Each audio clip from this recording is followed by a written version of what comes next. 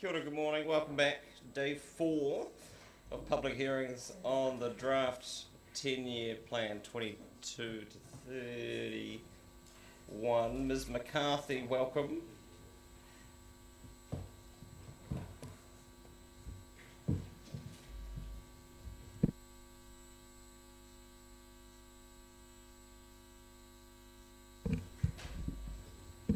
Next 5 minutes are all yours. All right, good morning everyone. Day 4, I'm sure you've heard a lot going on in the community over the last few days, and I'm feeling quite lucky to have the 9 a.m. slot when you've all just had some coffee and, you know, probably hit your most alert for the day. So yeah. So yeah, thank you for taking the time out of your day to listen to everyone's stories today and over the week and stuff. It means a lot, and we know that you know, you're all going to do your best to try fit everyone's ideas into your 10-year plan, because I'm sure there's a lot of ideas out there. I know you've all read the document that I've sent through to you, and some of you were even so kind to come out and visit us in the community last week, which was, you know, quite a cool experience down at the Grizzlies Rugby Club. You know, go Green Island. Just a wee plug there, just a wee plug.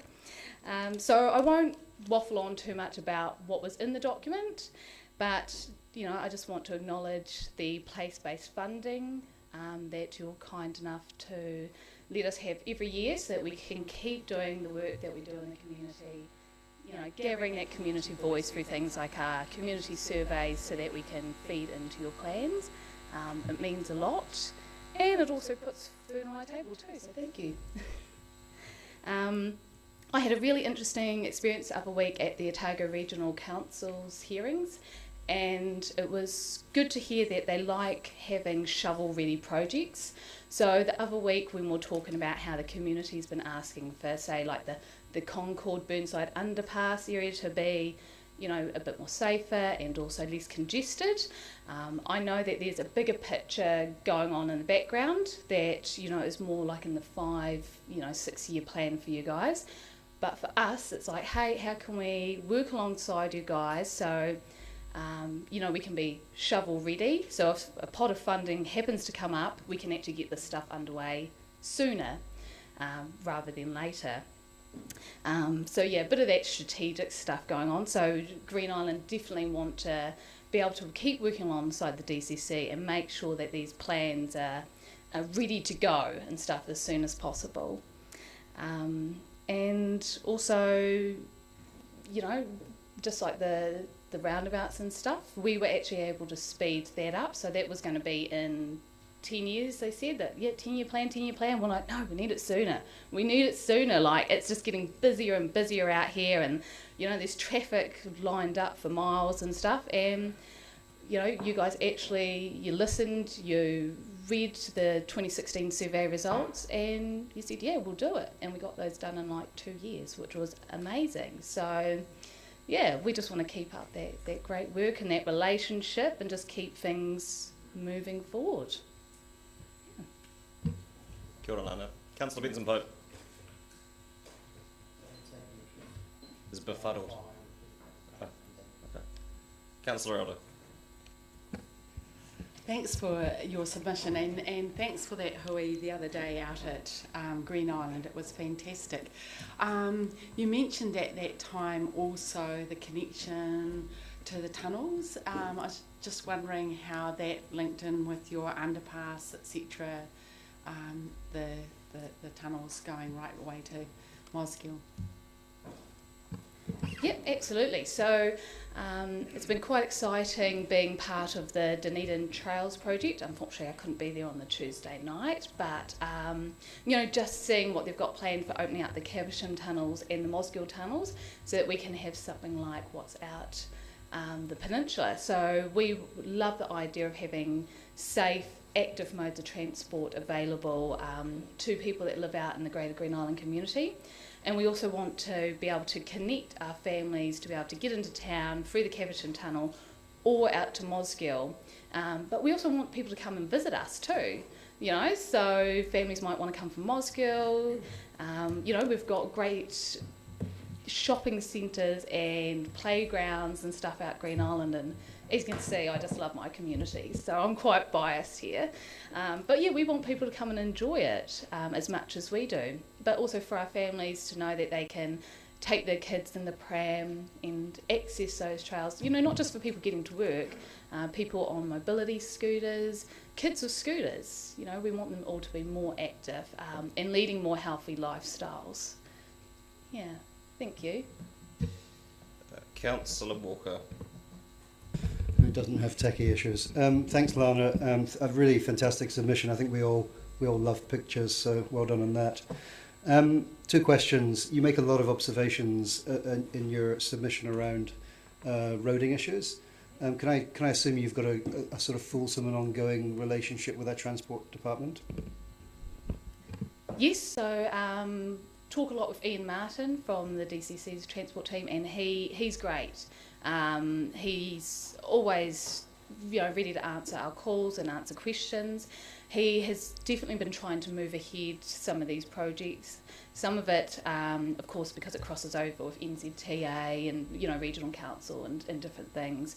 You know, there has been some delays on certain things, like, you know, getting the super bus stop and stuff. So we've been consulting since 2017 on you know, getting the bus stops all sorted, and then that's also led into the community wanting some other, you know, improvements. After seeing the roundabouts, they're like, oh, actually, we can see what happens when we voice, you know, some of the roading issues that we're seeing, and that's why we've been asking him about the Concord Burnside underpass, but also around the MPD petrol station. We had hoped that with the roundabouts that people wouldn't use that off-ramp as much, but I think we're just creatures of habit, and so people are, you know, they just keep taking that one. But now with the MPD there, it's gotten even busier, and that sign does block the vision a wee bit for, you know, if you're trying to do a right-hand turn. But yeah, he's great. Great, that's Yeah. great to hear. And the second question is, as one of the recipients of our larger recipients of our place-based funding pool, any comments around the 300,000 that's allocated in the draft budgets, which is no increase? Are you happy with the amount you receive? Oh, that's a good question. Yeah. Strange. Usually people come here wanting lots of money. Yeah. For the purpose of wages and projects, it is definitely great knowing that we've got that amount set aside, so that we can employ a community worker, and then, you know, what we do is go for other grants and stuff. Unfortunately, going for other grants does take up time that we then can't spend on doing the projects. So of course, you know, we'd always say, hey, a wee bit more is great, but you know, we always make it work, and I think the love and commitment to the community is how we always move ahead and keep going. And yeah. Councillor Gary. Thank you, Worship. Kia ora, Lana, and thank you for coming along. Mine is a place-based question as well, and I was wondering, given that you are very successful in the way you used your place-based funding in advocating for your community, do you have any interactions or many interactions with other place-based groups to share your knowledge and your approach? Yes, absolutely. And a good example of that is that both ourselves and the South Dunedin community groups became independent at the end of last year and stuff. So we had both been held under the umbrella of NGOs before that. And so we found ourselves having to all of a sudden put in like HR and IT and all these processes and systems and stuff. And so we were just sharing information. You know, like, and that's what we do with other ones like North East Valley and stuff. We're always sharing everything we've got and the resources and stuff, because, you know, why reinvent the wheel? And it also saves them going for funding to put those in place. It's like, you know, here we go, we've got this. We're all in it together. Yeah. So the fact that the funding's contestable and you're going up against other groups doesn't stop you with that interaction, is that right? No, absolutely not. Excellent, thank you. Thanks, Lana, for your submission and your presentation. I'd be equally attentive had you been scheduled for 4:30, and I resent the implication otherwise. Thank you. And yeah, thank you for having me. And also, this is probably the last time you'll see me because I'm finishing with the Greater Green Island Community Network. So next week's my last week. But Thank you yes, for all will of be. your work. Yeah. So thank you for having me. Ms. Thomas and Mr. Scott, I see.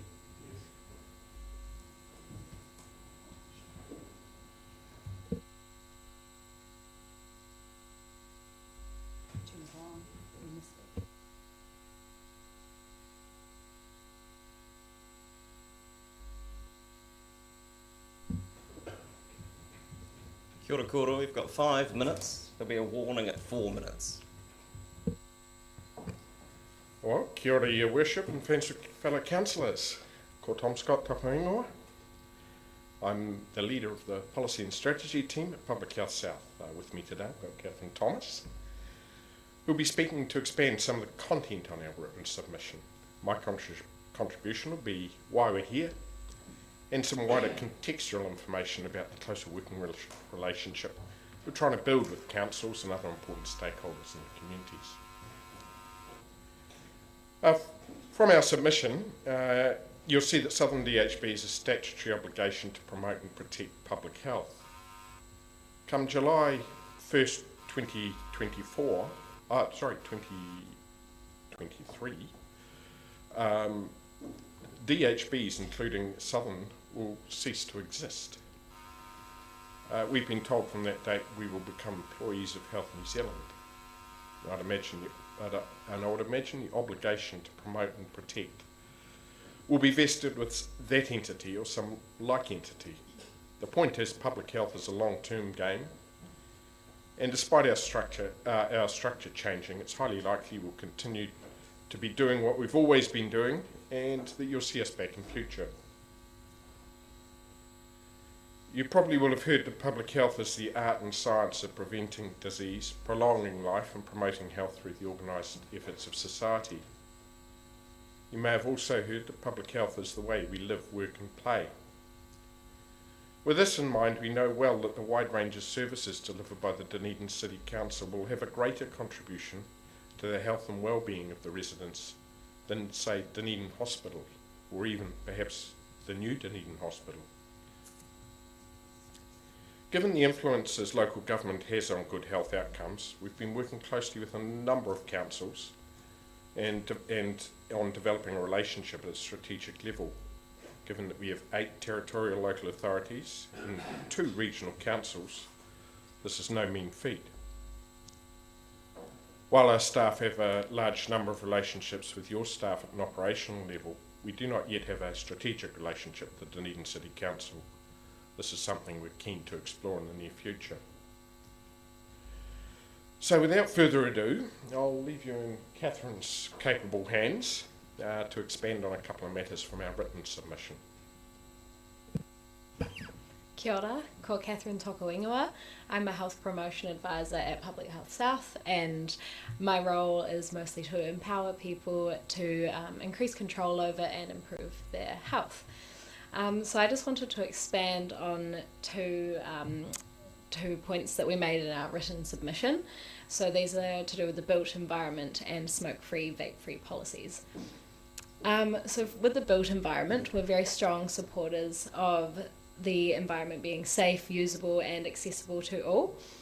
So this means infrastructure that supports multimodal travel. So this could include walking, cycling, scootering, e-scootering, e-biking, and also includes people with varying abilities.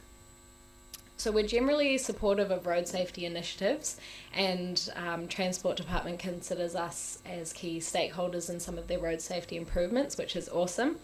But we just urge those who are updating or designing new infrastructure to consider whether their designs are safe, usable and accessible for all. So one example I have is the curb build-outs that are popping up around Dunedin, often outside schools. They're one example where we see that pedestrian safety is considered, and also I suppose for drivers as well, but not cyclists. And so these curb build-outs are often pushing cyclists into the line of traffic, and it's not safe. So yeah, we just urge and suggest that the DCC considers everyone when they're building new infrastructure. Also, when talking about usable infrastructure, connected cycleways spring to mind. So this may mean connecting the city centre to South Dunedin, for example, and it can also be around schools, encouraging active travel. And also we'd like to talk about cycleways on hill suburbs as well, because often there's this conception that they should be on the flat, whereas a lot of people would probably commute more using cycle lanes if it was on a hill suburb as well. And so on to smoke-free and vape-free policies. The government has put out a smoke-free 2025 action plan finally, after talk about it in 2011 at their select committee. And so that is your 5 minutes, unfortunately. Okay. Too much context, Tom. That's all right. Before we take questions, I would like to just thank your team for the care and empathy with which they've supported our communities on the North Coast over the past few months. It's been a challenging time, but certainly that was critical to getting to the point that we are. So thanks for that. Questions, Councillor O'Malley? Your Worship, yes, the Waikato response was fantastic. I have a transport question, and it relates to regional transport. With the new hospital being built and the role that it plays in the whole Otago Southland District, do you have a transport management plan to deal with people coming from distant sites and what they're going to do when they get to Dunedin? There has been obviously this issue of whether or not who's going to provide car parking if that's how they get here. And you did present to the Regional Transport Committee about 3 years ago, but you haven't come, there hasn't been a presentation since. And I'm wondering if Southern District Health Board will be developing a plan for transport of patients and their support people to the new hospital that we can integrate into our transport plan. That's probably a question that's beyond my pay grade, because I'm not actually involved in the new Dunedin Hospital project. Having said that, I'm more than happy to make some inquiry and get back to you. Councillor Elder? You talked about curb build-outs and the pros and cons of it, and there's definitely pros for pedestrians and making it safer for them. Have you got any ideas about how we might design them so that cyclists are safer? Because I'm a cyclist and they do push you out into the traffic. Well, one of our colleagues is a really keen cyclist, and so she's been cycling for a while, and has been knocked off by cars at these curb build-outs, which is not great, and I think others have as well. But she thought that maybe having like a sort of lane between the footpath and the curb build-out so they don't have to be pushed onto the road. But yeah, just a thought. So have you talked to Ian Martin at our transport department about that? We've talked to Kyle Martin, and I think he's the senior engineer there, so we've got good relationships with him. But I don't think it's in the budget or the funding at the moment. Okay. So, thank you. yeah. Councillor Reddick? Yes, further on those curb build-outs creating a hazard, your comment on that, is that based on hospital admission evidence or statistics from A&E, ED, or is it anecdotal, or where does that come from? What we've received is anecdotal at this stage. Haven't looked into ED admissions, but I'm sure we could look into that. Yeah. Thank you. Thank you both for your submission and your presentation and your work ongoing. Thank you. Ms. Cox?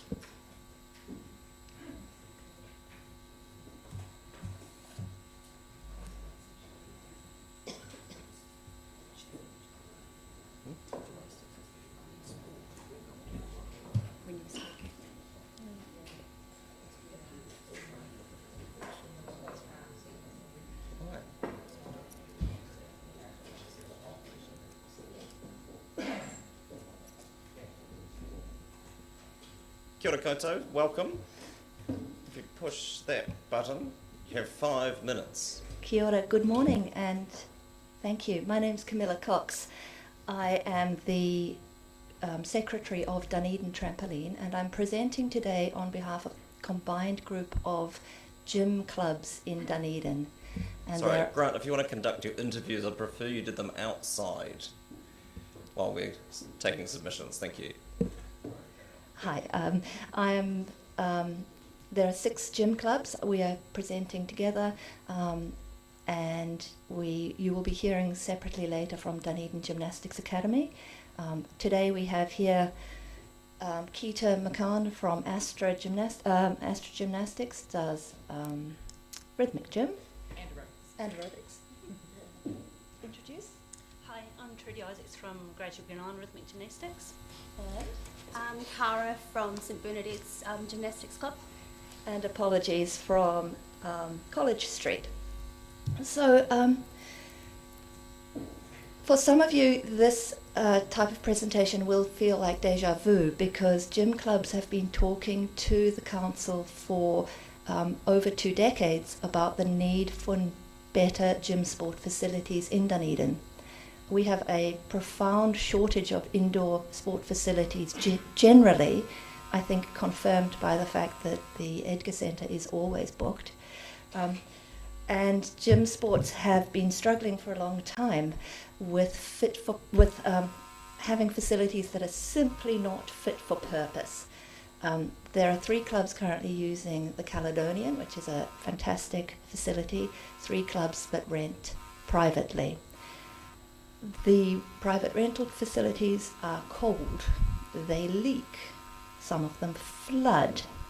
All of the facilities are inaccessible for disabled participants, and for us in the Caledonian, we struggle with the fact that we have to put our gear up and down every time we want to use it. For us as a trampoline club, that means we need parents to help us move heavy and expensive trampolines at the start and finish of every session. It means we can't have little kids in because of the health and safety risks. An additional issue is that our equipment gets damaged, moving it all the time. Our equipment also gets damaged if you're DGA and you're getting flooded, if you're College Street and you're getting leaked on, if you're St Bernadette's and in the rain yesterday there was a fountain down the wall. So I think that paints a clear picture that we're doing what we love to do, but we're struggling with the facilities that we have available. This isn't a new issue, and as I said, the pointed out in our submission that gym clubs have over the years considered other options. We did look at expanding the Caledonian and extending it into what is now the car park area.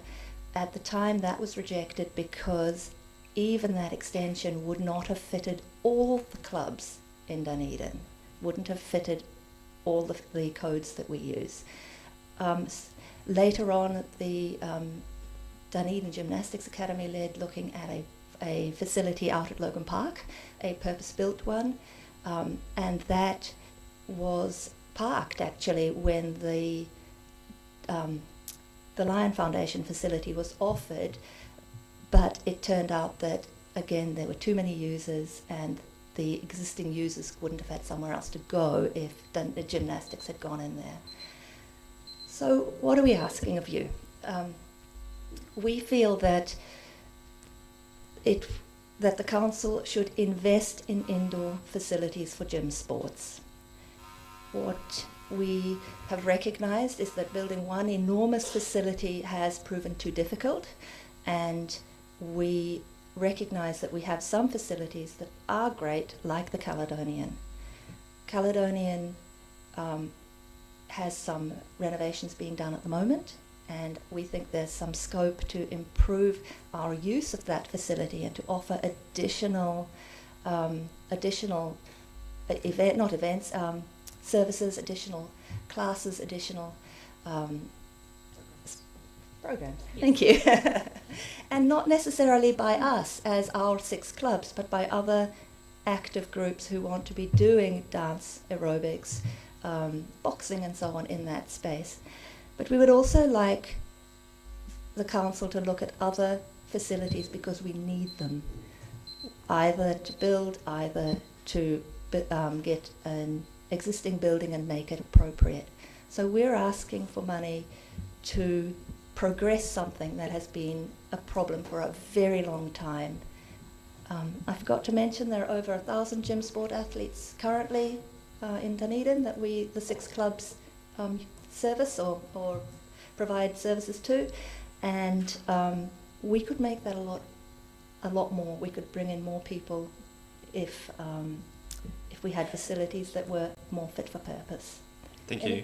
I'll let you run over time because you were already moved on to answering my first question with regard to numbers. Do you have a sense of, what kind of a trajectory is that on from a membership-based point of view collectively? My understanding is that it has fluctuated. There have been issues on and off with, for instance, Dunedin Gymnastics Academy having their issue with asbestos at their one facility, and then asbestos at the other facility. When you're mixing up and trying to move programs or change programs to fit your facilities, you can and can't have you can have more or fewer people. Astra is a new club, and they're on an upward trajectory. Dunedin Trampoline, we're really, really constrained by having to put that gear up and down. So we would love to run daytime programs, but we simply can't. In your request, and thank you for this, you put in money for staff basically, and then subsequently capital. Yes. Is it what a useful part? And if you're not looking at building a single facility to accommodate everyone, but potentially looking at what a network of facilities might look like, as a starting point, would a more useful starting point be allocating resource to doing that work as to what exactly the need is and where it is and how that might be? Because it's not clear to me, and nor I don't think is it clear to you necessarily exactly what it would look like ideally. Well, I do have an idea of what it might look like ideally. I think that the clubs recognise that a single facility is potentially prohibitively expensive, and having 6 different clubs plus many other users makes for a difficult, can be difficult to share space. For that reason, we think it would probably be quite a slightly more frugal option to work with what we've got, start with making the Cali a really fantastic space, but also, and you're going to hear from DGA, they have an immediate need for new space, and that means an immediate need for something that doesn't leak, doesn't flood. Yes, let's put some money in the next year, or the rest of this year, finalising what that may look like. But I don't think the council need be afraid of us or pushing for an enormous, massive new facility. There are buildings around that could be modified, we think, or I think. Thank you. Councillor Benson-Pope. Thank you, Worship. Looking at your submission, I can recall the similar discussions previously and your presentations, especially about the difficulty presented by having to move gear and so on. You talk about, but I recall the proposal last time, I think, or certainly recently, about the joint facility at Logan Park, and you talk about that. I'm interested in why the offer around the Lion Stadium at the Eager Centre fell through, that you make that comment that the DCC offered the Academy use of that facility. Was that because of the earthquake strengthening or some other reason? My understanding was that the offer was made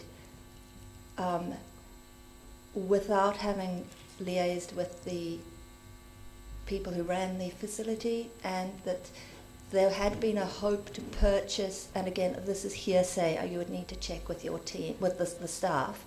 I understand that the council had hoped to buy the foodstuffs building behind to either accommodate the gym people or to accommodate the netball and basketball people. Foodstuffs, I understand, weren't willing to sell, and you can't shunt one crowd out to put another crowd in because it just pushes the problem somewhere else. Okay. It was a great offer, I understand. Again, DGA can talk to that because they were ready to push for the building, but being offered the Lion Foundation was a gift horse, I think. Okay. Again, I can't speak for them, but that's my understanding. Councillor Houlihan. Thank you. Yes, our family, including my father, who used to do representative for Toga gymnastics, we had lessons for years with the legendary Mrs. Broad. Isn't she amazing? We can't believe it. We keep going. She must be like 150 and she's still going. It's incredible. And that's 5 minutes. Thank you both for your submission. My Appreciate question is, Councillor, you took all of your time for questions chatting, unfortunately.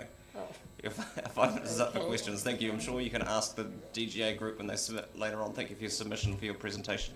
Thank you. Thank you.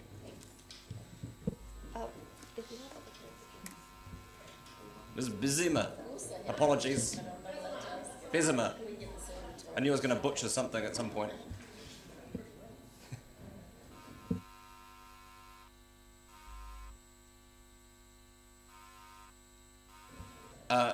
You need to use a microphone so that we can, it's being broadcast, you see.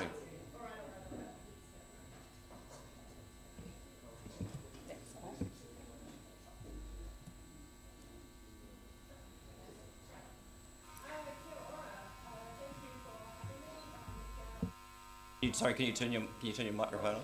Microphone, okay. Kia ora, thank you for having me. I'm here on behalf of the Tomahawk Smails Beach Care Trust. My name is Nicole and I am their nursery manager. So thank you for taking the time to read our submission, to ask for funding to be included in part of your long-term plan. I'd like to just take this time to show you something that you may not have understood from our application. So I have brought a little display. So just a brief overview, you might be aware that the trust has been operating for 2 decades. It was formalised in 2008. And over that time, we have been restoring the Rio Dune forest at Tomahawk and Smails beaches. And we do so, of course, with the help of our community. We are a charitable trust and we run almost entirely on volunteers. That includes the trust, volunteers from the community, people like from Idea Services, Rotary Clubs, and students. I am the only paid employee and I get paid for 12 hours a week. So, what's involved in growing a plant in our nursery? I'd like to show you some kawhai.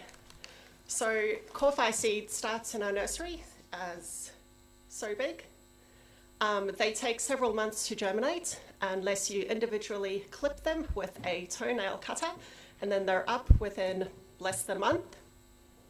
We then get one of these little fellows. So this is a 2-month-old kawhai seedling. It's pretty cute. Okay. Planting day. We plant big, healthy, locally sourced plants. This kawhai has been in our nursery since 2016. So I'd like you to imagine all the people from the community who have had the chance to interact with this kawhai, right from the stage of the seed to the seedling to this big. So our problem at the moment is that we have a service level agreement with the DCC of $6,500 per year. And this only covers roughly 1/3 of our operational costs. So basically, we're trying our best to make up for that by applying for other funding, and of course by contributing a lot of voluntary hours. So we're a really important part of the community, and would like to continue our work at Tomahawk and Smails beaches. We'd like to expand our network in the community. Yep. So please help us do that because, the restoration of that beach will benefit our community right now and well into the future. If anyone has any questions, I'd be happy to answer them. Saved me a job. Thank you. Questions? Councillor Barker and Councillor Walker. Kia ora, and this beautiful kōwhai, thank you for bringing that along. Are you asking for continuation of the same funding or expanded funding? We would, as a start, like continuation of the same funding, but as part of the longer term, because currently we get funding on a 3-year basis. So there's not a whole lot of certainty. So you mentioned wanting to work with other groups and you have a nursery. Do you supply plants to other groups who are also doing projects? Now and then when we have excess plants in our nursery, we do sell them for a reduced cost. At the moment, we actually have 3,688 plants in our nursery, which is well above normal. And the reason for that is because we could not do much of our planting last year during lockdown. So certainly this year we'll be helping out other community groups, including the folks at Second Beach. Yeah. The request is for $23,000, is that right? Correct. Thank you. Councillor Walker. Thank you, Nicole. Thank you for bringing the lovely kōwhai in. I think it was you guys that taught me the toenail clipper trick. 2 questions. You might not know the first one. Do you know what the OPEX is for the organisation each year? The what? Sorry. The overall cost to run the organisation. Ooh, that's a tricky one. I'd have to ask our treasurer. I have been on board for 2 months. Okay, that's fine. Yes. Probably be harder to answer the second question as well, because I wanted to know that to wonder why you weren't being able to get funded from other sources. Do you know why that is? We have had success from funding from other sources, small project grants, such as the Spates Fund in the past, the Otago Eco Fund, as well as a small amount of income from selling plants. But the issue with these is that they'll tend to fund project costs, but not operational costs.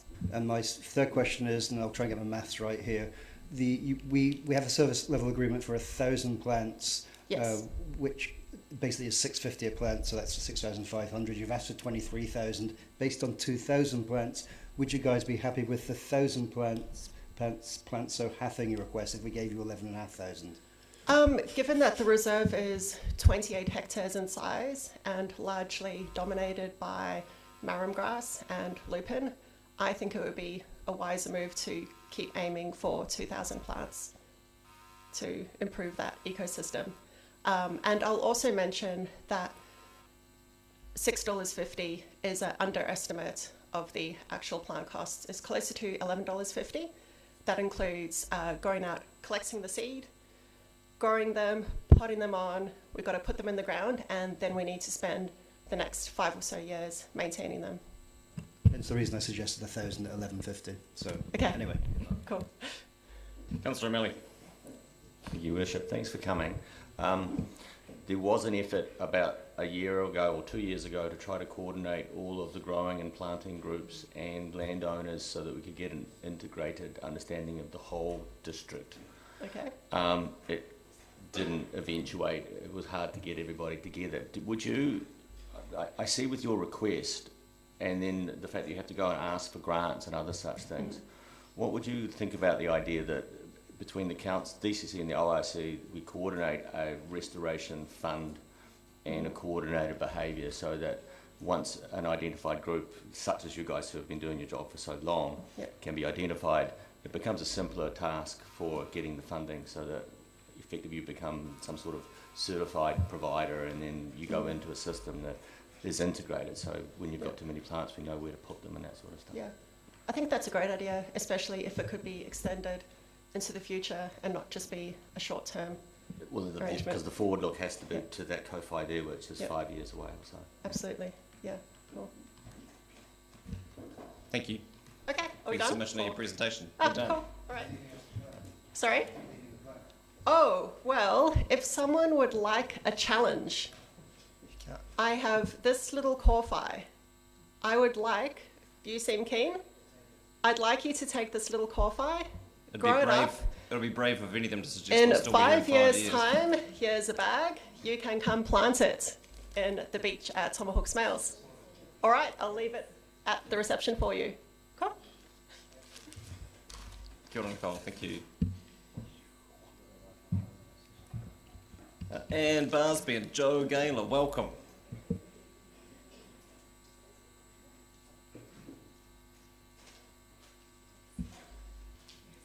Welcome.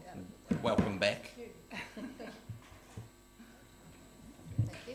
Just cleaning up the landscaping. Yeah.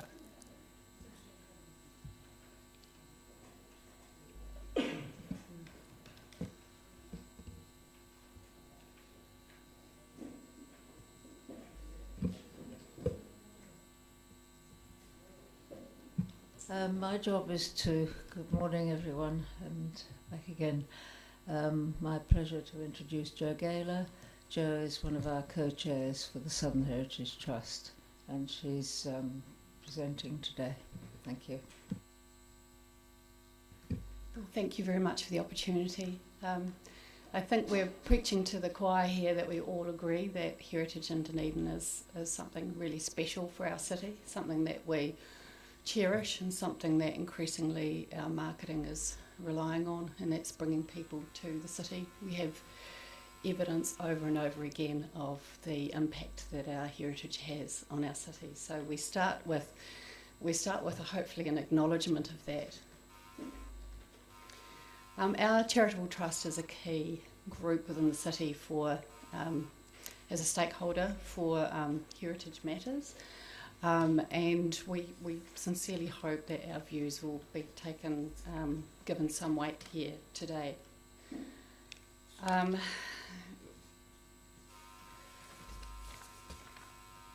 I'll move straight to, it's just quite a long submission, so I'll move straight to our recommendations. We do believe that while we didn't have the opportunity, and we wish that we had at the time, to comment on the 2GP variation, we still wish to have a say on that. We believe that the DCC Planning Department and as a whole still needs to look at the wider impact of the plan change with respect to intensification on our city. And we would prefer, rather than a blanket approach, which is currently there, a more case-by-case, block-by-block, street-by-street approach to the assessment of the heritage values within our city. I'd note that there was no cumulative effects assessment undertaken that is recommended by many in planning circles and has been in the past in New Zealand, on the impact, that forward-thinking impact and predictions that intensification would have on our heritage assets. And I say assets because they're of economic value to our city, especially when we think of marketing and drawing people here. So we are hoping that the council will listen and will undertake a cumulative effects assessment. We don't believe it's too late. We note that there have not been many studies done in recent times in any event, not since around 2007, on our heritage, to quantify it, to get the data, and then to use as a baseline to measure anything that we do in the future. I think it really is that important. It's a wee bit like, and we sort of see it as like, we just had the COFI being discussed as important stand of trees that we would take great care over. And our heritage is really no different. We need to think of it in that way, in a cumulative way. So that's the first thing. Secondly, we note that there are quite a few recommendations around waste in the 10-year plan, and we applaud these. It's excellent that the council is looking forward in that area. However, we would also like this to be taken into account when it comes to building demolition. There is a lot of embodied energy within a building, and I don't believe this has really been discussed in Dunedin as a measure to reduce waste. We talk about creating better ways to reduce waste at landfill, industrial waste from demolition, but we don't talk about actually stopping the demolition in the first place or preventing the loss of that energy in the first place. I would like the council, I believe there's a lot of ground for the council to be very forward thinking and a first in New Zealand in this regard, and to incorporate that within its heritage strategies, that we first of all look at the energy that is embodied within a building and the reduction of the waste of often materials that are now no longer available for a lot of these buildings. You know, a lot of them were built from our forests, from Kari, from Rimu, from now areas that are no longer able to be logged. These are precious resources, stone, that we really shouldn't be just putting in a landfill. So that's our second one, and we would hope that that could be incorporated within the council's waste strategy. And unfortunately, your final one, that is your 5 minutes. I'm sorry. That's okay. I just have... I know, you've got lots to do to get through today. Yeah, we do. So just before I take questions, and you'll note that we've got commissioners, it sounds like, sitting back. Just as things relate to the variation on the second generation district plan, those are decisions made by commissioners under the RMA, not by this body collectively. So there's not a lot that we can do on that front. But I'm curious, when you say you didn't have the opportunity to submit on the variation, do you mean you didn't take up the opportunity? We didn't take up the opportunity, and we apologise for that at the time. Oh, that's fine. I just wanted to be clear about that. We didn't, no, not at the time. But we are a voluntary group, and most of us have full-time jobs. I understand the Byzantine nature of the process, don't worry. Councillor Elder. You're the second person to talk about doing up old buildings or valuing them, and it's quite often really expensive to do up old buildings, because we actually do need to look at how we use our land and enable people to build in the inner city area. Do you think that having a consenting process that incentivises people to do up old buildings, but that enables more people to use, say, you split something in two, but instead of pulling it down? Oh look, that is our first, obviously we understand the housing needs of the city also, and we do see the pressure, and we want everybody to be able to enjoy the city and live here. But we are champions of heritage reuse, yes, and we would like to see this encouraged more and more, and I believe actually there's economic benefits to that and marketing benefits. Thank you.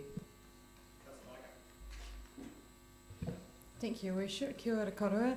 I just wanted to ask, so this is a budgetary meeting, and I think in your third point, which I assume you were going to make, third recommendation was around some funding, and of course we have the Dunedin Heritage Fund. I wonder, were you asking for more resources for that, or more resources to be given to heritage in general? Definitely more resources for heritage in general. I think the council does an excellent job of promoting heritage within the Heritage Fund. Not particularly biased here. Nor is the chair of the Heritage Fund, I assume. No, I'm not. Yeah. So, no, we do believe that it's great that the council has a heritage advisor, but we believe that it could be incorporated across the council's policies more and more holistically within the planning department, and also in terms of marketing as well. So we would like to see that benefit to Dunedin enhanced. Councillor Staines. You made the comment about the economic benefit of heritage. Would it surprise you that in a survey done in association with rewriting our destination plan, that heritage is the #1 reason people come to Dunedin? We're aware of that, and that's why we're here today to try to put in our views. It's fantastic, and so therefore I would love to see a lot more holistic attention paid to that. I'd like to see it incorporated into almost every single thing that the council does. Thank you. Thank you both for your presentation, for your submission and your ongoing work. Appreciate it. Thank you. Ms. Trotter.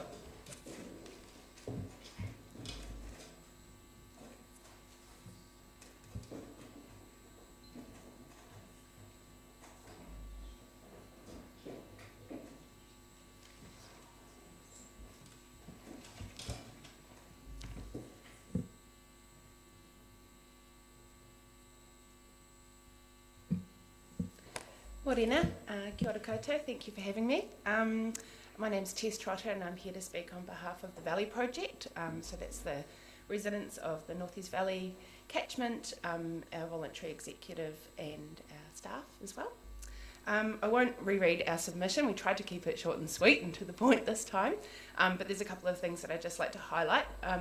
First and foremost, we would just really like to acknowledge the work of the Council, particularly over the last 12 months, supporting groups like ours through COVID with additional funding and support from staff.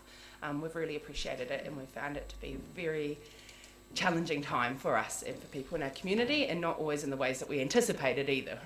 So as per usual with community-led development, we've had to be quite flexible and adaptive, and it hasn't always been easy and it's taken lots of time and money. So thank you very much for the support. We also really appreciate the support from the Council over the last 3 years with the place-based funding, and we really appreciate that being included in the long-term plan. We would suggest that we continue to try and grow that fund as much as possible so that groups like ours can continue our work. It's been a massive game changer for our organisation and our community and the sustainability of what we do over the longer term. We'd also just like to note that we've had some really great collaborative experiences with the Council over the last couple of years, particularly with the community development team and more recently with City Sanctuary through Predator Free. Would really love to be able to continue that with other council departments and have that same kind of liaison.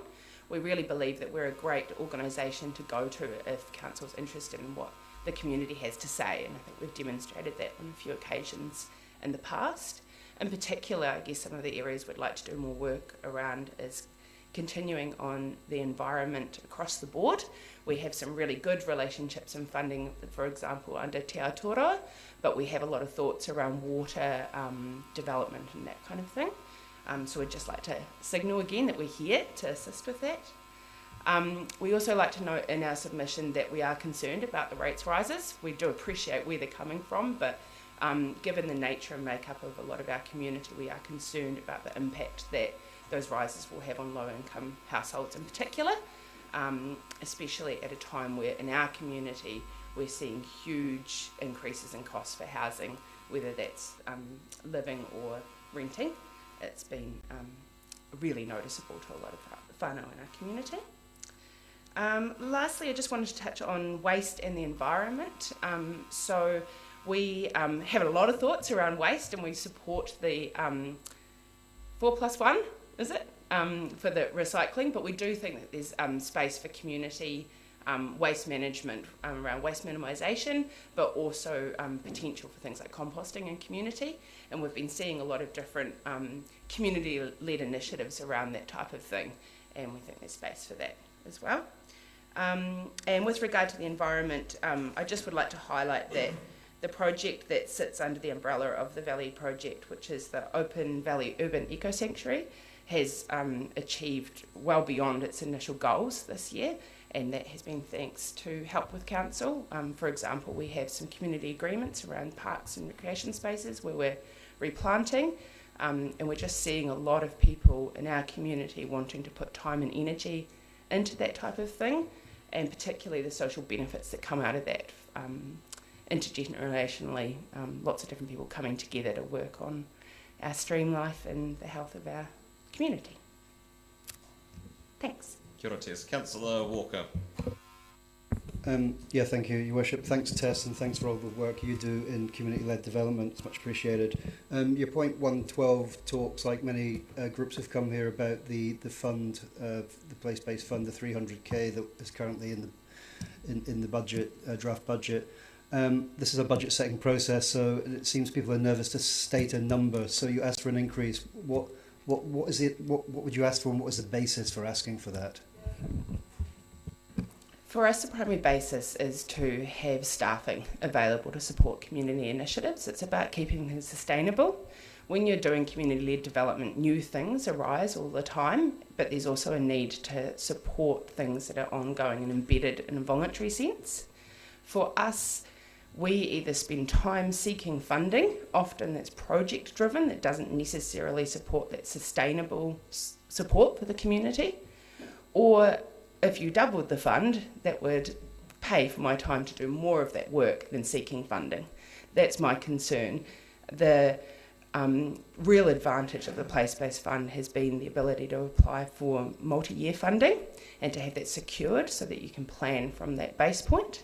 At the moment, we've been very, very lucky and generously received over $50,000 a year from that fund, but our base staffing budget is more than 3 times that. So to be clear, the answer to my question is 100%? At least. Okay. Yeah. Don't be too greedy. Yeah. Councillor Gary.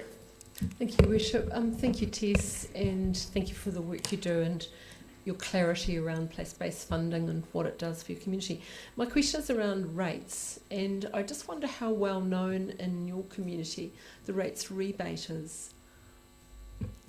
I think that's a good question. I think in our experience, just from our community hub, it is something that we inform people about when they're struggling. I think that there would always be great advantage to promoting it more, and that's probably something that we could do to support. But I do think also that it is one thing that people like ourselves and other social service agencies are quite adept at advocating people to go for. Yeah. Councillor O'Malley. Your Worship, hi Tess.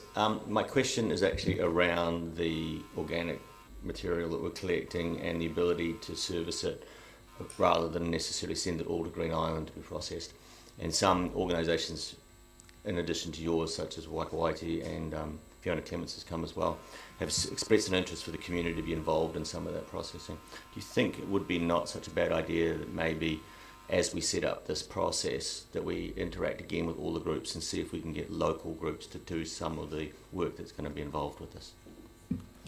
I genuinely think there's really, really great potential in the area, and I think the potential is in education around minimising waste as well as how we're processing it.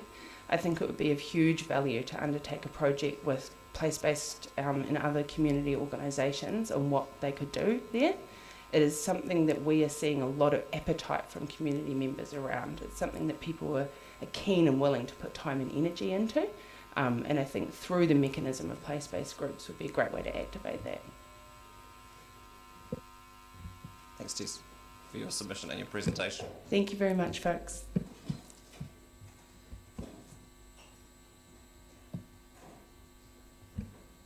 Mr. Chairman, just before we go to Smooth Hill, the next submission, we've just had an example in relation to the 2GP issue of a submission that was in difficult territory, and this one is similar, perhaps more so, because the consent is currently lodged with the ORC and in process. I'm wondering if it's appropriate for, I'm happy for people to say whatever they want, but I'm wondering if it's appropriate for any elected members, given that that will some way be coming back to us to engage around a submission like this as part of a consent process being run by someone else, in which we are a party. Yeah, I don't think that's an unhelpful note of caution in terms of process. We've got no issue with, as you say, no issue with the submission and people coming to speak to us, but I would similarly urge caution among elected members for how they chose to engage with it. Thank you. Mrs. Ramsey.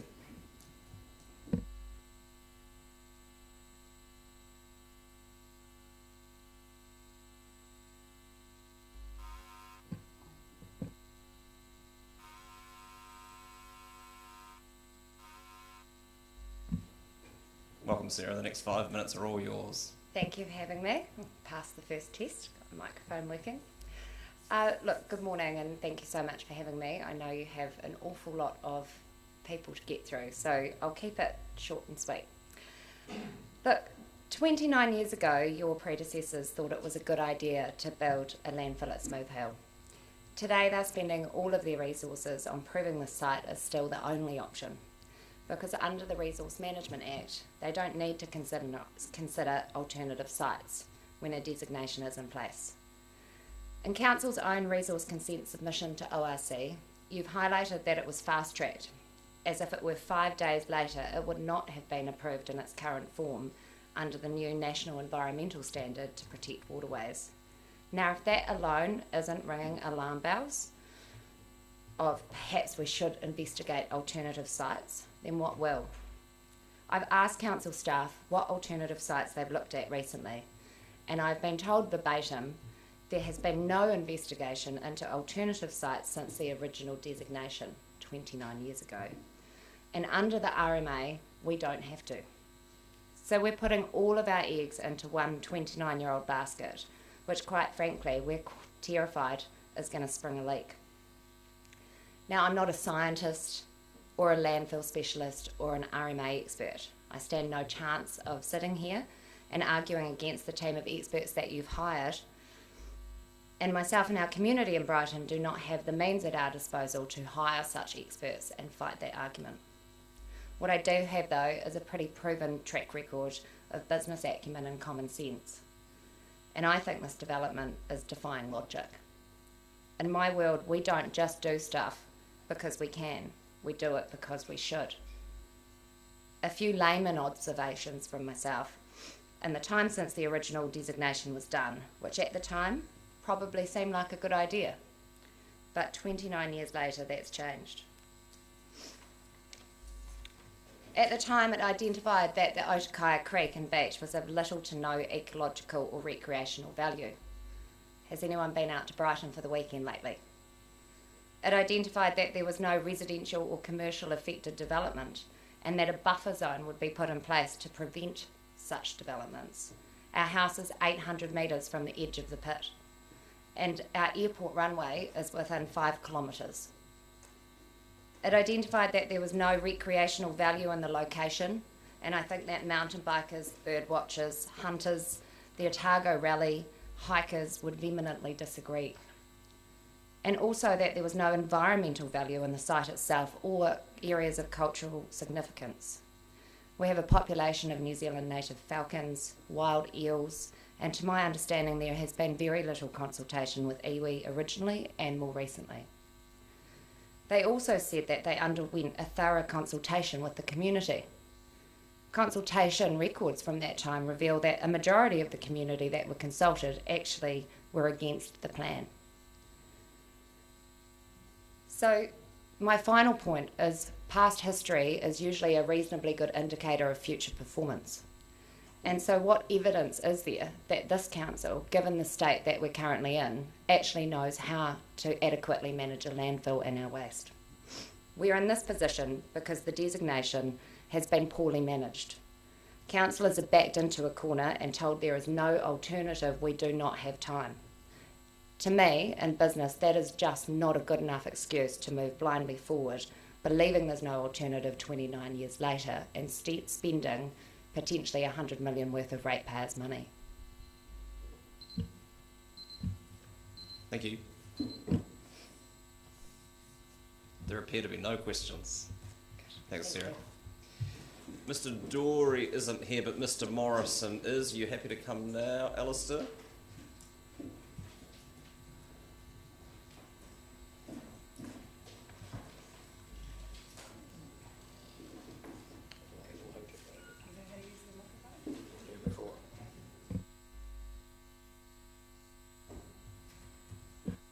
Surely a man who needs no instruction. The next 5 minutes are all yours, sir.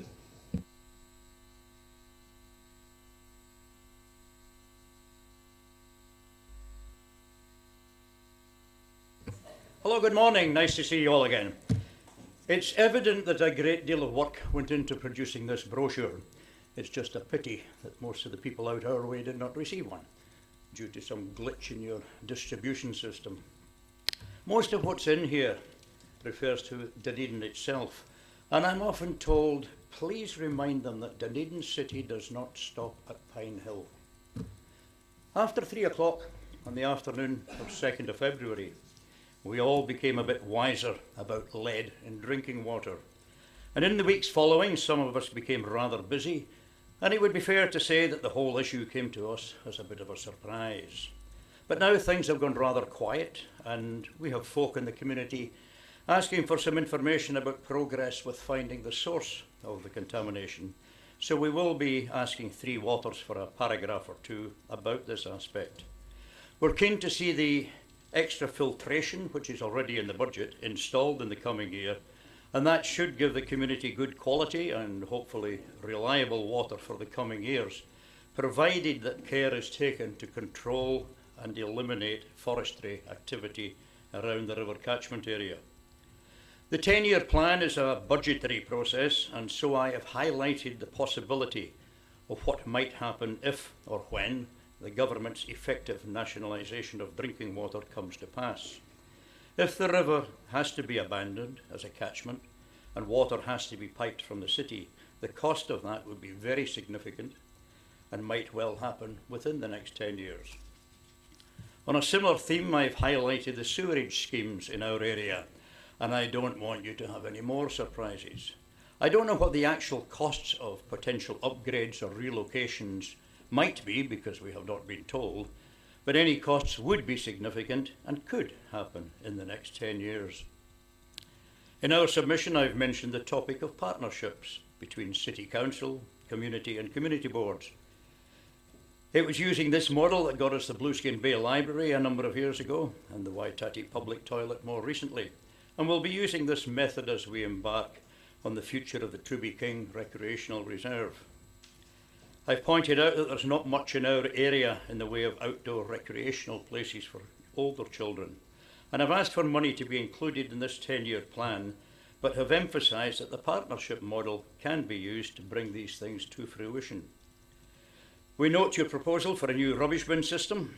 On the surface, it seems to be a logical idea, but we are concerned about the likely cost for smaller households who don't generate much waste but would seemingly have to pay for bins they would hardly use. We would also like to see some detail about how exactly you propose to handle the disposal of the food waste bin contents. And likewise, we would be keen to know what can or cannot be put in the general waste bin. We will be submitting to the Otago Regional Council on the topic of upgrading the extremely poor bus service to our area, and we ask that you will support our comments in future discussions on this topic. We also ask that you support our approach to NZTA about speed reduction proposals.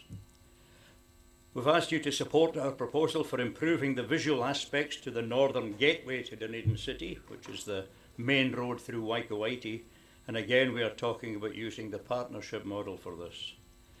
We note all the comments that have been made about promoting walking and cycling, and I can understand the logic behind many of what might seem to be idealistic proposals. But such proposals are not really relevant for those in our coastal communities, a great many of whom commute to town for work. The reality is that for the foreseeable future, cars are going to be with us, and parking in the city is and will be an issue. And logic would suggest that at least one new multi-storey car park should be built. In the few seconds I've left, I can't summarise the rest of our 6-page submission, but I can say thank you. Thank you for the financial support you continue to give to Moana Gau Swimming Pool. Thank you for the support you give to Judy Martin and the One Coast Resource Recovery Team in Waikouaiti. Thank you for providing the rural skip days in Warrington each year. Thank you for supporting Paua in Waikouaiti. And thank you for our $10,000 annual discretionary fund. We think it should be more, but that can be a discussion for another day. And with about 14 seconds left, thank you for listening. Wonderfully efficient. Thanks, Alistair. Questions? Councillor O'Malley. And I did not contribute in any way to the formation of the 10-year plan submission. You can tell by the language. The question I have, one of the questions I have is the Waikouaiti and the request for an upgrade to the main street. There is a, I think it's called Minor Centres Fund, and it's got $9 million, I believe, in it. I think the request, part of this is a request to get that township included in that list. Yeah, you at 1 o'clock this afternoon you're going to be hearing from Paua. Sonia Billiard's sick, she can't be here, but Kath Ryan will be here. She'll be talking about that as well, and we'll be working with Paua. And then the other one is the green waste issue.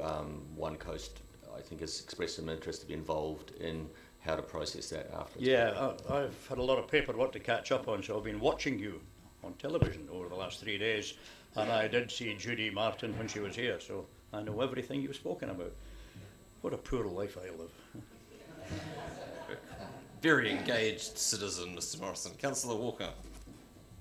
Thank you as ever, Alistair, and you'll never get those 14 seconds back.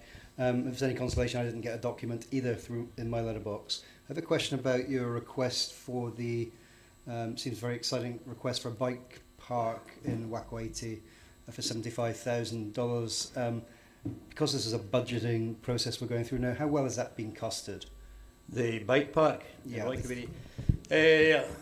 One of the local ladies put an awful lot of work into this, and she solicited the use of a bike professional from town, and they put a plan together which included coming down from Waikouaiti School down through into Park Street and across the road to the land that is there, and a rough number there was around about $100,000 to do the whole thing. Most of it is earth moving, and then forming the paths and likes of that, so it's of that order. Okay, so it's not detailed, it's just a fairly solid guesstimate. Yeah. Okay. Thanks, Alistair. Appreciate it. Thank you. Enjoy the rest of your day and 3/4 or whatever you've got. I'm sure you'll see how things go. Mr. Dory.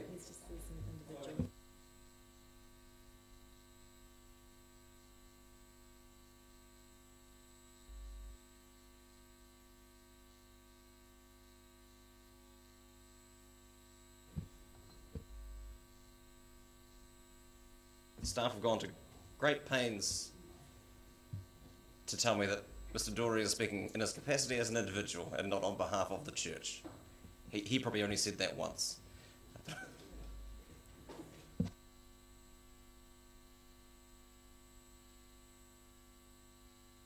The next 5 minutes are all yours. Hi Doug, how you going? Okay. Well, it's nice to see you all. I have met most of you before, actually at the Caversham Baptist Councillor and Mayoral Candidate Forum, which was, I thought was good fun. I hope you enjoyed it as much as I did. And I actually used to work here at the Dunedin City Council as solid waste engineer. So I do know some of the challenges and wonderful aspects of working in the council. So I always speak very highly of council. I don't criticise council out in the main street, so thank you.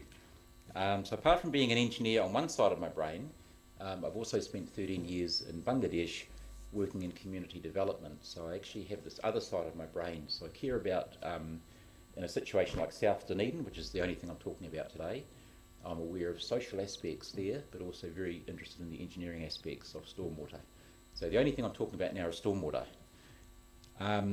What I'd like to do is to ask a question.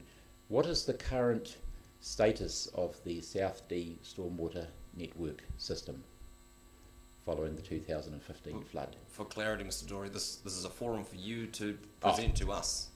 Oh, okay, I've got that slightly wrong. People can ask then. questions of your submission, but it's not a discussion. Okay, so it's a rhetorical question.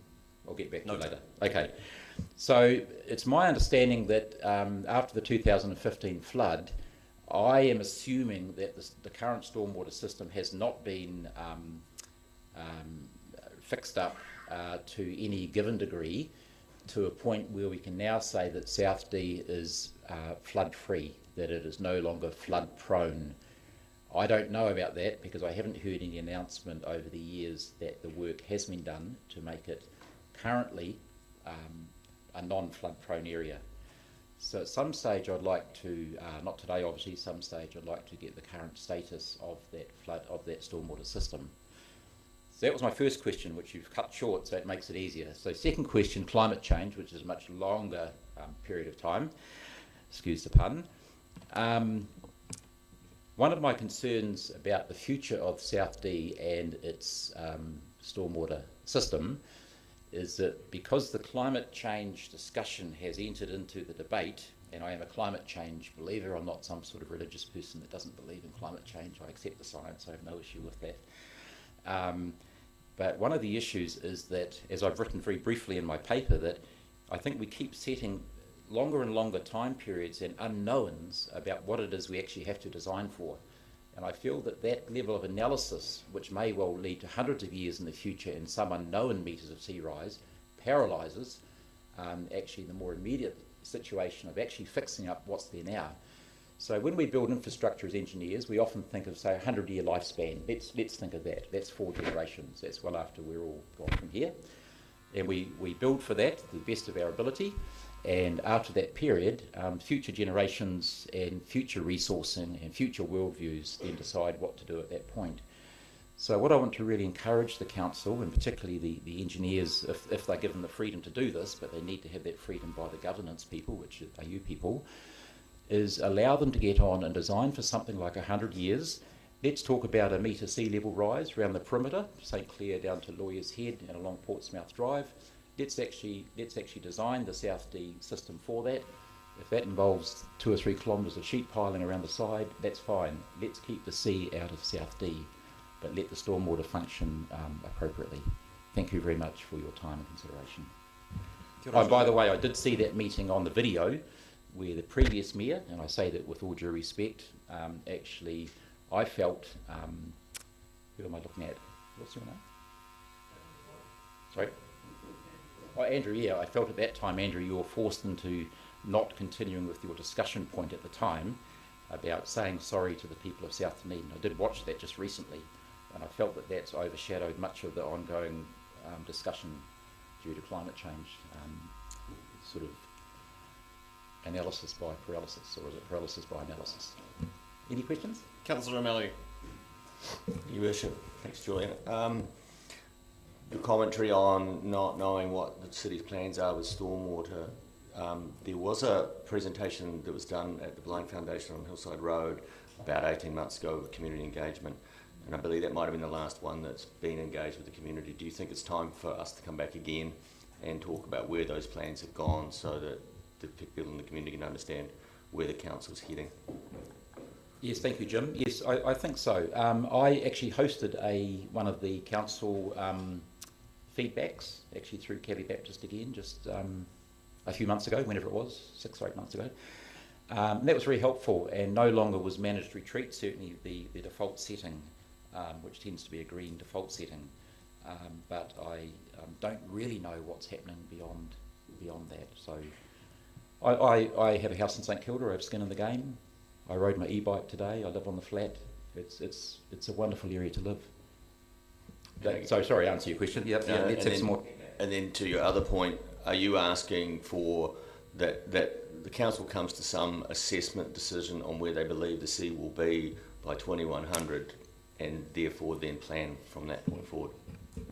I think that's one practical option. So really, in my little paper I presented, we need to have some engineering option studies, and one of them would be, hey, let's go for a metre sea level rise around the side. Let's run with that. It's not rocket science. No, it's a different kind of science. Councillor Vandervis. As an engineer, you suggested that in the event of sea level rise, we can sheet pile along Portsmouth Drive, and then it simply remains a matter of having appropriate pumps. Do you also recognise that sea level rise will be gradual, possibly 100 years or more before we have to do anything, and that as an engineer, sheet piling could be organised within a year? Absolutely. What I'm after is some engineering design, some engineering option studies, because I know that things take years of planning and budgeting, and then getting on and doing it. So it could be done as a year if it was something like the Kaikoura earthquake under emergency type governance. But we have 50 years, we have 100 years. But let's actually start the engineering design, make it known, publicised. But I'd love to see an announcement that says South Dunedin is not flood prone because the current system is working. That's the first step. I don't think anyone would question the desire to see such an announcement, whether anything was ever possible. And my question is following up on you say you accept the scientific consensus, and that's about more than sea level rise. It also speaks to a greater frequency and greater intensity of weather events, which are generally the cause of flooding, as opposed to incursion, for example, which is what you're trying to stop with sheet piling and pumps. Yes, I affirm your statement there. Thank you. Councillor Reddick. So you've outlined a range of reasons why there was the problem in 2015. In your opinion, what is the number one priority project or activity that we could undertake to help mitigate future flooding? Various information that I've read in the last year or two, because I'm coming to this a little bit later than I was living there in 2015, but more taken interest in it the last 2 years. I think it's just perhaps a series. It can be described as bottlenecks, or simply pipes that are now undersized for what goes down into the stormwater system. Certainly got nothing to do with groundwater, because once water enters a pipe, it is in the pipe and then gets pumped out to sea. It's got nothing to do with certainly the groundwater situation. So certainly just an overall design re-evaluation of the pipe system. Possibly some more inlets, if we're talking paved areas, more inlets into that stormwater system, and then it doesn't affect the groundwater at all. Councillor Hall.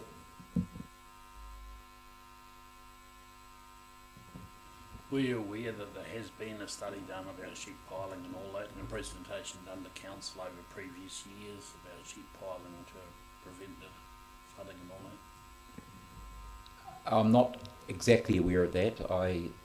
I know there have been engineering reports done earlier, which I haven't viewed. I have heard of them in terms of increased pumping and what have you. But yeah, thank you, Doug. Yeah, first name basis here. Very friendly, aren't you? Thank you, Julian, for your submission and for your presentation. Thank you so much. Thank you. Okay, good. All the best with this process. It's an extremely complex process for you all. Thank you. Thank you. I'll move that we adjourn the meeting until 10:45. Seconded, Councillor Walker. All those in favour? Those against? That's agreed.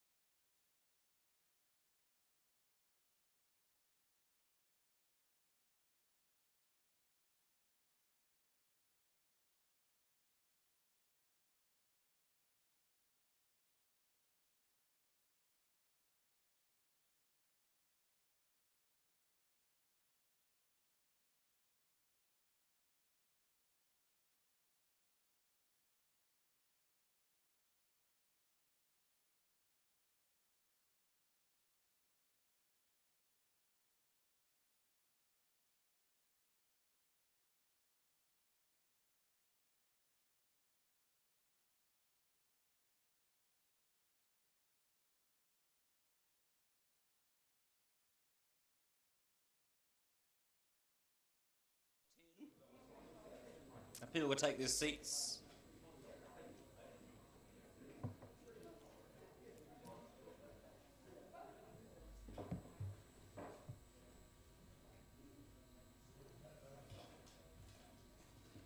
Ms. Symes, welcome.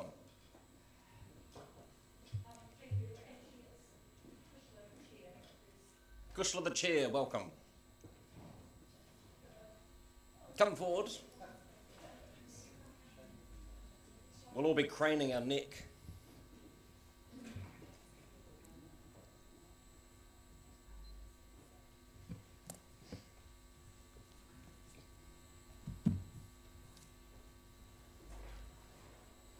Welcome. The next 5 minutes are yours. Kia ora, tēnā koutou katoa. My name's Kushla McKinney and I'm here to speak on behalf of the Friends of the Otago Museum about funding for the Dunedin Museum. And first I'd like to acknowledge the fact that the Council has increased funding for the last couple of years. However, we're also aware that a further funding increase is not likely to happen this year, and although we're very grateful for the previous increases, the level of the museum funding still isn't back to where it was in 2012 in real terms. And as a friend of the museum and as a Dunedin local, I just want to say how much we value the museum. And we're worried that the erosion of the operating budget, combined with the impacts of COVID, wage increases, lack of capital funding from local or central governments, putting its future at an extreme difficulty. So they're not able to maintain or upgrade its public spaces.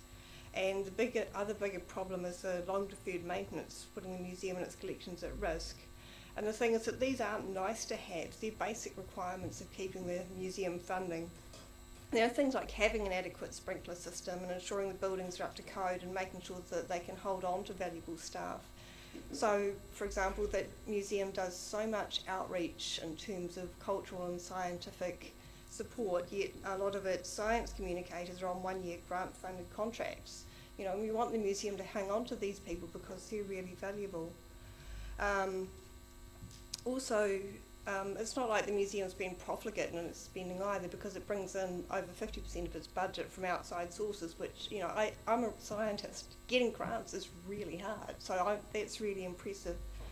And I know you'll probably say that we should be talking to central government about this rather than regional government, but I also think it's worth bearing in mind how much the museum offers to the city.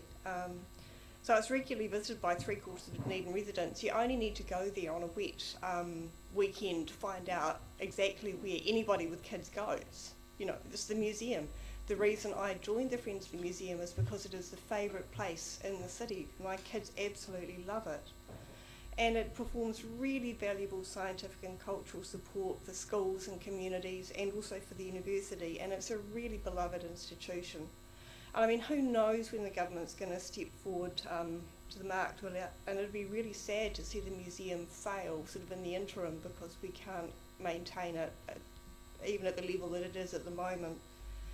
So, bearing this in mind, I would just like to call the council to provide the previous agreed 6% increase in funding, at least to kind of get it back up to where it was, and seriously consider the possibility of providing some kind of capital funding as well, just like it does for Toitu and the Art Gallery, because it's a really important institution for the city, and it's something that we all love, and it's something that's incredibly valuable, and I would hate to see it put at risk.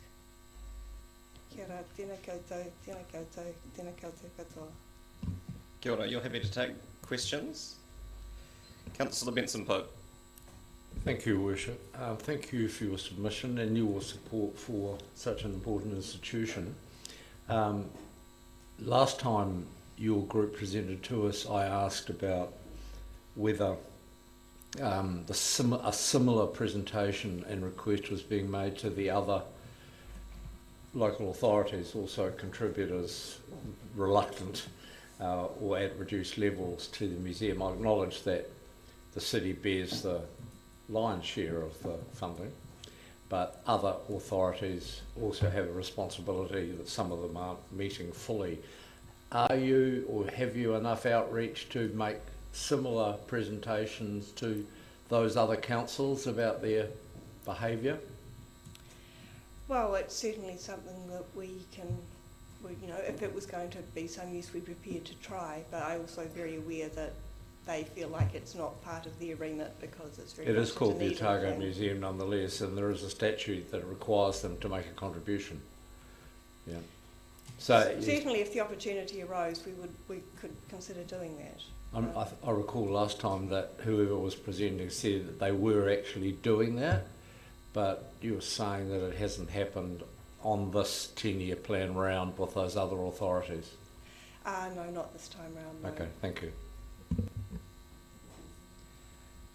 The distinction being between the Friends group and the museum itself, in the case that, and I'm sure the museum itself is making those submissions, is nodding on my right. Just by way of clarification, because it was in your written submission and you mentioned it just now, Council's agreement to increase funding in the current year. I mean, that was mentioned in a report that came from staff to Council, but there was never a decision of Council to do that. So the inference that we've gone back on a decision that Council has made with regard to funding for the museum isn't quite right, and I just wanted that to be on record in this forum. Okay. My apologies, I was on the understanding from talking to Ian that there had been a verbal agreement to that effect. So I'm aware of the line of argument, it's just not, it's just slightly revisionist.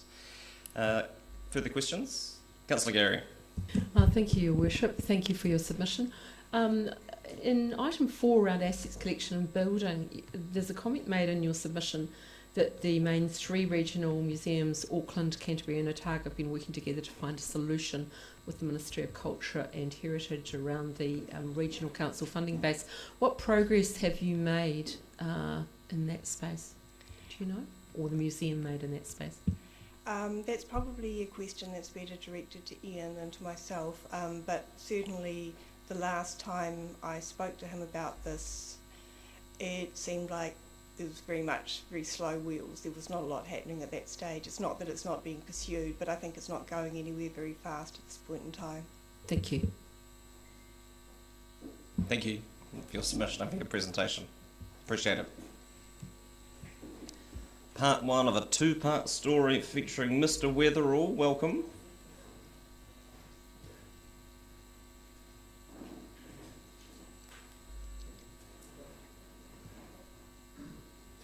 Thank you, Your Worship. All yours, Colin. Thank you. Speaking first in your capacity as the chair of the District Licensing Committee. Yes, it is, and this will be the quickest part. I'll push the boundaries on the second part, maybe, with your tolerance. The first part is with the DLC taking a wider interest into our community other than just on licence and off licences. We are very supportive of the upgrade that's a little bit overdue, but well underway now, we understand, for the CCTV in the Octagon, the centre, and the integration of the services down in Great King Street as well. So really the question, the statement is this: we support the current carry forward that's in the budget of $200,000, and early indications are for year 1 or 2 that the balance of $500,000 is there. So I come in support of those. I know you're going to be under a lot of pressure to remove and add and adjust items, but I'm pleading with you to leave that health and safety and community wellbeing item in there. We understand that the integration of the ORC cameras is now live and working in conjunction with the city and the police, and we fully support that and continue to encourage that to happen, sir. Thank you, you weren't kidding. On brevity, are there questions of Mr. Weatherall in his capacity as the DLC chair? Councillor Staines. Thank you, Worship. In obtaining a licence for a BYO or renewing a licence for a BYO, is there a requirement that they only allow 1 bottle of wine per 2 guests? Oh, Mr. Mayor, that's not what I come to present on. my recall, and in fairness to the councillor's question, that's an accord that's agreed by the owners of those facilities. It's not a requirement of the Act or the city, but it's an accord that's in place. I stand to be corrected on that, but my instinct tells me I'm right. That's certainly my understanding too, Mr. Weatherall. It's not a question of policy at any level that I'm aware of. It's an accord by all the participating owners, of which I understand almost all the BYOs are party to. So it would not affect, if they did not require that of their patrons and just worked on the basis of being a good manager of a licensed premise where they must ensure that people in their premise are not intoxicated or that they cease serving alcohol, would it affect their application for a renewal? Their behaviour would, certainly. The behaviour during the period prior to their application. So I'm not being specific about if a client bought 2 bottles for 2 people, but I'm saying that can be reported, I'm sure, by the agencies. But from our view, it's their behaviour.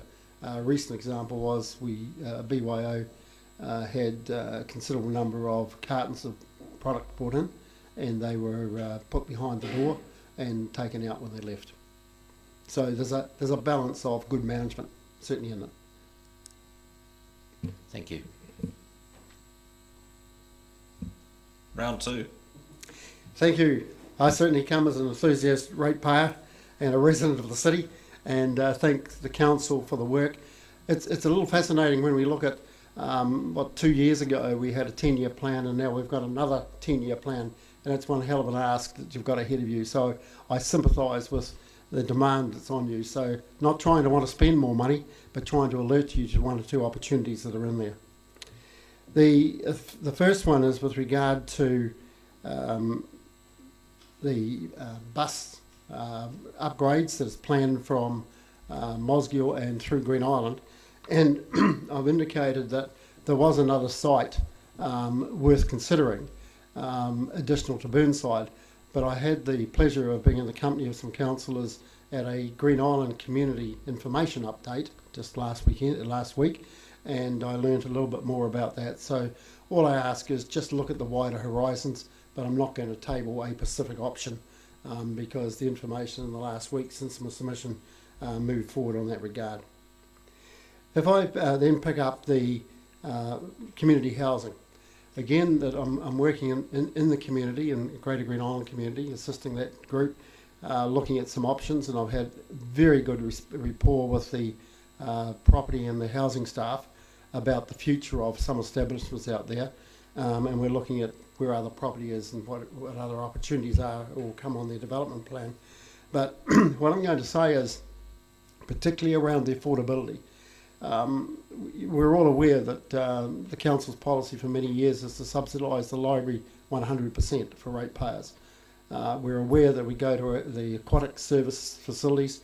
Currently, I think it's around, give or take, 50%. So if I pay $5, I'm being subsidised by $5. I just ask you to consider in the community wellbeing that there is a place for community housing. It's an essential place in the city. We're down a little bit from 1,020 or 30 properties we used to have to 950, give or take, and a few. And I understand why, because some of those originally were built in some pretty challenging environments. And as the city portfolio improves, better locations are coming. So I ask you to be sensitive to the affordability and balance to the need of the people that use those services in our city, because I think the city is the second biggest service provider from property accommodation after the government. So I encourage you to continue with that at an affordable level. The next part that goes with that, though, is that the council has a number of land banked pieces. One is in Brighton, and I'm aware of a number of others that we're earmarked for development. And I understand centralisation or better utilisation of current facilities and designs and whatever. So don't leave those land banks locked up. Make them available to other developers that will build. And there is a demand for those. There might be 2, 3, 4, 5 lots or whatever it may be. If I take the example in Cole Street in Brighton, back in my time, we had a design done by the property department. I think it was going to accommodate 6 or 7 people. We had a wait list in the Greater Green Island of 50. So there's a need. I know there's a developer wanting to negotiate with council. So for whatever form you wish to go to tender or market or whatever, but earmark it for community housing in some form or kind. Try and put some restriction on it by all means. But there is opportunities there to be able to look after ourselves by the private sector as well as the council's commitment. The other point I wish to raise is with regard to a heads up, I guess, on infrastructure potential costs. Being very aware of what's happened in the northern part of our city and what that's imposed on the council, just saying to you that the Brighton wastewater scheme is 40 years old. It was built in an era that was practical for its time. It had a capacity design of 5,000, which it never was able to reach. But parallel to that, now we've got the development going on in the community, on the coastal community, through the 2GP and the variations to that that are pending, that are going to increase the demand, and we're seeing it physically. A significant number of houses being built right now. So I'm saying to you that there is a potential there, I believe, in the cost within the life of the 10-year plan that's going to cost council a significant amount of money to upgrade that scheme, because its life is not forever. Last night, twice going home, I saw workmen on site for quite extensive pumping repairs. It's a 6-pump system, and it's quite unique in that regard. So I'm just highlighting a lump of money somewhere in the next 10 years is going to be earmarked. Because when I read the 2GP update, or the variation that's out now, it talks of there about the infrastructure upgrade being needed that will be a developer's cost. Well, I'm sorry, but the core function is the city's cost. And I don't think it's fair to put on some developers an upgrade of a system or a replacement of a system that's going to be quite expensive. So Thanks. I'm just highlighting that. Yeah, thank you, and thank you for your submissions, Mr. Weatherall. And you're happy to take questions, I presume. Absolutely. Firstly, from me, I'm not 100% clear from either your written or oral submissions whether you support the existing policy vis-a-vis funding community housing, which is it should be self-funded, i.e. 100% private benefit, or it should be subsidised by council, i.e. a mix of private and public benefit. So it'd be fair to say I'm riding a camel. I'm not sure which hump I'm sitting on, but somewhere Please, I'm not alone. I've pledged affordability for the people, because I think my final comment written was that rate valuations is no degree of affordability for anyone, and we're all going through a challenging time. So just because they've got $1 million house doesn't mean to say they've got $1 million to spend. So it needs to be as close to break even. But I did highlight the fact that the city have traditionally subsidised it to some degree because it's the council's asset. They own it. So it's an affordability scales that you need to weigh up, sir. I'll leave that in your hands.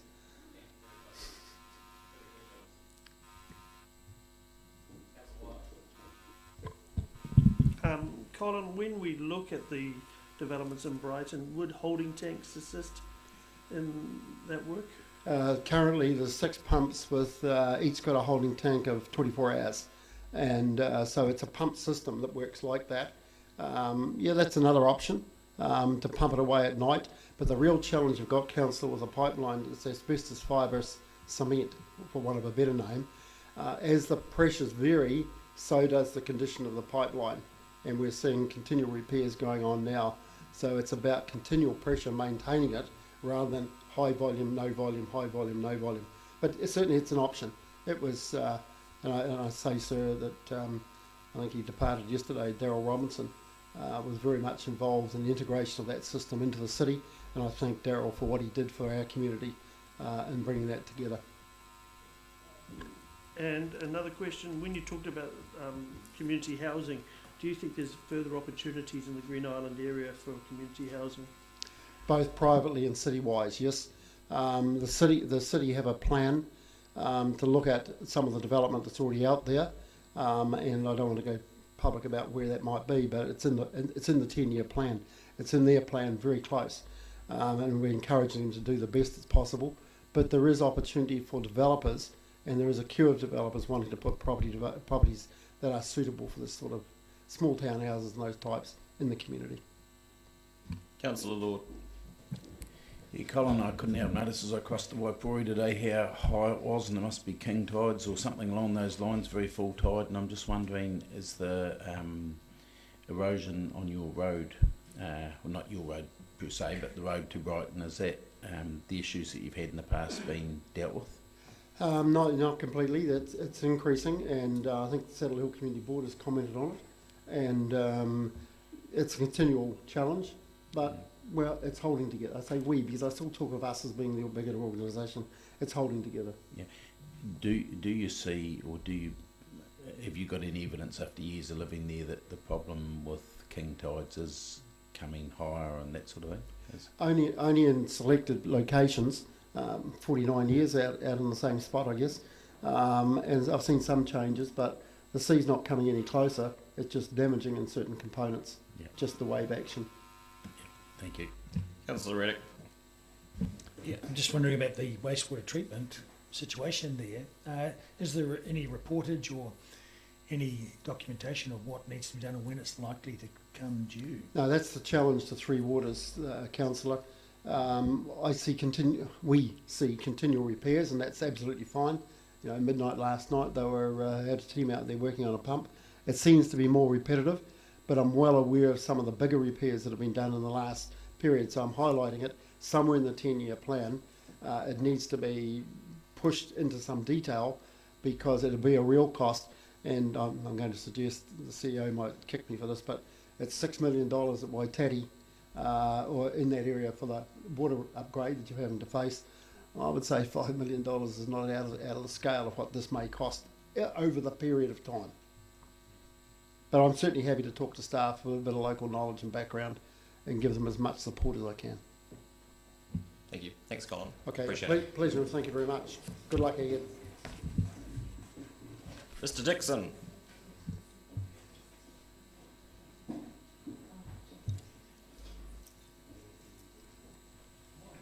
Welcome, sir. Sorry, if you could use the microphone, that would be helpful. Do I have to continually use my finger, do I? No. Can you, okay, I don't have to You continue to just use turn it my... off when you're not talking. Okay. The next 5 minutes are yours. Yeah, okay. The first thing I'd like to do is, can we go into committee, exclude the public? The first matter I'd like to discuss involves the Electoral Act, and the Electoral Act contains some criminal provisions. Can we go into committee, please? No, this is a public hearing. So. I believe council has the ability to go into committee. Thank you very much for declining that. Excuse me.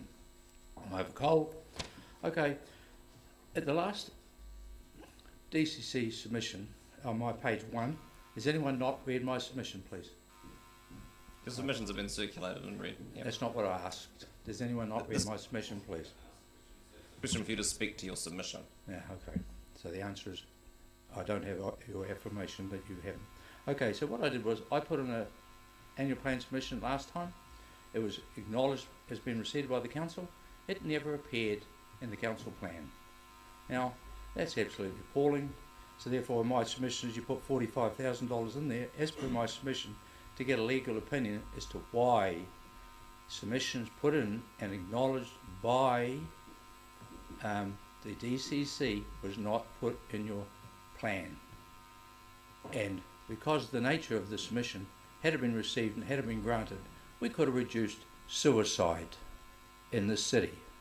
So if we were to receive and acknowledge that you received submissions and then not to have them in your annual plan, and as a result, you have to sit back and say, why is this going on? That's what I'm saying, get a legal opinion. It's with the Minister of Local Government as well. So that's the issue, that's the first issue. The other ones I'd like to be taken as read, please.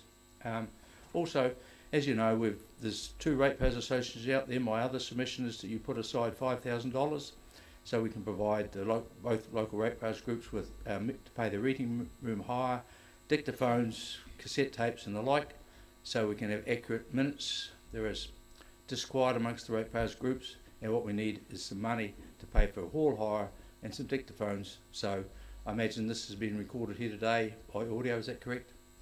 And video. Thank you very much. So, okay. So that's it. So here are my submissions that didn't feature in your Arts annual plan, and here's the letters of acknowledgement from the Office of the Mayor. It's appalling, is what it is. Now, also what I like to do, I hold here a letter from the Minister of Education. It concerns possible ACP building coverings in the Dunedin City Council area. I had to request this information from the DCC under Local Government Information Act to find out how many buildings at the university have got ACP panels on them and what council is doing about it. What council did, they sent me a redacted statement, so now I've got to go back to the Ombudsman to get the council to take the redactions off them. At the moment, since 2017, you've known about it, and the Chancellor, he should be asked, you should get Royden along here and say, what have you done about this? What happens if any of these buildings go on fire? Have you taken it off already? What are you doing about it? Do we really want to see a repeat of Grenfell in our city under your watch? Okay?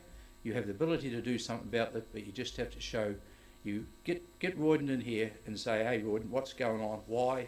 What's going on? Why have the DCC had this knowledge since 2017 and what have they done with it? And also, Mr McLeod, if you see him, he should not redact stuff unnecessary and force the ratepayer to go back to the Ombudsman to get it. Buildings called microbiology building in Cumberland Street are clearly on the University of Otago campus.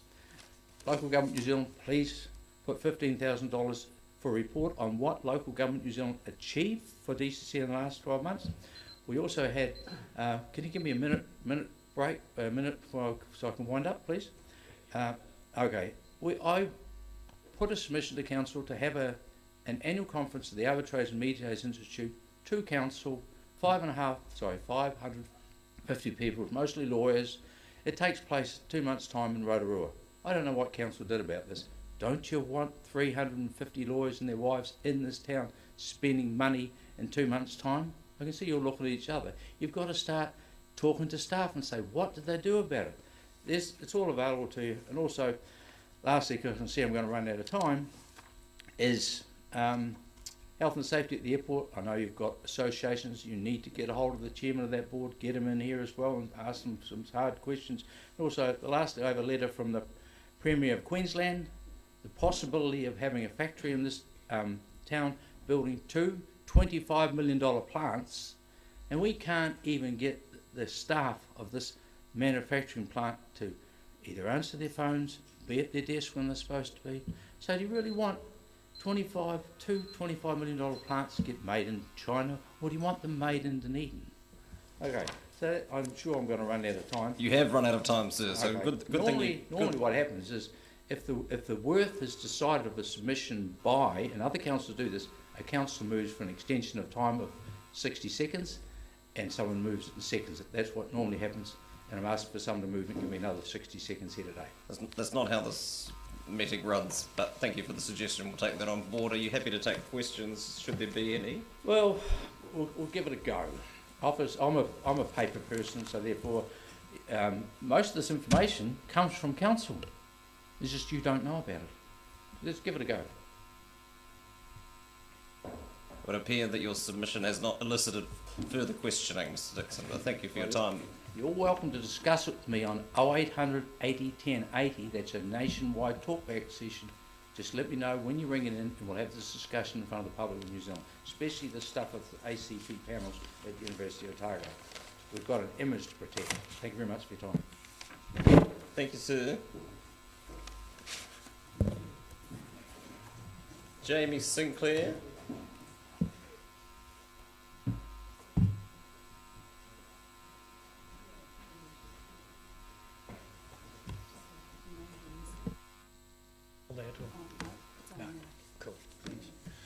Morning all, I'm here for my 5 minutes of fame. Go for it.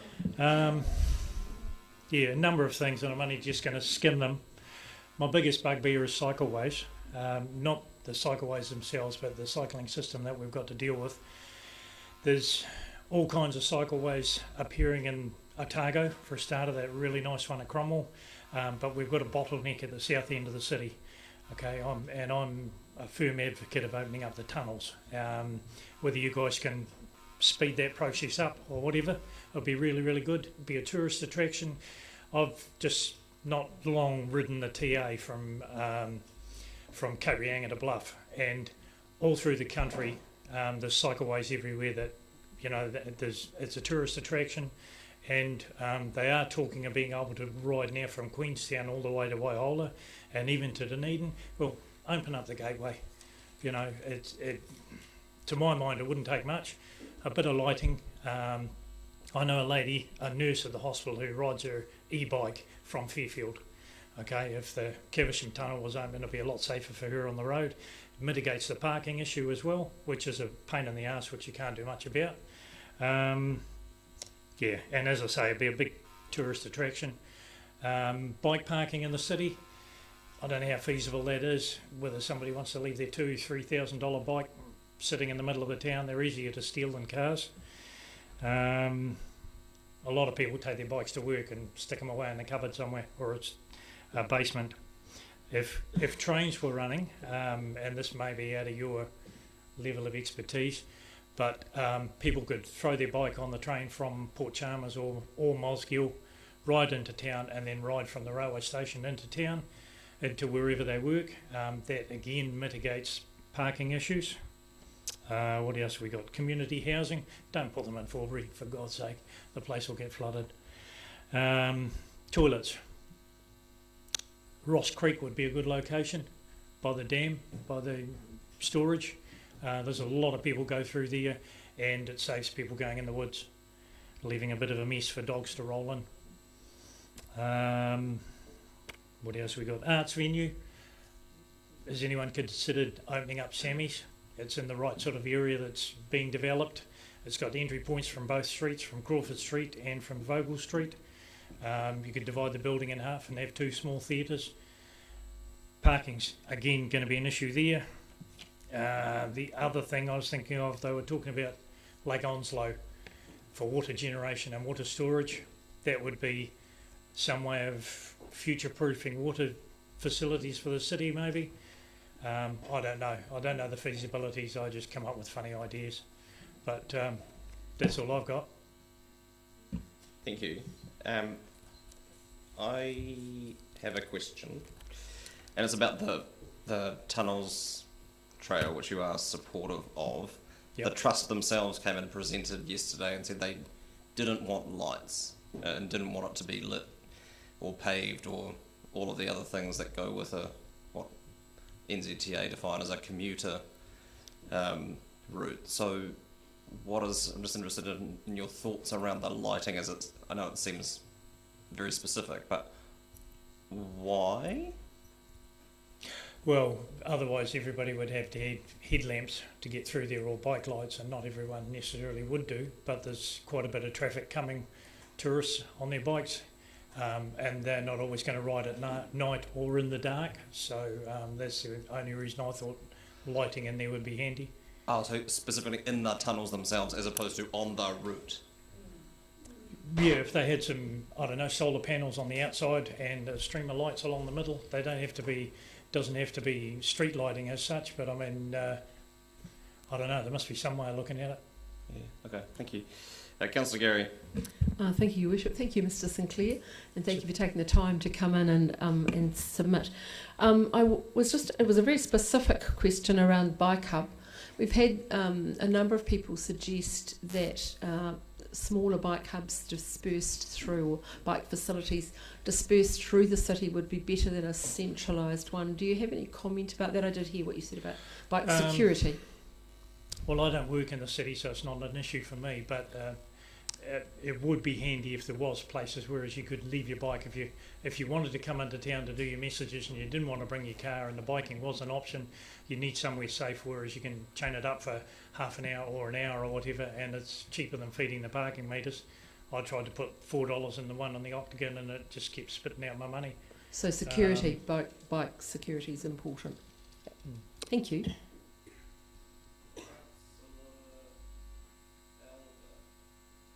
Thank you, Chair. I know you did you do Cape Reinga to Bluff? Yep.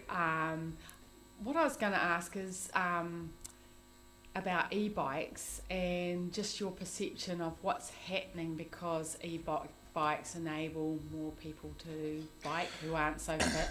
I followed a couple in Green Island, and there was an older couple on their bikes and riding along, and I just said to the lady, "Oh, look, take your time, I'll get past, I'm not in a rush, I'll get past when it's safe."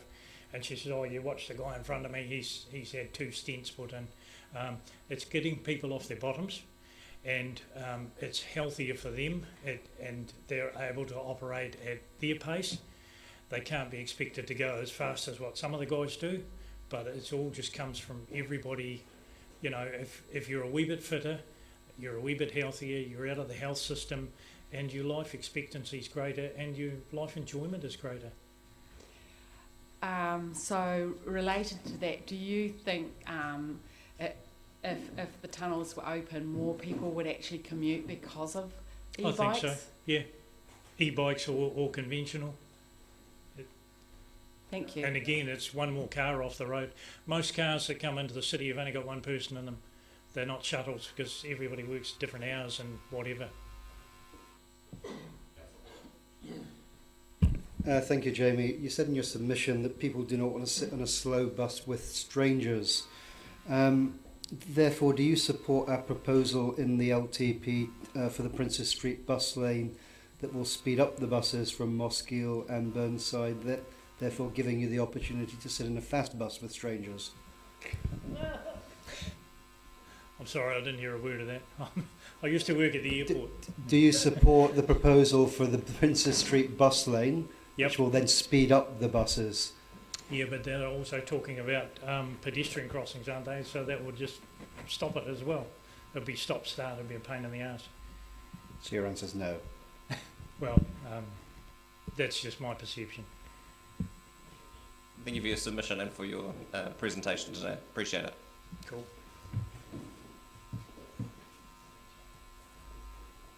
Mr. Somerville and Ms. Irwin.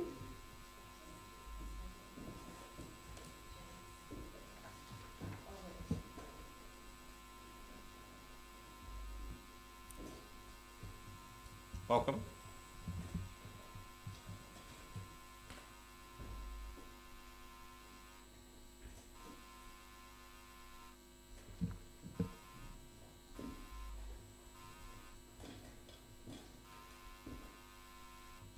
The next 5 minutes are yours. Thank you very much. Tēnā koutou katoa, ngā mihi nui kia koutou.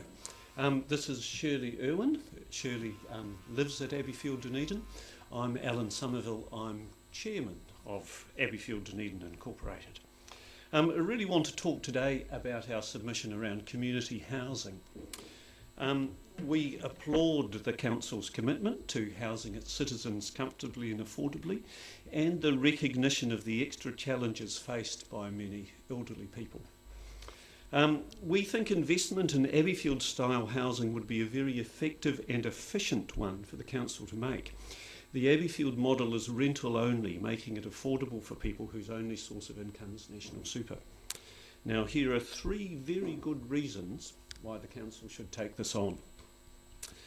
First is the health-giving benefits of Abbeyfield living to the residents, in particular the social connectedness that is built into Abbeyfield living, and Shirley will speak about this shortly. Okay. Secondly, Abbeyfield contributes to the wider housing picture. Almost all Abbeyfield residents have been living in their own accommodation before moving into Abbeyfield, so one new Abbeyfield house makes 12 or 14 homes available for other families. Thirdly, currently there's no capital funding available from central government for Abbeyfield projects, in spite of the best efforts of Abbeyfield New Zealand and Community Housing Aotearoa. So we think it's time for local government to step in. We're certainly not wedded to the idea of property ownership. The Rhodes Abbeyfield house in Christchurch, for example, is owned by the Rhodes Trust and is leased to Abbeyfield, the local Abbeyfield Society, to operate. Shirley, perhaps we'll hand over to you for a moment. It's a perfect place to live. I have been there for 3 years and we're never lonely. We've just got everyone else around us, and yet we've got our own flat, which makes living very good. And you have no expenses. Everything is covered by our rent, and that is all the food which is cooked and served to us, all our meals. And there's no upkeep. It's all done by the Abbeyfield people, so we just enjoy our private lives together up there. It's a sensible thing, sensible place for older people to be. Thank you. That's great. Thanks, Shirley. And I guess we would see that the health benefits for the residents there are the social connectedness that's built in. We have good food, as we have a housekeeper who makes lunch and dinner every day. It's nice and warm. It collects all that Dunedin sunshine and is very well insulated. And it removes those worries that can come of having to maintain your own property. Now look, I think we've done very quickly, so that might leave extra time for questions. Very efficient. Councillor Gary. Thank you both for coming in, and thank you for telling us your story. And I heard the independence and privacy plus the connectedness and what you had to tell us. I was interested, Mr. Somerville, in hearing what generally is the trigger point for people coming in, because I assume they need to be fairly mobile and so forth, and do some of the residents then move into other forms of care? Could you just tell us that story? Yeah, sure. I guess the Abbeyfield movement was initially set up after the Second World War in England as a response to lonely old men living alone in England. Now, I guess we take some of that on, and certainly the isolation and loneliness for people living alone can be a trigger.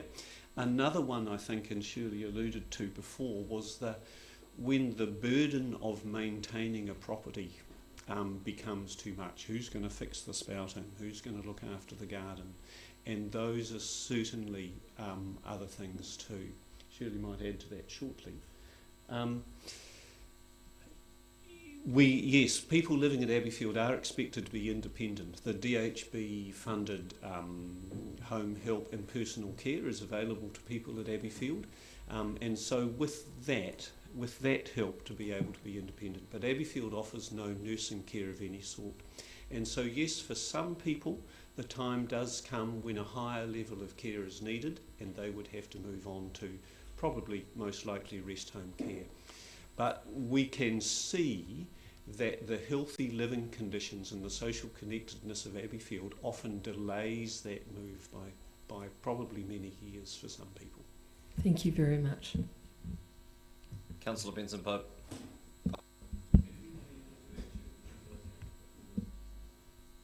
Councillor Benson Pope. Thank you, Worship. Thank you for your presentation. I'm familiar with the Dunedin House, and I'm wondering, I think that this is a scenario that has a place in our community because of the social aspects you're talking about. Have you had any previous discussions with the city about a proposal for some sort of mutual involvement? I don't think they've got to anything very specific. We have over the years talked to various councillors and council staff about it, but it hasn't ever turned into any specific proposal. Okay, thank you. Nominative determinism, Councillor Elder. Hi, thank you. You talked about community housing providers, and I was just wondering, had Abbeyfield applied to be a community housing provider to get that extra support from central government? Yes, we are a registered community housing provider. Oh, you are? Oh, cool. But there's still no capital funding going these days. No, so you get help once people are in, but once it's built, but no Yes, help. the income-related rent subsidy scheme is available for Abbeyfield houses, and there are a couple of Abbeyfield houses around the country who are involved in that. Okay, but they don't help with building the house? That's right, yep. Okay, yep, cool, thank you. Councillor Hulan. Thank you. Are you able to say, if you include food, what the rent is?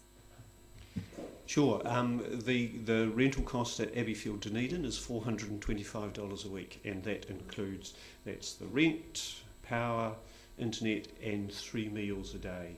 We are at the more expensive end of the Abbeyfield houses, and that's because with the big financial restructure to enable us to move to rental only in 2017, we've ended up with a larger mortgage than we would wish.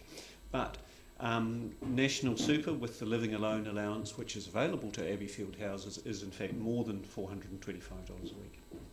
Yep. Thank you. Thanks, Alan. Thank you, Shirley. Lovely to see you both. Thank you for your submission and for your presentation. Ms. Tate.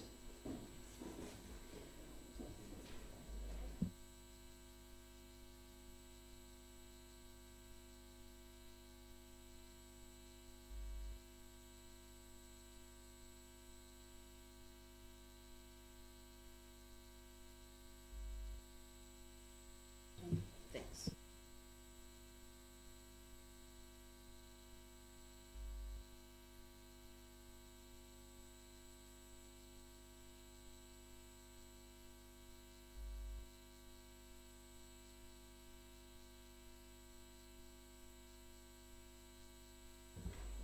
Unpacking your props counts. 5 minutes, we're all yours, Geraldine. That's right. Come prepared. Good morning. I've come to talk to you about excrement, a load of old rubbish, indolent youth and decrepit old people. And you'll see it's a little bit tongue-in-cheek, so please don't take offence. I'm probably getting very much part of the latter group there myself. I'll try to make this quick because I know you've been sitting around listening to people moan at you for several days now. Hopefully you can keep up with me. Let's start with the easy one, rubbish. This is this is a half-empty, mostly empty rubbish bag. This is a compost bucket, and this is a picture of a chicken. For many years now, Council has been running programs to encourage households to compost, bokashi, and generally avoid putting food waste and green stuff in the rubbish. Now you want people to collect it and hand it over to the council each week. 2 points of concern. This plan is going to cost us ratepayers hundreds of dollars a year.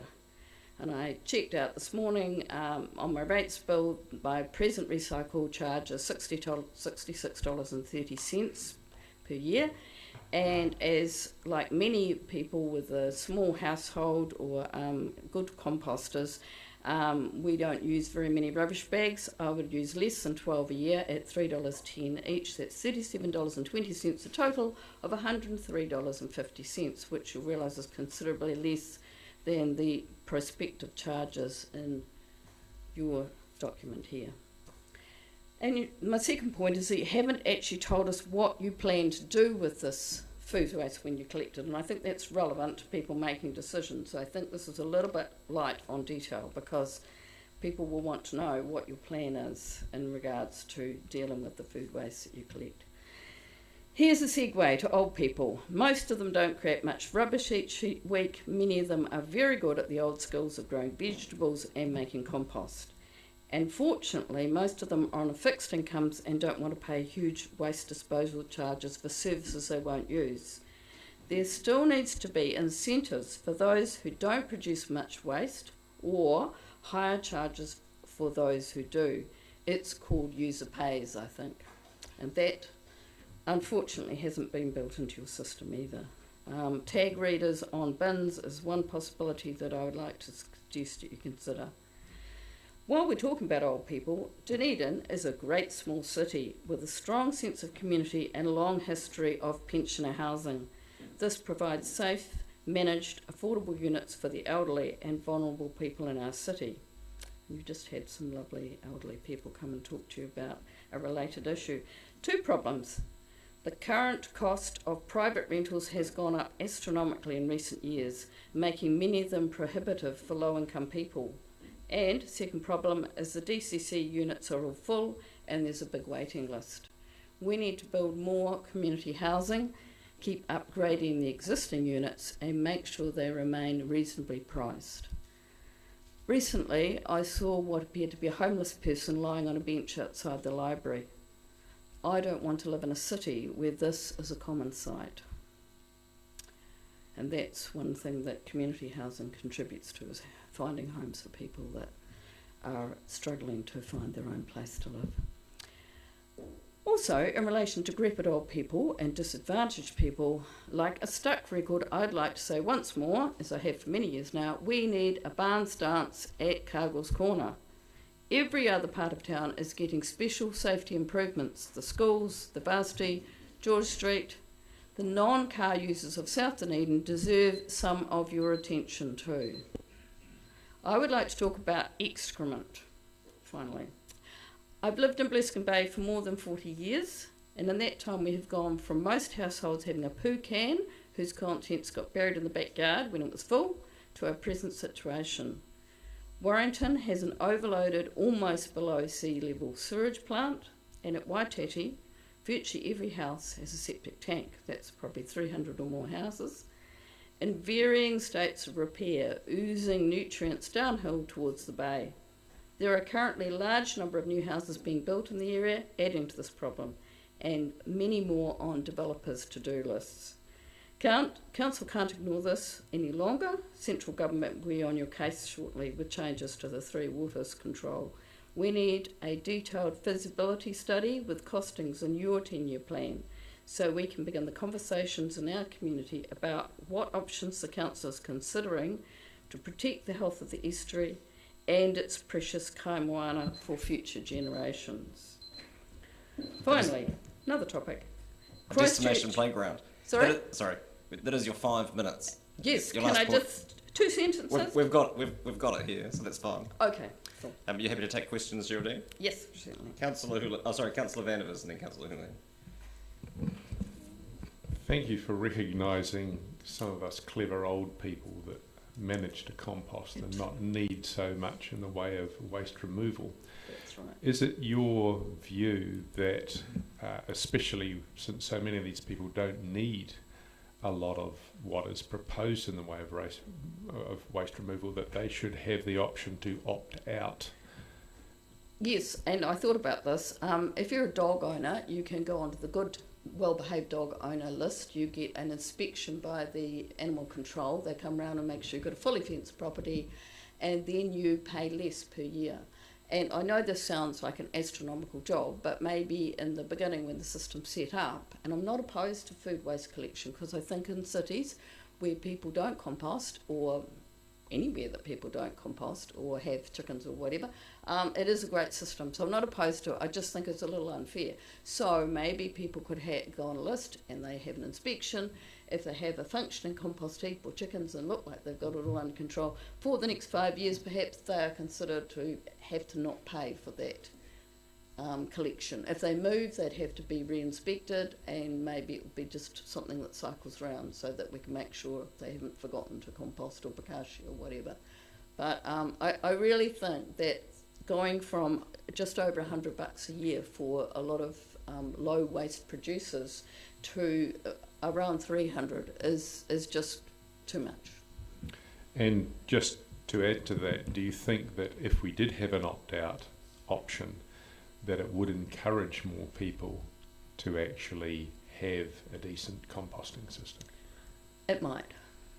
Thank you. I think, as I said, you've got an education program that's been running for years, teaching people how to reduce waste and do the right thing. So it seems a shame to go backwards and not be continuing to do that. Councillor Houlihan. Thank you. Would you like to speak about your perception of the benefits of a destination playground like the Margaret Mayhew one in Christchurch? Yeah, absolutely. I'm a granny now, and I'm a playground expert, but I've been interested in playgrounds for many years. A lot of playgrounds are extremely boring, even for a 4.5-year-old. Kids like to move, they like a challenge. I recently walked past D&I's new playground, and I thought, fab. They've got a flying fox, they've got those big swings, they've apparently got a rat thingy, which are very dangerous and kids get injured, but they love it. My grandson, who's only 4.5, just kill himself to get on it. But it's usually at most playgrounds where they have them, there's a huge waiting queue. So I think we've got kids glued to devices. We've got huge costs in the holidays to take your kids to the movies and whatever other entertainments there are. And those playgrounds become destinations. Parents will drive long ways or catch buses to go to them. And I took him to Margaret Mayhew when he was about 2, and there was heaps to do, but I was just so excited about seeing all the stuff for older kids that they could. And I just think Dunedin, I've been so many other places in New Zealand and seen fabulous adventure playgrounds, and I think we're an embarrassment we haven't got one. I'd like to say there's plenty of space on the Waikouaiti coast. You're most welcome to come and plant one there, but we would be happy for you to put one anywhere. And they really do need to be wobbly, moving, challenging, and I tell you what, the 4.5-year-olds will still give them a go. I'm sure Aaron knows with his own son that they can be extremely brave. They'll go up the highest slides and whatever. I think, and they're more interesting for adults, quite frankly. I spend a lot of time with my grandson, and I'll travel a long distance to go to a more interesting playground because I get bored too. So and you get teenagers and they'll just hang out, after school. You'll see them, in fact, they kind of take over the little kids' playgrounds. It can be quite annoying, but they're lying on the swings and doing silly things. And so it's a good place for them to be outside and kind of communicating rather than, So I think there's so many really good reasons why we do need a Jean McLean or a Ethel Macmillan playground in Dunedin, please. Indeed, it can be hard to tell who's more excited, the children or their caregivers sometimes. That's right. That's right. Yes. Geraldine, thank you for your submission and for your presentation.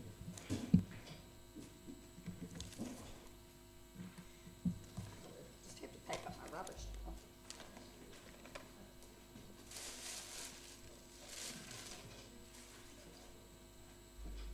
Mr. Morris.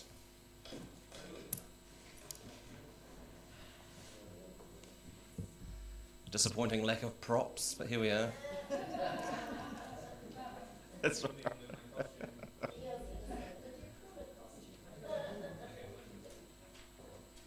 Okay, the next 5 minutes are all yours, Michael. You need to turn the microphone on. All yours. Good afternoon, councillors. My name is Michael Morris. I'm the current events manager at Dog with Two Tails, which is a well-attended live music venue on Moray Place. I'm here to speak about noise control regulations in the 10-year plan and beyond. Under the current system, it is possible for a single noise complaint to close down an entire live music event.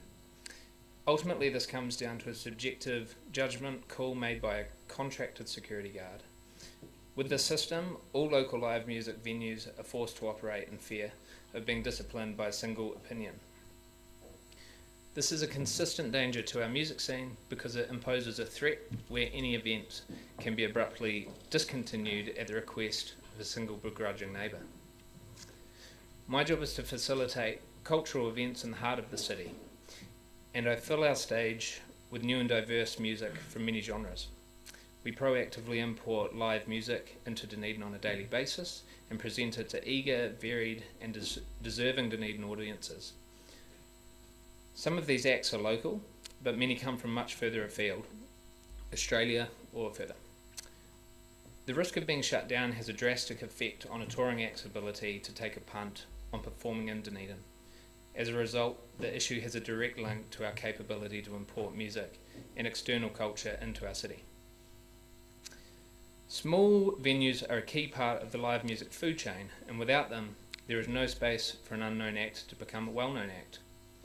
Stadium headliners began on small stages like ours, and a city without small venues will result in a future with no bigger acts. In this proposed city of culture, we should be growing our artistic platforms and not limiting them to the point of potential suffocation. Our economy thrives when Guns N' Roses or Ed Sheeran come and play the stadium, but these acts don't exist without the small venues they nurture their talents in. Dunedin is a city of arts, culture and musical heritage, and this council is happy to promote it as such. At Dog with Two Tails, Ombrellos, Dive Bar, Inch Bar, Zanzibar and others, we reach a wide audience of people who want to access live music in the CBD at any time. If there is no protection for these venues or musicians in producing their sound, live music performance could die in the central city, leading Dunedin further away from the cultural claims that live inside the heart of this 10-year plan. Cultural aims. I do understand that possible solutions are really limited under the RMA. However, I do hope, considering the immense community support for change in this area, that the Council is able to consider what details of policy are able to budge in favour of protecting the operation of our live music venues. I'd like to see the Council explore avenues in which live music events in the CBD are at far less risk of being closed down by a single person who's made a conscious decision to relocate to an apartment situated above a long-standing music venue. I'd also like to acknowledge the DCC's outreach with an apology for us to account for an error in process on the 9th of April, which resulted in a shutdown that has been the catalyst since for a huge music community discussion on noise control. This is very visible on the Dunedin Music Facebook page, for example. I'd also like to reflect on the Save Live Music Dunedin petition, which has over 1,500 signatures demanding change. And I wish to mention the open forum that we are holding at the Dog with Two Tails this Saturday between 5 and 7 p.m, where absolutely anybody is welcome and encouraged to come down and discuss these issues further. And we aim to compile this to present to the Council in the following week. Just finally, I'd also like to second every word of Scott Muir's hearing regarding Sammy's as the venue best suited for the Council's immediate attention. Thank you for your time. Kia ora, Michael. Councillor Gary.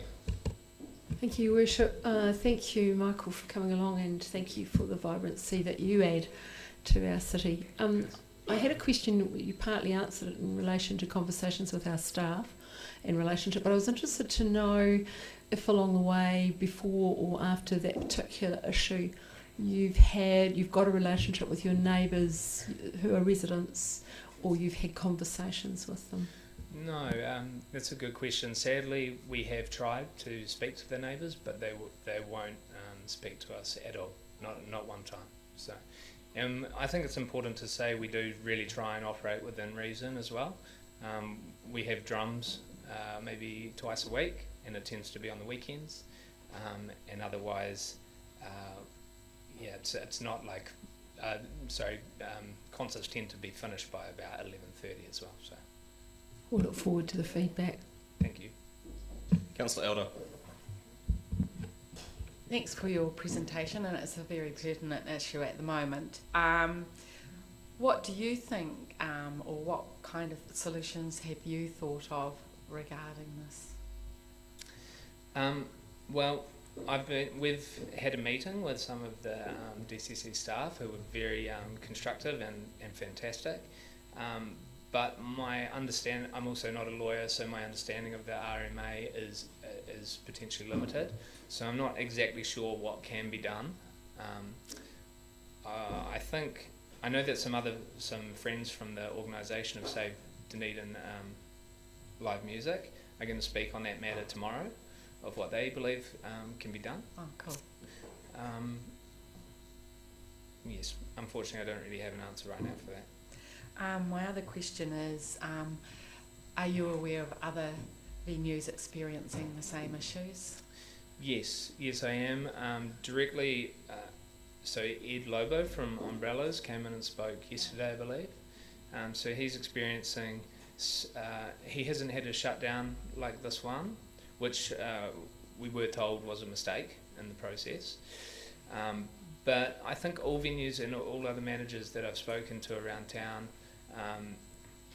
are always wary of the risks of that anything that they do could be closed down at any point in time. We just happen to have the bad luck of a neighbour that really doesn't like what we're doing. Okay, thank you. Thank you.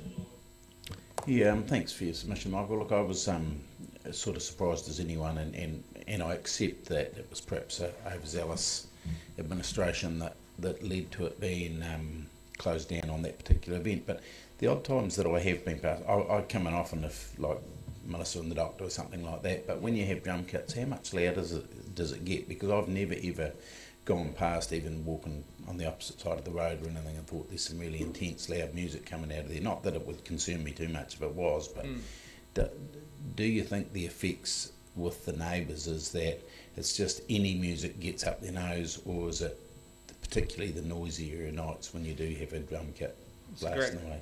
It's a great question. I do think it is almost anything gets up their nose when they're there, so I don't think they're there all the time. It does in particular tend to be around when there is a band with drums and bass, which are so many so many bands incorporate these instruments. To put it in perspective, I think the volume that we normally keep at the venue is nothing compared to the Octagon. Quite often when there's a concert on in Bark, you can stand on the street and still hear the noise from the Octagon over the noise coming from the Dog with Two Tails. So we really try and ensure that it's a reasonable volume. Yeah, thank you. Thanks. Councillor Julian. Thank you. Do you think this problem has got worse recently? Like, is it, was it always like this, or have you noticed it just getting worse? Or? We have had another complaint since that night from the same, we suspect the same neighbour, or we've been told that there are 3 people that have complained, but we strongly suspect that they're actually friends of the neighbour as well, possibly. We don't know that. But I'm not sure if it's gotten worse. I think that the anxiety around it has increased recently, and there are a lot of people that are, like I say, the support in this petition, the support on this Facebook page is quite substantial, so it's obviously on a lot of people's minds. Do you think these people have moved in after you were already there, so they knew there was a live music venue in the area? I think we've got to be careful not to stray too far into the realm of speculation about complaints or residents or tenancy agreements. So, that was going to be another question. Do you know, because is it the same building that you're in? It's the building just next door and up one floor. But I think, like Aaron says, it's important to note that my submission isn't actually about this particular neighbour. The submission is about the fact that any one person does have the power to close any event down. Jason, the events manager at OUSA, who does huge events in the stadium, speaking to him the other day, it's something that's on his radar as well. I think any events manager that's bringing these kind of things into Dunedin is probably somewhere aware of it. Have you got some gigs that are saying they don't want to come now because of this? Yes. So we have had people that have either cancelled or actually no cancellations so far, but people who have asked if they should cancel if it's something they need to be pulling out of. So, which is difficult because our calendar is booked until September. So. Thanks, Michael. Thank you. Appreciate the submission. Thank you very much and the presentation. Cheers. Have a good day. Your Worship, I just want to apologise. I have a 12 o'clock Zoom appointment. I can't move, so when I get up and leave, that's what I'm doing. We won't send for a search party when you don't come back. Welcome back, Desiree.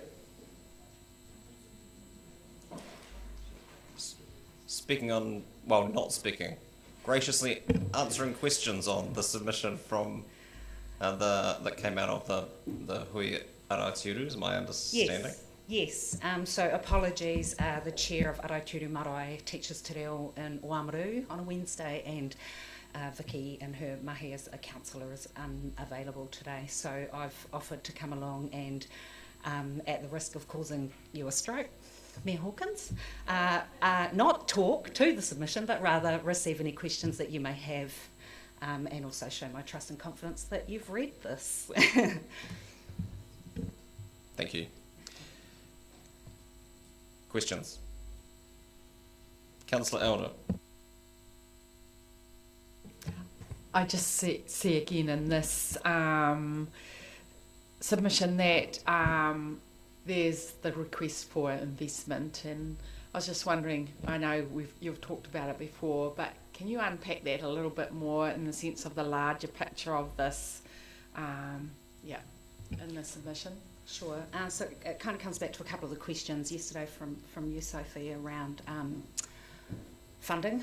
So I guess we're using the language investment. When I sit in my company directorship role and we talk about our obligations to our shareholders, we talk about investments and return.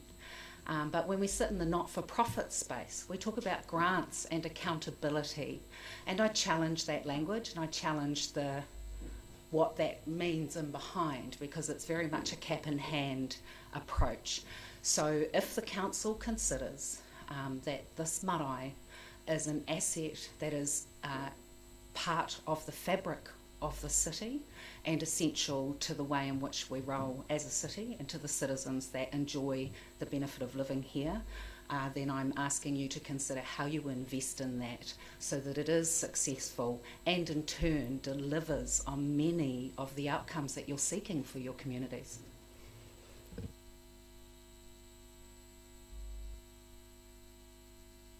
Thank you, Bishop.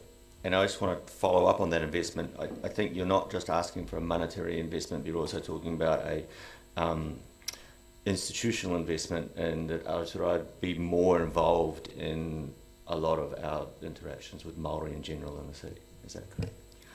I'd go so far as to say that money won't fix this. That actually, and I'd also start with talking about a relationship. A lot of us have moved away from talking about partnership as it feels so unattainable.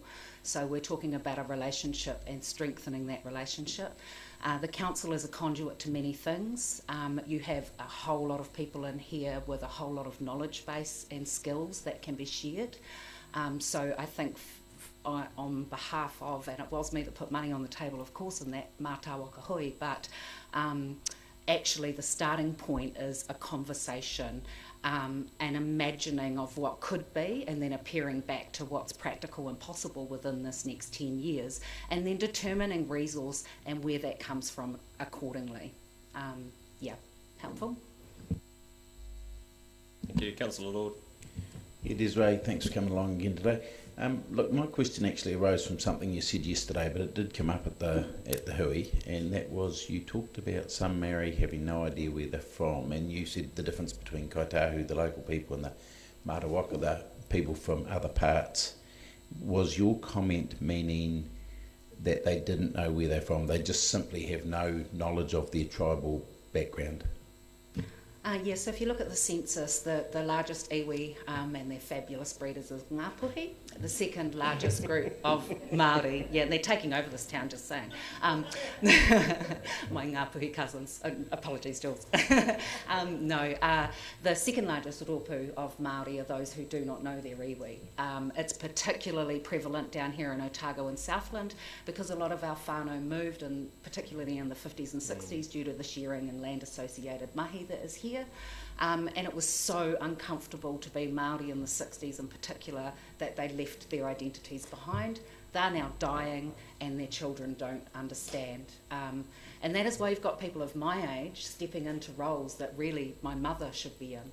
That's the impact of colonisation continuing. And is there no way of them ever being able to work that out once they've lost it? There absolutely is a way, but there is a level of discomfort with even starting that journey. That's why education is so powerful, because one of the first things you do when you experience education is identity and kind of working out who you are and where you fit in.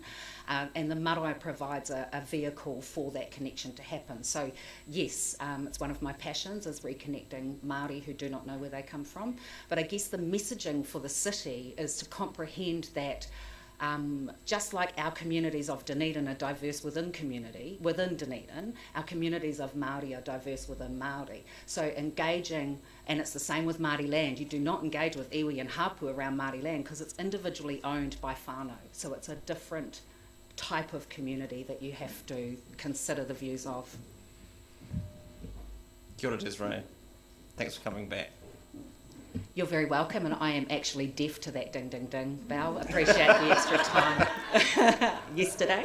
Or any bells, it would seem. Any bells, any bells. Whether they're real ones or ones I should be able to see because I'm smart, but yeah, any bells.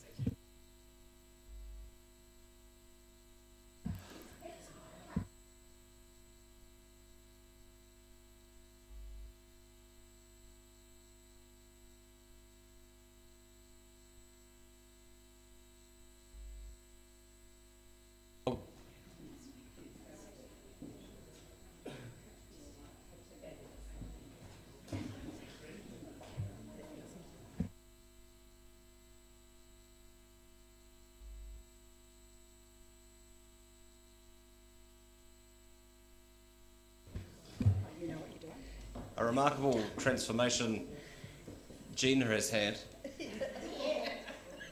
Welcome, Lois. Welcome, Carol. I'm impersonating her this morning.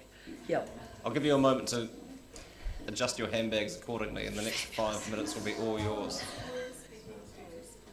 Oh, she was literally doing that. Just leave it on. Welcome.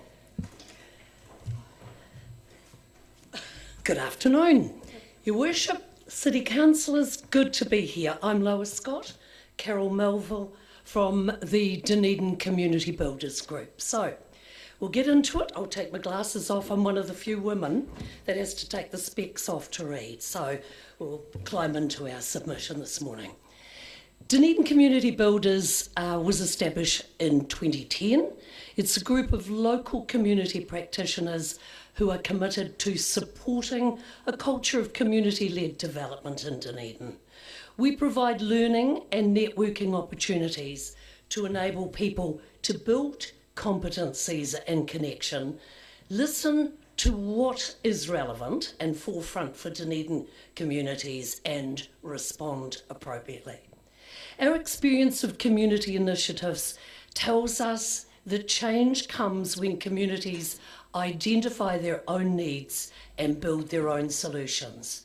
Lots of amazing initiatives and networks in this city emerge from the energy and relationships that community groups generate. In 2018, during consultation on the 10-year plan, we advocated for the establishment of a place-based fund.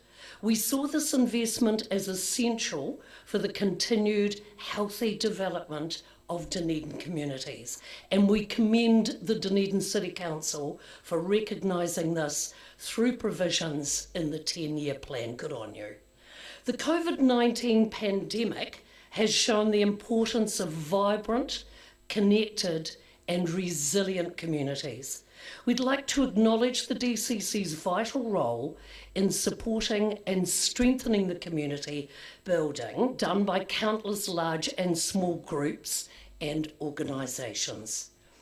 It is essential the DCC works with communities as strategic partners. They can bring to the table significant grassroots viewpoints and connections, a long view of the city's history and its future, and hard-won experience in grappling with and solving big issues with constrained resources. From Community Builders' vantage point, we have identified the following areas the DCC must consider in its long-term planning. First, strengthening investment in communities. Financial investment is required to increase groups' capacity to strengthen Dunedin's communities. Financial support is the difference between thriving, surviving and collapsing, not only for community groups, but for the wider social infrastructure that relies on these groups. We recommend the DCC increase the existing place-based fund, increase community grants, addresses equity issues for Māori and Pacific groups, accessing community grants and place-based funding. Secondly, equitable and relationship-based funding systems. The writing and launch of the Community Builders Funding for Change report in 2020 highlighted the importance of having funding systems that value te ao Māori and treaty obligations, strengthen relationships, actively work to counter inequity and disadvantage, invest in systemic change and use collaborative models based on trust and efficiency for applicants. 3, co-design with the community. Community builders would like to encourage the DCC to continue seeking opportunities to use community expertise and networks to co-design its projects and mechanisms. Community builders and the wider community sector are well placed to recommend representatives to be part of the engagement process and groups, provide feedback on and critique of community-focused investments and initiatives, and support general collaborative approaches in partnership with various DCC departments. Finally, acknowledgement of the DCC Community Development Team. We want to formally acknowledge the DCC Community Development Team. Supportive, responsive, and community-focused DCC staff are essential to positive community relationships. And just finally, on a personal note, I work with most of the 9 place-based groups, and in some of their communities they've actually switched the lights on. There's a vibrancy, there's a connection with what's needed and what we can feed back to our City Council. I've had 45 years doing that. I'm probably one of the oldest living fundraisers in New Zealand as we speak. But I'm hugely proud of what you've done in the way of place-based work. I've been part of it with Otago Neighbourhood Support. You've done well. I'd love to see it continued as the old girl of fundraising, Carol. And I would also just, we've mentioned an increase in those community grants too. Thank you for listening to us, and Carol, who was succinct and straight and to the point, will answer any questions you may have. Okay. What a perfectly appropriate division of labour. Questions, Councillor Walker. Thank you, Lois. I can't believe Desiree suggested we listen to you as if we had a choice. You spoke to it, but it's actually point 8 in your written submissions. There's 2 points there. It's a question I've asked many submitters. You've asked for an increase in the existing place-based fund. Can you give us, because this is a budgetary process, some indication of what that means, please? Well, I think that what we're finding is that we're getting more and more groups wanting to become a group and be able to do things in their own communities. And for that to happen, we don't want money taken away from the existing groups. So we would need to have that increase in order to be able to bring on some new groups in communities, particularly around, say, the Brighton areas, the Tyree Mouths. Sorry, I'm cognizant of time here, so I want to try and tease this out, because people are reticent to give us a number. Can you give me an indication? You want it doubled, tripled? Doubled would be fantastic. Triple, we would be over the moon. Okay. I guess as the overarching group, we rely on those individual community groups to find their own projects. That's really, really important, that we don't tell them what they need, that they decide how they want it and what they need and what their funding might want to be like. So we don't do the budgets for them, they do the budgets themselves. We have our own budget to run our community processes and to organise wider community initiatives. And for example, all the little community hui's that I've seen many of you at in the last numbers of months, we have provided some funding for those to happen because we think that's really, really important that all of those groups have an opportunity to meet regularly. And it's been really great to see some of the councillors at those meetings and learning about what's happening in the communities. Cool. I'm really cutting off again because the Mayor is very tight with time. Yes. The second one is about equity issues around Māori Pacifica groups accessing funding. I think we're all cognizant of that problem around this table. Suggestions, please? I guess what we need to see is some real individual help for some of those Maori and Pacific Island groups in getting themselves started and set up. And we've been working quite hard with a couple of those. We've been looking at ways that we can run specific community-led initiatives for some of those groups so they can learn the processes of what they need to go through, because the processes are sometimes quite difficult, as I know from my many years of looking at processes, particularly around funding. And so being able to help those groups find ways of getting themselves to a stage where they can come to you for funding, and they can go to their wider community to help in the ways that that community want them to be. Councillor Reddick. Yeah, my question's mostly answered. Have you got a specific initiative to achieve that would help do that? Over the last couple of years, we have run a number of community-led initiatives where we've talked to the staff at the DCC and to the Otago Community Trust, who have both been great funders of those. And we rely a lot on places like the Community Enterprise Group, Enterprise Communities out of Wellington. If people are coming in, for example, people like Peter Kenyon, where we can run that wider group for learning, because learning is really important. And then being able to listen is equally as important. So being able to find that, but we don't have specific year-on budget or initiatives at this stage. They come as they go. For example, the community hui's, when we have one, the next group sets up and says, we would like you to come to our place. And so for us, as a group, it's about us helping them organise those things. So, yeah, sorry, so I saying can't those give... community hui's are a particularly useful initiative that should be absolutely vital for people to really learn and know and be active in what they want to do. Yeah. Councillor Wiley.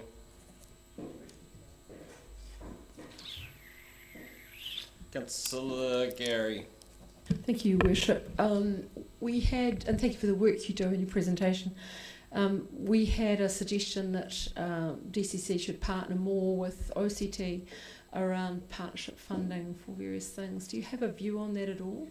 I think that is really important, that the DCC finds lots of partners, and there are a number of funding bodies out there that I know in the past, and I can't talk because I've been out of the system for a couple of years now, but that ongoing communication between the major funders around how they can collaborate together, how they might be able to be forward thinking about initiatives that they could put together and come to the community with and say, well, we can do this, how do you want us to do that? And thank you for the quote, switch the lights on. I've written it down. Thank you. As one wise funding manager once told me, Carol, we're only a part funder. Thank you. Thank you. Was it you? I know sometimes my words come back to bite me. Thank you both for your presentation and for your submission. Thank you. Thank you very much.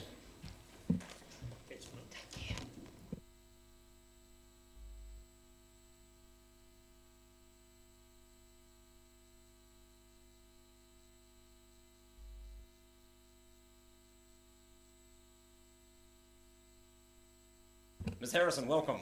Thank you, Mrs. Mrs., my apologies. It's okay. We're running slightly ahead of time, but Sorry? we are running slightly ahead of time. I know. So Good don't- job I came early. The next 5 minutes are all yours. Great. Okay. Fiona Harrison, live at Hoopers Inlet, run an accommodation business, and I'm here to talk to you about the proposed curbside collection and options. Currently, ratepayers purchase DCC black bags and take them to a given point on a collection route. Personally, it's Portobello for me, 3 kilometres away. During the consultation period, I queried what the options would be available for the collection of household waste from areas outside the collection zone. This was following a statement that the black DCC bags were unequivocally being phased out. Having canvassed all of the providers, none of the private waste collection companies will consider going further than Pukehiki, so this is not a solution.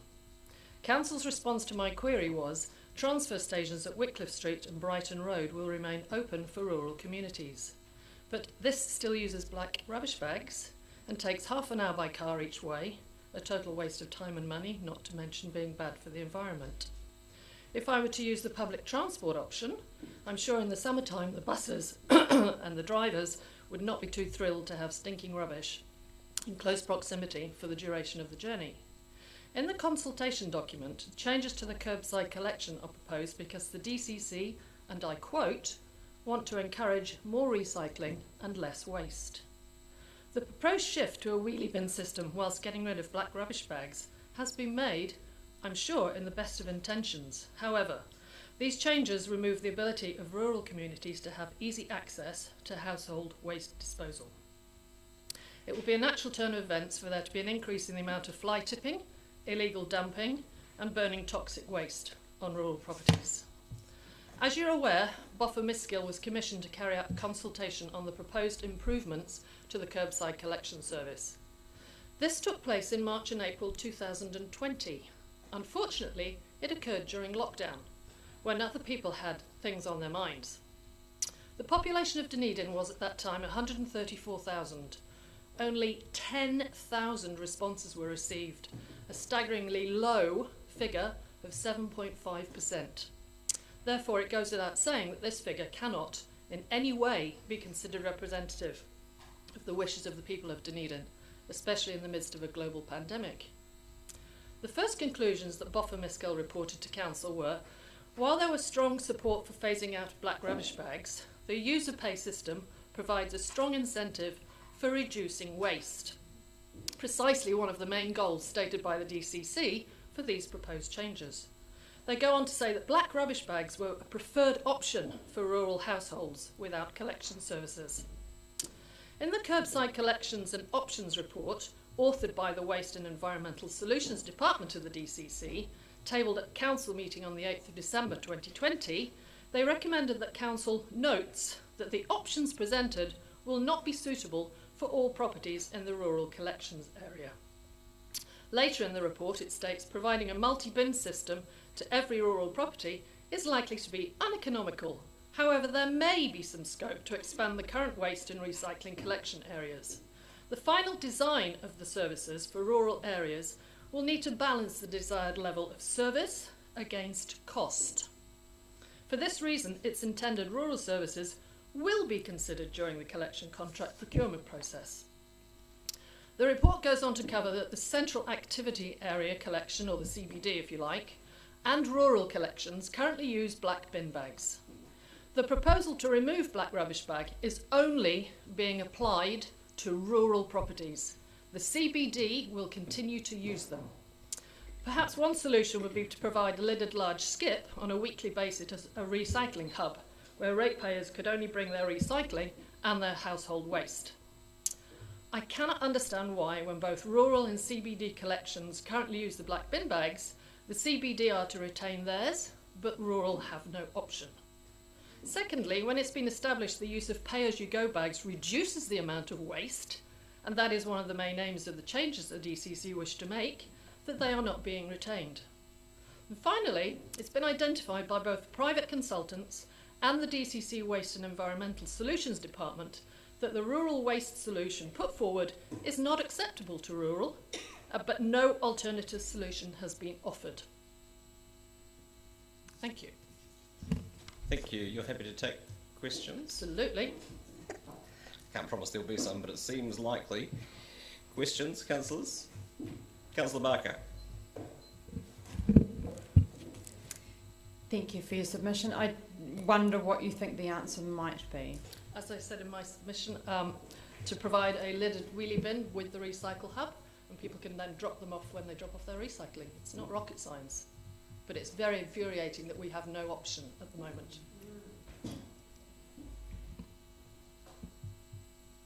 Thank you. Very clear. No worries. Appreciate it. Councillors, I'll move that we adjourn the meeting until 1 o'clock. Seconded Councillor Gary. All those in favour? Those against? That's agreed. Thank you.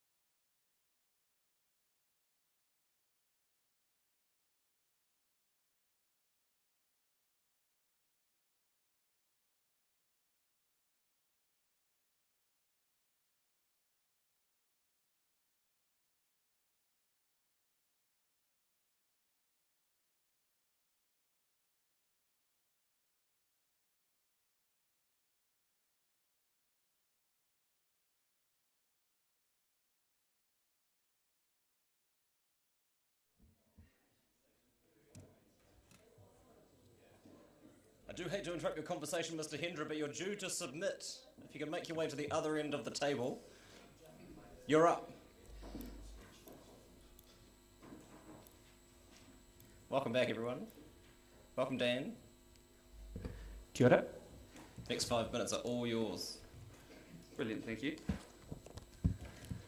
Thank you everyone for the time today, it's really appreciated. And before I start, I'd like to acknowledge the hard work that the City Councillors do for the city, as well as the staff. It's absolutely outstanding.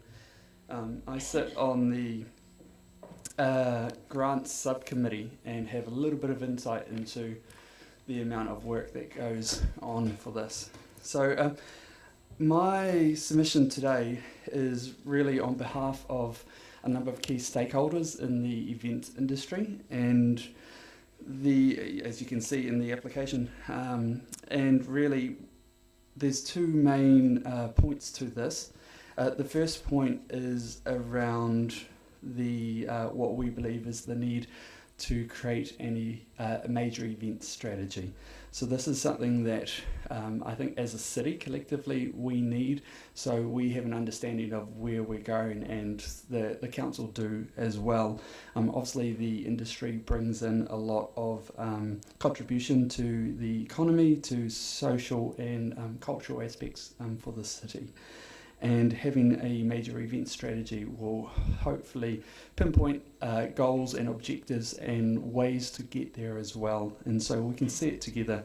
I think looking at how other centres achieve their goals, a number of them have major event strategies and they seem to be working pretty well. You look at Tauranga, Queenstown, that kind of thing.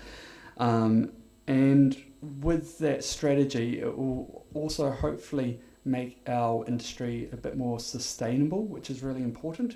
We're a relatively small industry in respect of the amount of people employed, but it is a challenge to have people who are experts in that field staying and being locally sourced as well.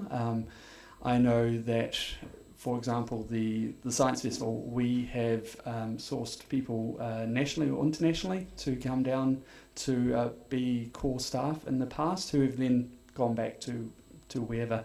And I also know recently there was a publicist employed for a major event that wasn't even from Dunedin or worked here.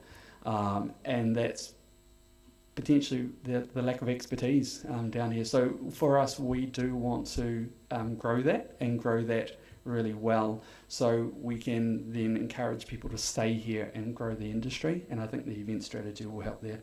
And then the other part is around funding.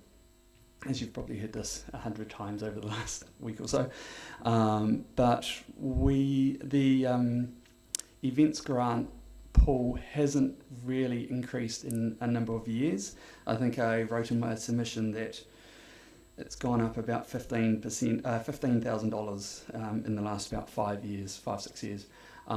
That's pretty minor on the scale. If you add in inflation and such, it's probably going backwards. And so I think the goal there would be to receive a regular amount, so we could not only support the growing industry. Through my insight sitting on the grants subcommittee, I know that there's a lot of encouragement in a really good way to get more organisations into the major and premier categories, which is a really good thing for the city. But ultimately, what does that mean for the existing organisations who are there? Well, at this stage, it means that they're going to take a cut, and that's a real hard thing, especially in a post-COVID environment. So I think if there was some additional funding there, that would be well received, and then it would hopefully allow us to grow rather than do business as usual as well. Again, looking at other centres and how they've managed to do it, and the amount of funding that they have, and at the number of events that are in different categories, including national based. So we have a number of regional based events and festivals, but we don't really have national based. Sure, we have the stadium who attract international promoters, for one-offs, and that's great. But locally and sustainably, that's not really where we're heading yet for to have national-based events, which is one day the goal for me for the Science Festival. Just put it out there as a side thing. Okay, I think that's it from me. Yeah, thanks, Dan. You've asked for two things. One is for there to be a strategy or a plan or whatever it ends up being called done, but also a funding, ratcheting up funding over the course of 10 years. And I wonder if that's not getting the cart before the horse, and that would the work that in creating the plan or strategy be the thing that would drive how you might structure or phase any increase in funding levels, if that makes sense? Yeah, I get it. That's one way to say it, absolutely. I guess the challenge there is how long does it take to make a major event strategy? Is that 5 years away? And therefore what will happen in that period? So maybe it's something that rather than doing the phase over the 10 years, it could be we will allocate an additional amount for the next couple of years in the interim before we create the strategy, which I could imagine creating a major event strategy with stakeholders and such would take a number of years to get through. Yeah, and because it could recommend that you you front load that as opposed to I don't know. And the second question is, and I've sat on that committee also, and the existing major and premier events could easily absorb a doubling of the amount of money that is available to them. So is it your view that any increased funding should be targeted at or prioritise new events? Or do you have a view on how that would work? And I know that you're somewhat conflicted, potentially. Yeah, sure. So taking away that conflict of my obvious position, I think it's based on merit. So it should be based on what the applications are. To say that it's just allocated towards new events could potentially mean that existing events don't continue progressing in that sense. So it should really be taken on the merit and what the applications are on a base by base scenario. Beautifully deflected. Well done. Councillor Elder. Thank you. There is a complete review of the destination plan, and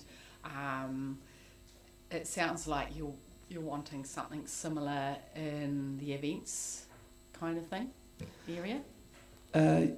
Yeah, essentially.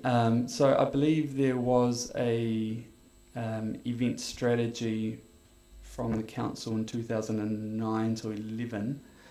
I'm not too sure what really happened from there.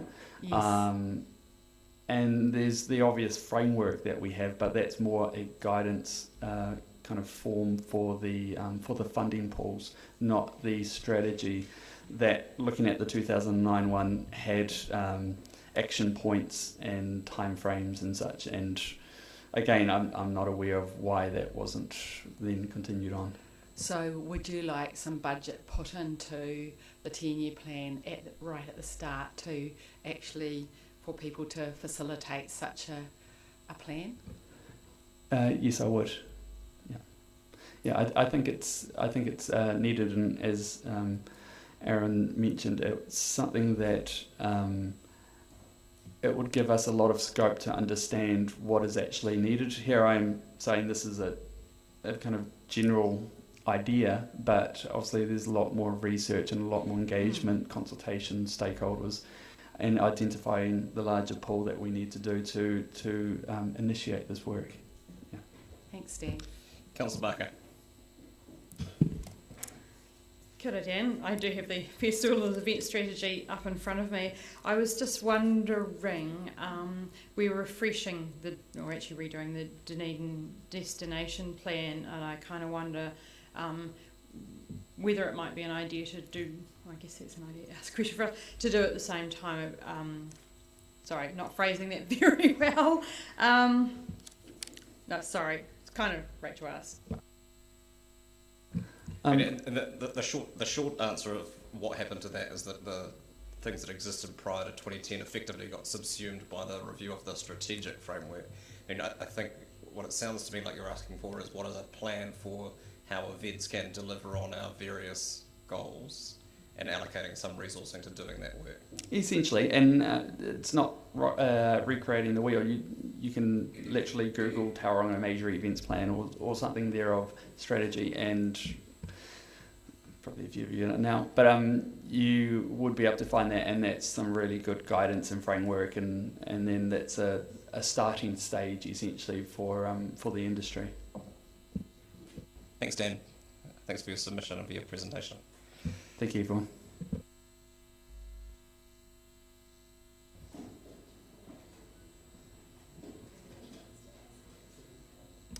Sorry, Miss Billiard. Felt like I was staring right through you. I don't know. Oh.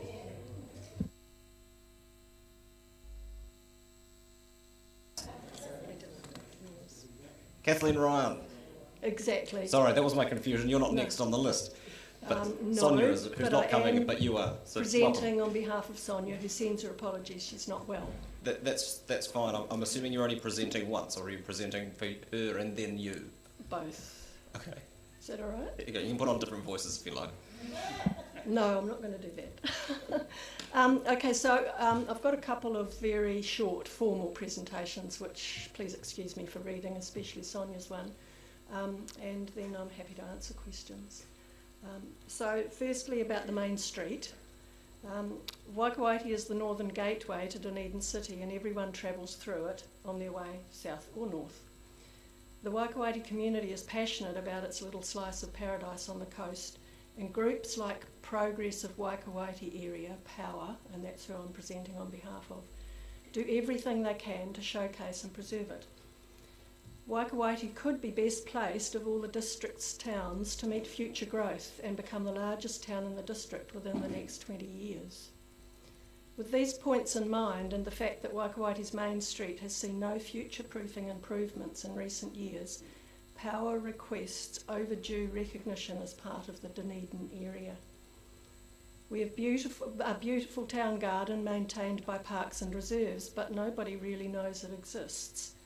This also goes for our lovely beach, historic buildings, iconic landmarks and places of interest.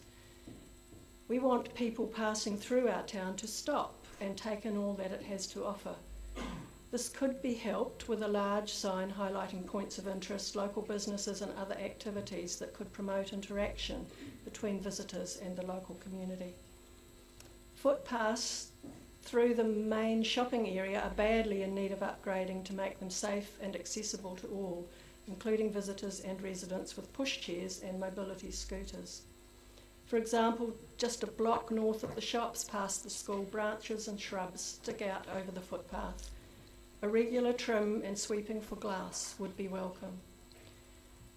The stream of trucks and smaller vehicles rumbling through our town on State Highway 1 make crossing a slow and hazardous operation. We are working with Waka Kotahi NZTA to provide a designated crossing area on the main street and a speed display before the entrance to the business area. POWER requests DCC support in these discussions. Local volunteers have done their best to beautify our main street, and POWER requests consultation with DCC staff to support continuation of this work to produce a design that would include seats, trees and cycle parking, etc., to make the street more inviting.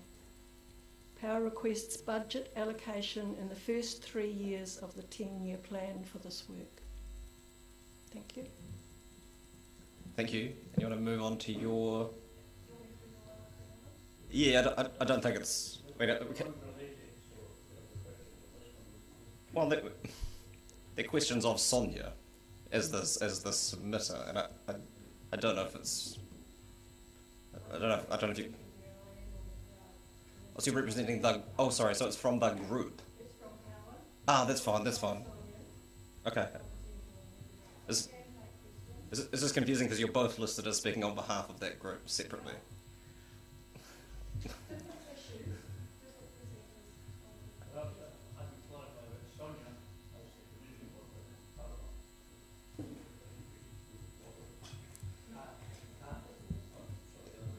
Yeah, I understand the difference, Mr. Morrison, but generally But generally groups present once as part of proceedings, not twice.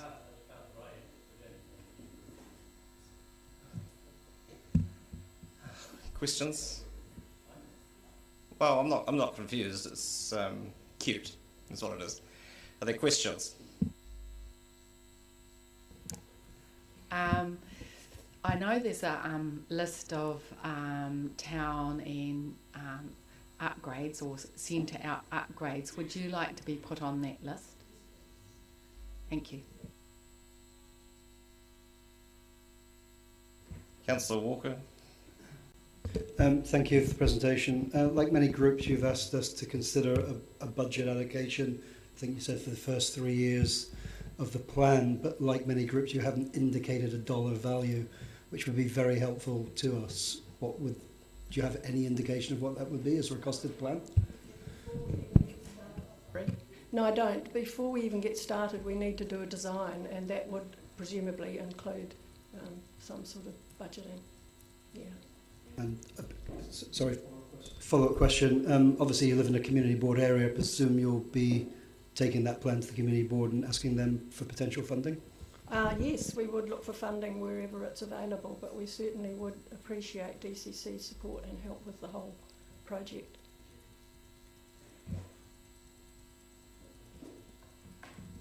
Councillor Elder? Oh, it's just that in the proposal it did ask for a feasibility study for 30,000 in the submission. Not a question. You move on to your second submission. Thank you. Thank you. Right. So this is me speaking on behalf of Power. Thank you for giving me time to speak to our submission. My name is Professor Emerita Kath Ryan, and I'm representing the community group Power, Progress of Waikawaiti Area. As an academic, pharmacist and volunteer, I've worked in public health all of my adult life. My family and I have paid rates on our Waikawaiti property continuously since 1974. That amounts to over $100,000. In all that time, the water coming from the tap has smelled and tasted as if it came from a swamp. At one stage, we even installed a rainwater tank for drinking water. I lived and worked overseas for 15 years until recently, so imagine my dismay on my return to find that nothing had changed and that we're still living with a patched up 19th century system supplied from a dodgy river. I tell you this because my story will be replicated many times across East Otago. You could hear residents' dissatisfaction at the recent public meetings around the lead levels scare. The DCC and Southern Health embraced human rights and ethical principles in their precautionary response to provide guidance and the foundation for how the community responded. That scare, however, has created a vulnerable population floundering in the darkness of surmise, conjecture and misinformation. Please don't let this continue for another decade without being addressed. No more stopgap measures. We want to be kept informed of future plans for our water supply, given access to knowledge, provided with information to dispel misunderstandings, consulted about various options and involved in decision making. We want safe, reliable drinking water that is sustainable in the face of population growth and climate change. Above all, however, we want work on this problem to begin and progress substantially during this 10-year plan. Let's begin together building a water supply that will bring East Otago into the 21st century and last us into the next one. It's time to prioritise our rights and needs as citizens over political interests and commercial opportunities. Thank you for your time. I'm happy to take questions. Yeah, thank you. Questions? Seems very clear. Thank you. Oh, Councillor O'Malley.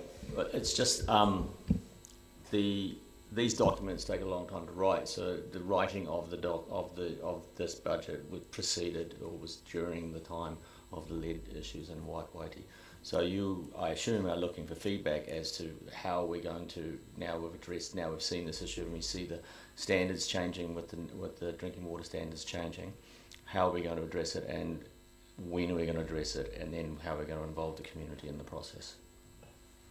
That's all part of it, but this is all leading up to a decent water supply. That's what we want, and we want to be involved in the process. We realise with that being the outcome. Yeah. We realise this is a long-term thing. You know, this isn't designed overnight. We're talking 10, 15 years, but if we don't begin it in this 10-year plan, it's another decade lost, and probably another one as well. We rewrite them every 3 years, so you would want to see it you would want to see something sitting in the 24, 34, 10-year plan. We'd want to see something in the 21 to 24, beginning the work and ongoing from there. Okay. Thank you for your submission and for your presentation. Appreciate it. Do we have Mr. Hart? No, but Joe Miller is here, so we might as well. If you're happy to present now, you're not waiting for anybody, Joe?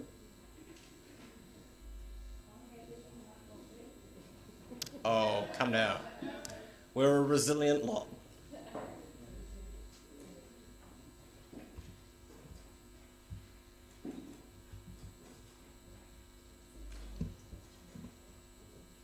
Sorry, if you just push your microphone on. Oh, sorry. The next 5 minutes are all yours. Thank you very much. Thank you for the opportunity to present again at the submissions. Before I do that, I'd like to give credit where credit is due, and our people are very impressed that there are full councillors around this table who read this 10-year plan with ratepayers' eyes and voted accordingly, and for that we thank you.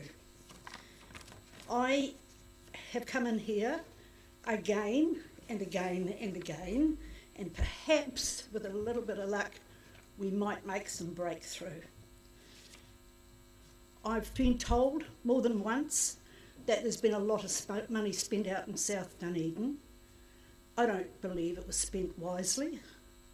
We've got even more problems out there now with the beautiful curved footpaths that we've got right on the edges, that the buses have to go right out and round before they can come in to get into the bus stop. Right at the end of the bus stop, we've got a car park. So if the bus can't get round properly, we're off on the road. I'm told that the bus stops are the council's prerogative. So what I'm here today is to say, take this grandiose book, which contradicts itself all through, throw it away, go back to the simple one we had in 2018, in which the late Mr. Cull says, careful borrowing is necessary if you want to get things done. It also means today's ratepayers don't pay the full costs of projects. It's spread over several generations who get the benefit over the lifetime of the assets. And I'd like to remind you about that, because what you're proposing this time is actually going to put a lot of our people into debt. They cannot, and I actually thought when I came in here there would have been a stack of papers waiting for me, because I challenged you to do a budget for us where we can afford these rates, and it's not there. So it's concerning me, because the answer they're getting is, oh, but you can defer them. We did not spend our life working to pay our houses off, have a freehold property for the councils, regional and city, to walk in it when we pass on, and our kids get nothing because it's all divvied up between what we owed the council for our rates, which we couldn't pay. We should be entitled to do that. I'm asking you to re-look seriously at these proposals that you've put out. Let's go back to some basics. Let's get the things done that need to be done. If you do the small things, the big things will take care of themselves. I don't know whether any of you have driven around the streets in South Dunedin, but if you go up Council Street, Mills Street, Douglas Street, Jackson Street, all of those streets out that area, you are in one-way traffic. This is 2021, and we're talking about building $20 million bridges for people to walk over, and cars cannot go up and down two sides of that street because of this parking is so bad. So many of those houses are now rentals and everybody's got a car. The berms are so huge, they're ridiculous. Our responsibility to keep them tidy and neat. I know what I'd like to do with them. I'd like to cut them all in half and give some parking area in the street. These are the sort of things we should be looking at. This is what's going to affect the ratepayers.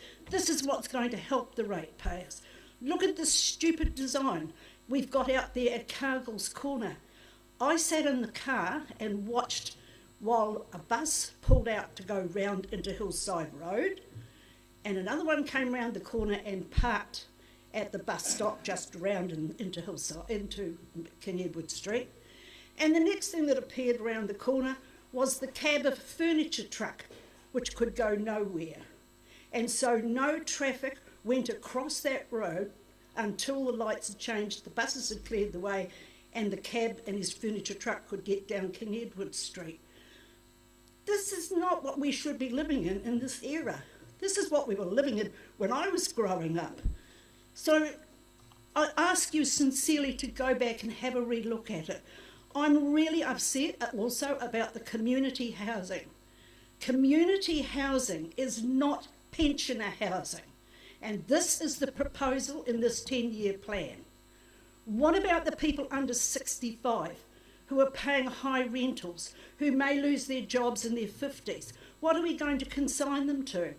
Living on the streets, living under doorways. What are we consigning these people to? Please, please, please, I beg you, go back to the basics and have a really good look before we start getting into the magnificent proposals you want here. Now, thank you. Thank you. Jo. You going to take questions? I'm happy to take questions. None appear to be forthcoming. Very clear. I guarantee. Oh, Councillor Raddick. Thank you. I have a question. So you talk a lot about the basics, and parking is one thing that you've mentioned in South Dunedin. Do you have any other basics in South Dunedin that other items in South Dunedin you consider to be basic that aren't being done? Yes, I can tell you that I've had 6 councillors out at various stages with staff members to look at McBride Street. McBride Street is an accident waiting to happen. When they did the ponceing up of that stupid dead trees and things that we've got outside our premises, they decided to round off the corners of McBride Street. So if you have a large car, a ute or something parked waiting to go out of McBride Street, it is in front of the pedestrian crossing. A car turning into McBride Street cannot see anybody on that pedestrian crossing, and I have more than once watched in horror as I've seen a walker's wheels suddenly appear and the car jam on the brakes. It is an accident. I mean, that to me is a basic thing that we've asked and asked and asked to have looked at. And yes, they come out and say, oh yes, yes. The last time we had Mr. Saunders out there when he was a transport man, he had looked and said, oh yeah, well we probably could cut back those corners. Don't placate me. Be honest and tell me you're not going to do it. That's all I ask. So there's health and safety issues on the berms on corners. Yes, exactly. Is that all? Not really. You don't really want me to go on, do you? It's okay. No. South Dunedin is never going to go ahead until that street is revamped properly back again to what it is. It's not a good street. We asked if we could have a pedestrian crossing close to the bank. This is where we are, and we're told it was too close to the ANZ bank crossing, and then subsequently found there was a courtesy crossing put across outside Brocklebanks, which is even closer to the ANZ bank. So there's no rationale in what things are done. Councillor Elder. You talk about Cargill's Corner being a bit of a mess, really. Can you tell us a bit more about where that bus stop is, if it's turning from Hillside Road down King Edward Street? That's the first one there. It's just outside that little craft shop that's just opened up there. That's the one in King Edward Street.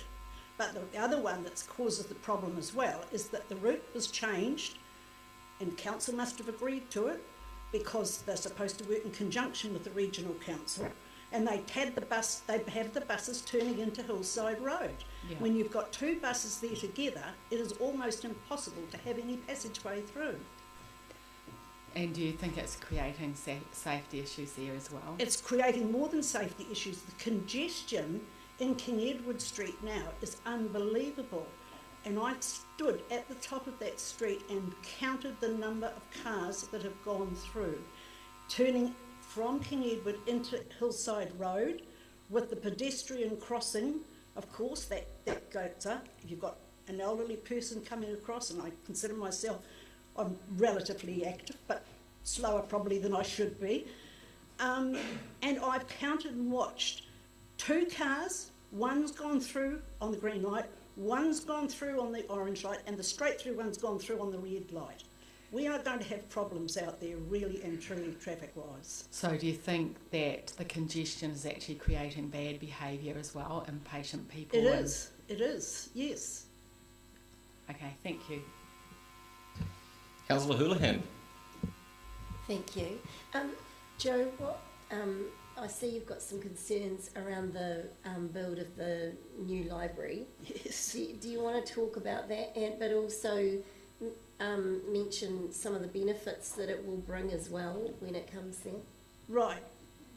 I do have really have concern over this, because when this was done, I do not believe due diligence was done on that building.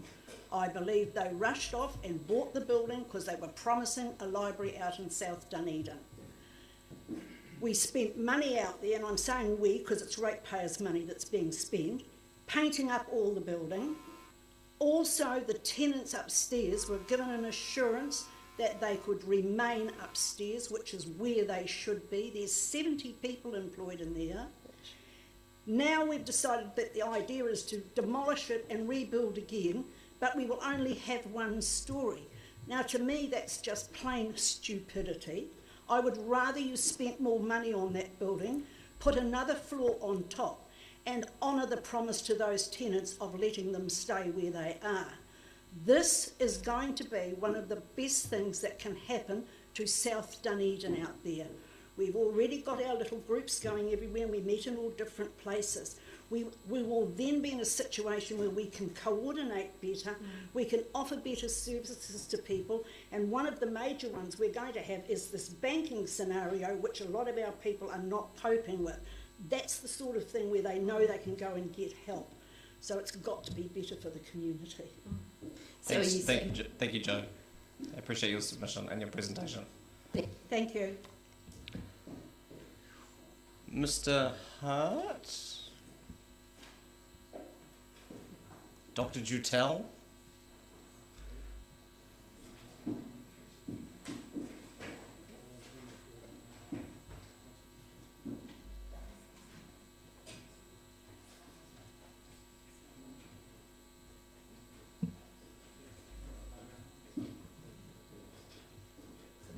Next 5 minutes are yours, gentlemen. Thank you. Kia ora koutou katoa. It's great to be here. So I'm a lecturer at the University of Otago, but it's great to represent the Dunedin Skateboarders Association, which is a really diverse and inclusive set of skateboarding and wheeled enthusiasts. The scooters and the bike and the inline skater communities are also sort of represented by our interests. And happy to report this is a really dynamic, diverse and growing sport. I spoke to a friend yesterday. She tells me that her women's skate DM group, messaging group, is close to 100. I don't know if you've observed. On a Sunday afternoon, there's 20-odd scooter kids. On a weeknight, there's folks maybe our age. And we're coming in pretty strong because a lot of us are now middle-aged and can help younger people kind of, do this kind of stuff and plan our facilities, our parks for the next gen, and it's really popping. It's an Olympic sport. The pandemic has seen a massive boom in skateboarding because it's this individualist pursuit that you can do when team sport's not possible. It's also, it's unique for its practices of urban mindfulness, and we love being in public spaces. We like making the textures of urban space interesting, you know, be able to spectate while you're on your lunch break, all that kind of stuff. Okay, but what are we really talking about? Our group has been doing some internal surveys. We've been doing the DCC Parks and Rec surveys, and our interests or our priorities are pretty clear. We haven't had upgrades and basic maintenance of facilities since 2003. A lot has changed in skateboarding since then. A lot of these parks are getting heavy use and our knees and muscles and bones rely upon nicely sealed surfaces, and we are lacking for some of those. But we're asking that, council think about this, thinking about including us in these conversations about what these facilities could be, perhaps looking at planning urban spaces for kind of inclusive of skateboarding and wheeled communities going forward, and reinvesting in our existing facilities, and thinking about destination skate parks is something that the city can embrace as something that makes us vibrant and creative and interesting.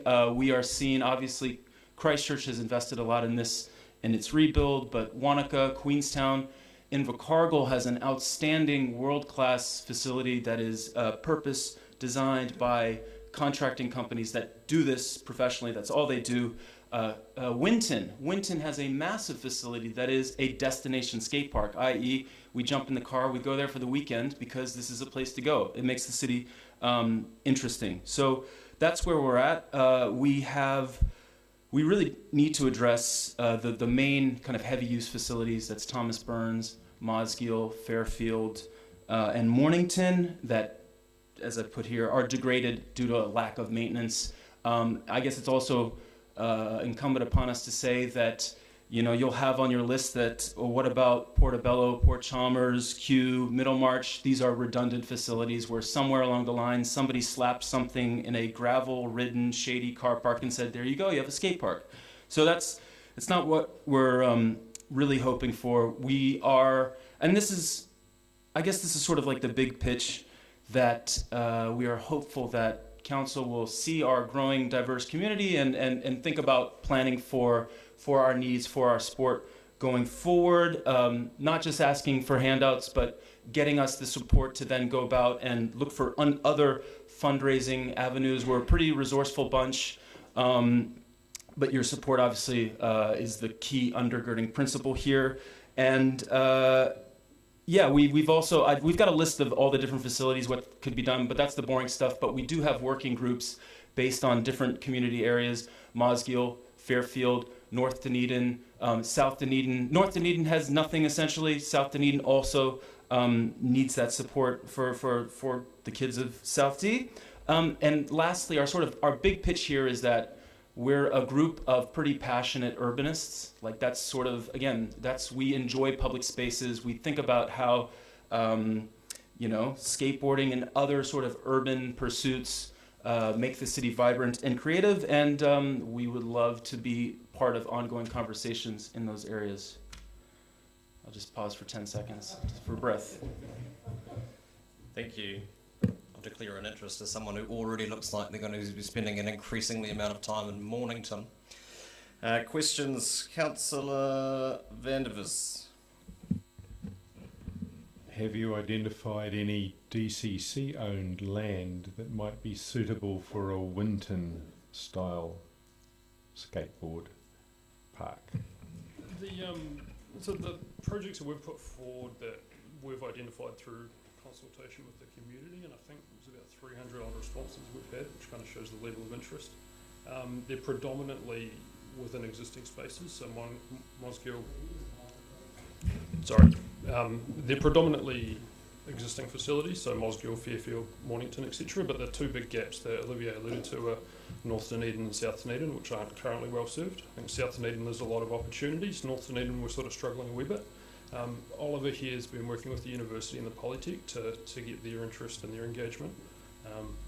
And the one thing I'd add is that something like Fairfield, which is a unique thing that skaters took an old bunch of tennis courts, did some DIY stuff, and now that space is there, and the broader community likes it, and that community is growing, and we're seeing kind of monthly fates and swap meets and all that stuff happening there. That's sort of a blank canvas too. Like it's a big space, but it has yet to have for-purpose designed stuff poured out there. So within existing facilities, there's a lot of scope to do some creative stuff. Councillor Walker. Yeah, thank you for what was a great submission, and you definitely look like skateboarders, but definitely not middle-aged. 2 questions. Firstly, in terms of your membership, what's the gender balance? Our actual sort of official members, I'm not too sure, but the survey, I think I mentioned it in the submission, I think it was about 20% of responses to the survey were non-males. And second question is, you were very clear that you wanted a facility in the uni area, the North Dunedin area, but this is what we're doing now is a budget setting process. So you obviously haven't given us that. So are you prepared to work with council staff to get plans that indicate what a budget would look like that perhaps could be brought forward at some point, hence, so that we know what we're dealing with? Yeah, and as we've alluded to, we're not here expecting the council to fund these things in their entirety. We want to work with you to develop plans, and then based on what you're able to contribute and what we can pull from other sources, then prioritise within that and figure out how that money would best be spent to achieve the goals that we've ultimately got. Thank you for pointing out that the Port Chalmers skate park is not a skate park. Councillor Houlihan. Thank you. Any expanding, I suppose, a bit from Councillor Walker's question, but any idea how much the Winton skate park cost to do? I think Winton was in the vicinity of about 200,000. Okay. Some of the others, Invercargill spent 750. Oh. Wanaka's just spent about $1 million over the last 2 phases. So they did what we seek to do as well, which is design facilities that we can phase and build up over time as funding allows. So for instance, if the council is able to provide sort of that first push, then we can go to other sources of funding and say, look, if you can contribute X, then that's going to allow us to achieve this goal as well. So would your preference be to have it as a standalone, or would you maybe consider, say for example, if we were really lucky and we got a destination playground with something like that, would you consider that being a bit of an insult, or would that be suitable to be attached onto that type of destination park? If I may, Councillor, I think we love that. Right. Barbecue areas, like bring the kids' bikes, the old middle-aged guys can skate, young kids can, whatever. It's all there. Like, it's all about building this in, not isolating this and cantonizing this as like, oh, this is what like the bad naughty teens do. But like building it as, and that at the cutting edge of sort of like urban integrated design is that kind of stuff. Like working it into the Sumner Skate Park in Christchurch is an example of building it into, as you say, destination playgrounds. Margaret Mayhew in Christchurch as well. So we like that vibe a lot. Yeah. So Mosgiel, for instance, it's already co-located with the existing facility.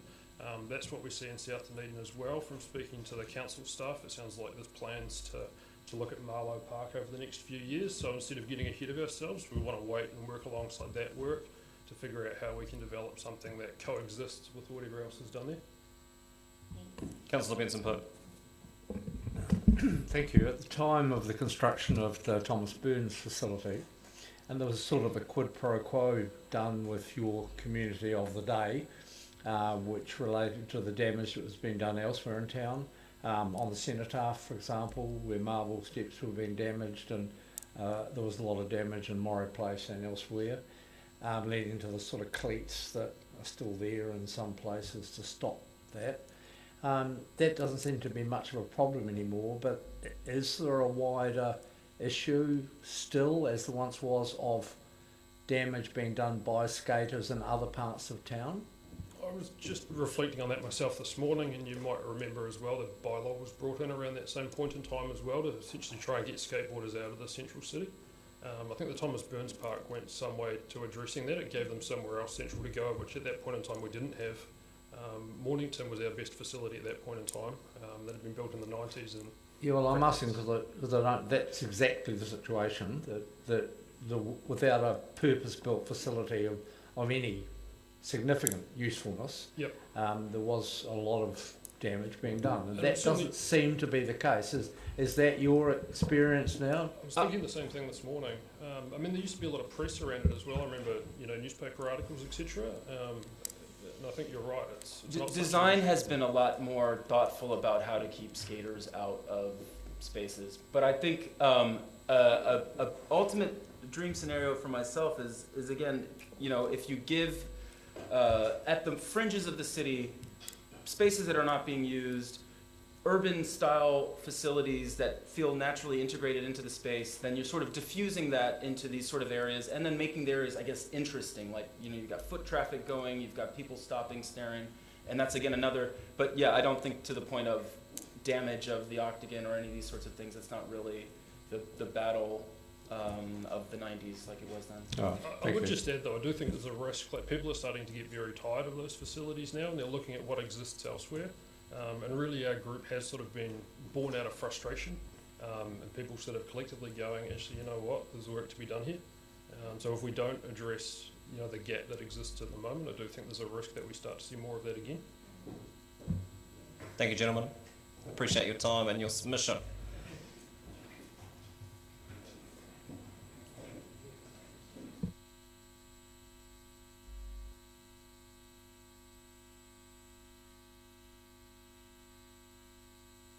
Our next submitter is scheduled for 10 to 2.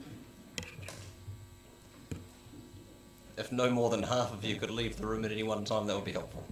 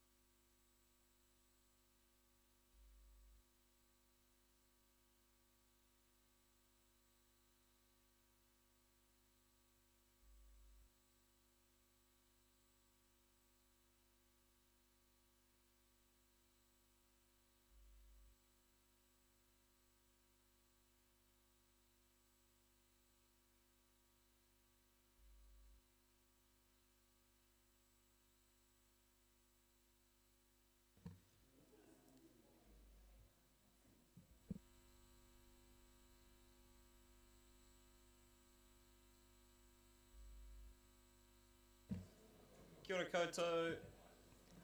Say welcome back, but we haven't really been anywhere. We have Dr. Brock and Mr. Heyman speaking on behalf of Sally Carson, whose name the submission is under in your speaking schedule. Welcome.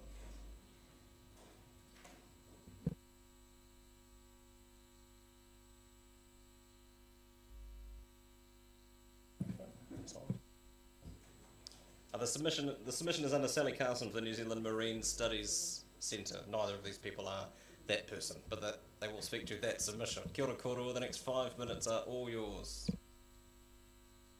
Jenny Rock, and this is Aaron Hyman, and we're also working at the New Zealand Marine Studies Centre. So this is a project that we're doing with Sally, and it's a project that's funded through the lottery grants.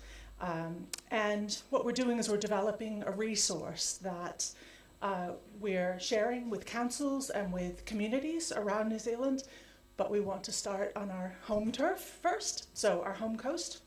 So the project, as you've seen, is about growing coastal stewardship and long-term environmental awareness. And it does this through site-based activities for the public to participate in. And these we're calling public activations, and the activations are prompted on the site by signage. So what you would see as you walk up to it. And these signs teach different practices in observation, in reflection, in measuring, in sensing. And the actions encourage a long-term place-based connection with our coast and an awareness of environmental change. So what is here now? What is changing? What might be in future? What was here in the past? These are the reflections that we're prompting people with these signs. And the activations are also designed to be repeatable. So they almost become a kind of a ritual, a habit for those walking in these spaces on our coastal walkways. So they enhance awareness and a feeling of kaitiakitanga, but they also are about well-being. And so in no small way, they respond in a way to what we all learned during lockdown, and that was that walking and reflecting outside is really good for our mental and spiritual health as well as our physical well-being. So we're funded to produce and test conceptual designs that deliver these activations for particular types of coastal habitats, and we then share those designs with users. And those users then implement them in their own spaces. And we're hoping the DCC is going to be one of those users. So to make our conceptual development of these designs more meaningful to the Dunedin space, we've been identifying synergies between existing DCC projects and Dunedin community-based projects. And these are our initial testing grounds, our case studies. So Aaron's going to describe these to you and then talk about what we're asking for in the plan. Yeah, kia ora. So the sites that we have for these case studies so far are the Te Ruani beach redevelopment, John Wilson Drive as part of the coastal plan, and the Peninsula Harbour Walkway. We have support from various DCC project leads and community partners, such as the Otago Peninsula Community Board. And currently a fourth case study might be situated out at Tomahawk Lagoon. So these case studies will trial those suitable activations for these different coastal environments, but will not necessarily result in permanent installations without further funding. So we would like to emphasize that our existing funding for this project is just for concept design and testing only. We see potential, though, for many more installation sites in different communities around the harbour and north and south of the city. Long-term outcomes of people's engagement with the activations align with the aims of the DCC's sustainability strategy and the environmental strategy, specifically growing awareness and monitoring for a healthy environment, Goal 2, and an ethos of stewardship for that environment, Goal 3.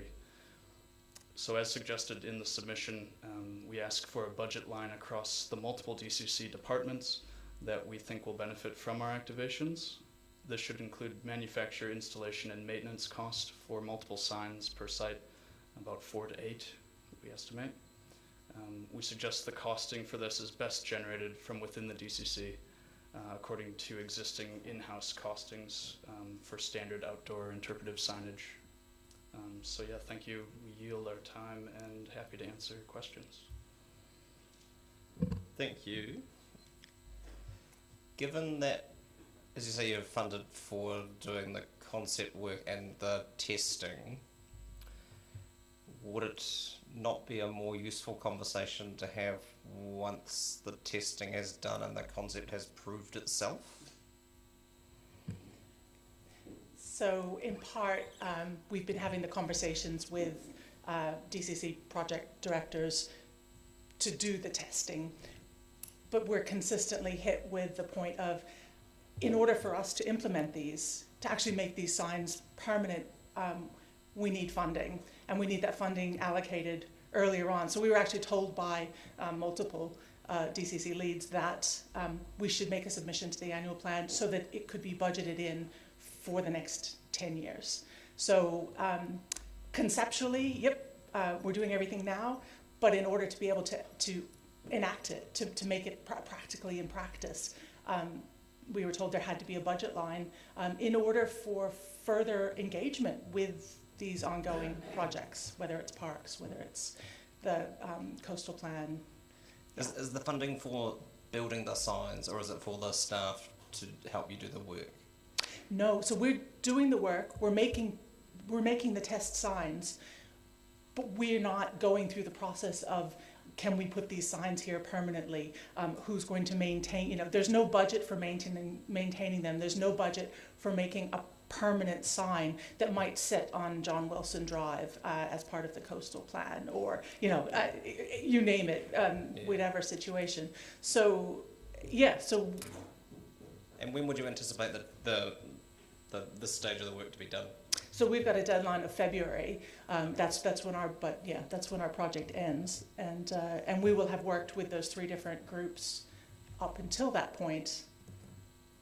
But yes, to then offer them up as something that's useful for Dunedin, according to this 10-year plan, there needs to be a budget line apparently. Yeah, Councillor Loffiso. Tēnā koe, Your Worship, tēnā kōrua. Thank you for this mahi. And to follow up on His Worship's question about budget lines, did DCC staff give you any guidance as to amounts? In short, no.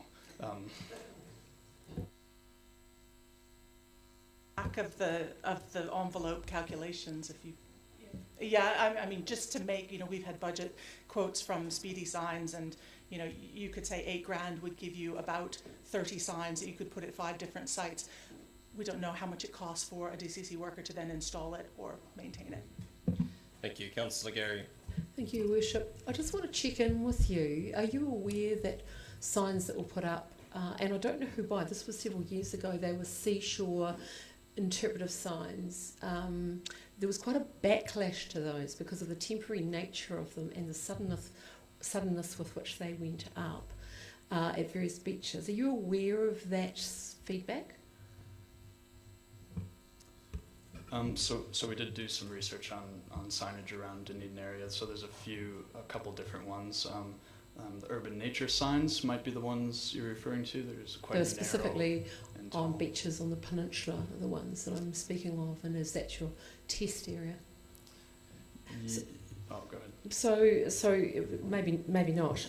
So I'm following on from that. I'm wondering how you will check in with the community if you're putting 4 to 8 signs at each location. How are you going to check in with the response from the community? Because many communities in the coastal area are very protective of the area. And my other question around that would be, there is a plan to put in interpretive signs down the walkway cycleway, for example, Peninsula Connection, which have a mana whenua aspect to them in interpretation.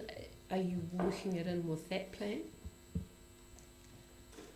Yeah, so great points.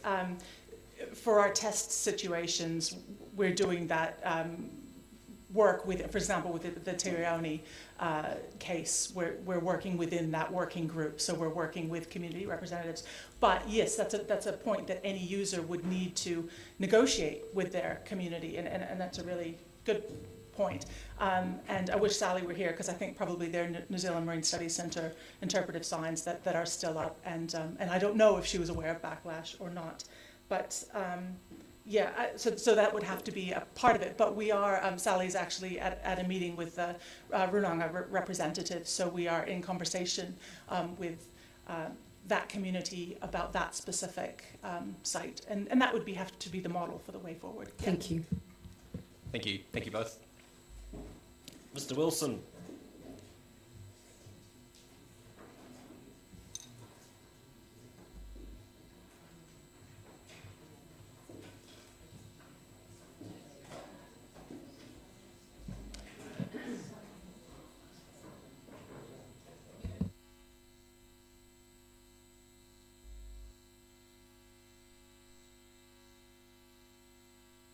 Welcome, sir. The next 5 minutes are all yours. Kia ora, Mayor Hawkins and Council. Thank you for allowing me to speak today. I'm here on behalf of Arcade Theatre Company. Arcade's very business is to promote and nurture Otipoti theatre makers. We work primarily with graduates of the School of Performing Arts at the University of Otago. Since 2018, we've hired over 180 emerging artists to hone their craft, working on professional standard shows, bolster their performance portfolios, and to be reimbursed for their skills via a modest stipend. In exchange, we hope to keep emerging talent in Dunedin and allow them to return something to the city that has housed and sustained them while they learn their craft. They also produce great work. Our production of The Bald Soprano won Show of the Year at the 2019 Dunedin Theatre Awards, and we co-produced Abby House's one-woman show Harlequin, which has received awards at the Dunedin, Wellington and Adelaide Fringe Festivals. However, in the current climate, our company's operations have become increasingly unsustainable due to ever-changing funding pools and a lack of appropriate infrastructure. When emerging artists ask for career advice, I can provide them with few reasons to stay in the city. The current situation is bleak, and a future without a new performing arts space is even bleaker. Whichever of the two proposed options the councils decide upon, I'm here to say investment in our theatre infrastructure is essential if we wish to retain professional theatre in this city. For the past 3 years, our company has performed in attics, underground retail spaces, churches, museums, bookshops, and abandoned call centres. These venues were not used by choice, but due to a lack of fit-for-purpose performance spaces. Furthermore, these locations are hugely expensive to convert to performance spaces. It redirects focus and resources away from creating high-quality work to finding workarounds and compromises to make them work. And often these spaces can be inaccessible and dangerous. The situation is even worse for rehearsal, workshop, and storage spaces. The time for an upgrade to the city's theatres was needed 20 years ago, when the Fortune Theatre was clearly too small for the Methodist Church on Stewart Street. An upgrade was needed 10 years ago when I was fresh out of university and trying to create independent theatre for the first time, but had nowhere to stage it. An upgrade is certainly needed now, when our remaining venues are crumbling, derelict, inaccessible, unusable, or financially prohibitive. The Fortune Theatre and its not fit-for-purpose space barely sustained a professional theatre industry in the city. If we wait any longer to invest in our theatre infrastructure, it's highly likely we will lose the last of our professional practitioners, in turn simply reducing Dunedin, with its proud history of independent professional theatre, to merely a stop on the national touring circuit. The need for an upgrade is crucial. If the two venues presented are the only options that will be considered, then one of them must be chosen. If the charcoal blue findings are rejected, how long will it be until we see another investigation into our city's arts infrastructure? However, I wish to stress that a modern performing arts space, fit for purpose, is an important part of the solution, but is not the sole solution to curing Dunedin's performing arts woes. A house does not make a home, and the arts, like any civic sector, need continued support to survive. I've discussed this more in detail in my written feedback. I would also like to add that the council supporting the building of a new theatre space is not mutually exclusive to supporting the needs of various other art forms in the city. There's been some negative feedback to these options from my fellow practitioners regarding the dissemination of information from the charcoal blue reports.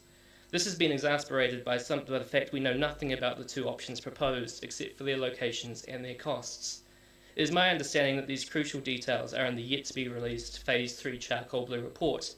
This frustration, I hope, highlights the need for the theatre community to be consulted when more details are released and before the final blueprints are signed off.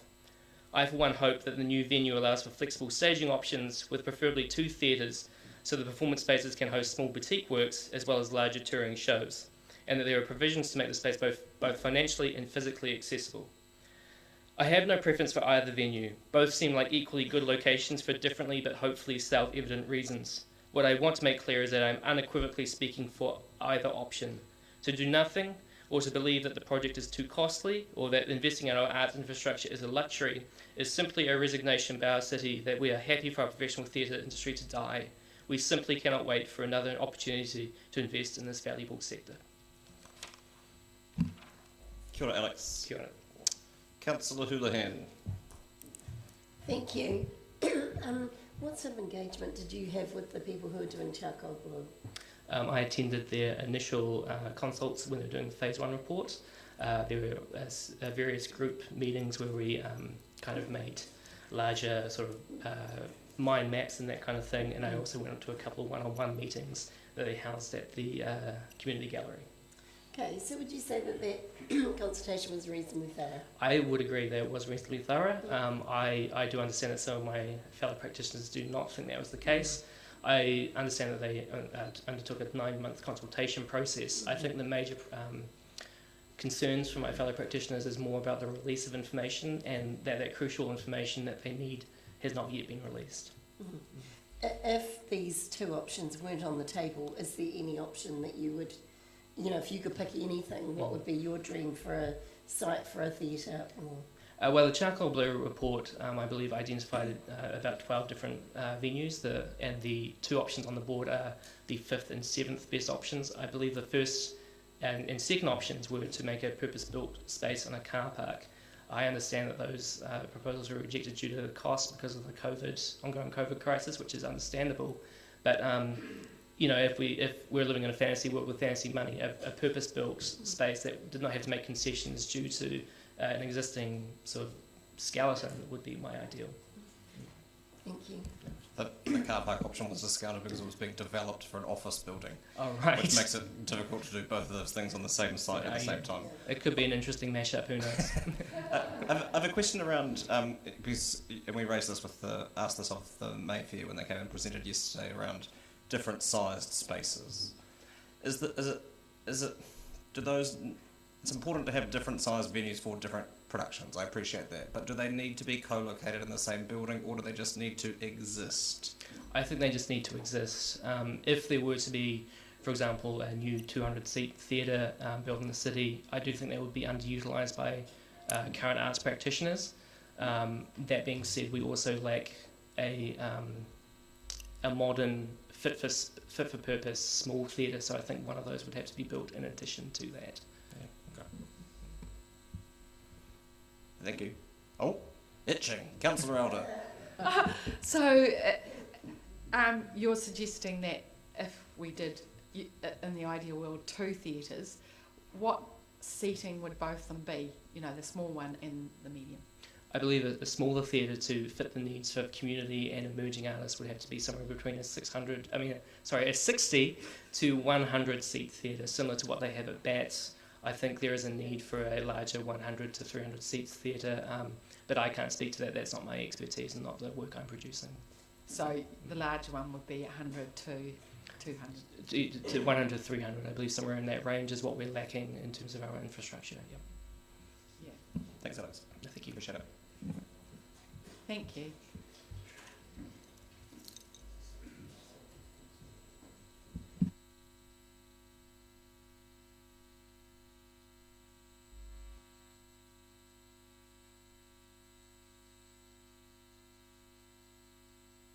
Mr. Tocker.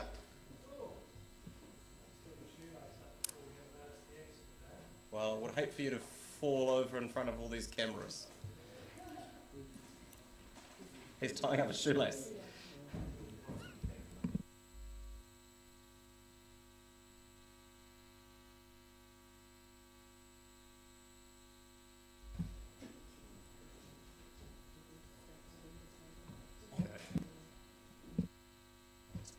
Okay.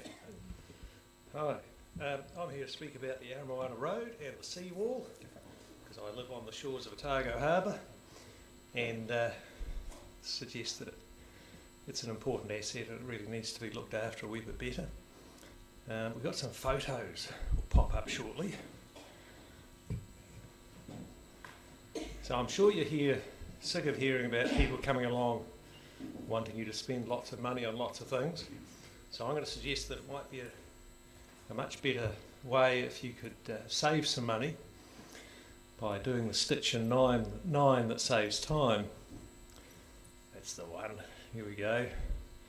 Photo show about to begin. Okay, so one of the big problems is the seawall has been there for, well, hundreds of years, well, over 100 years.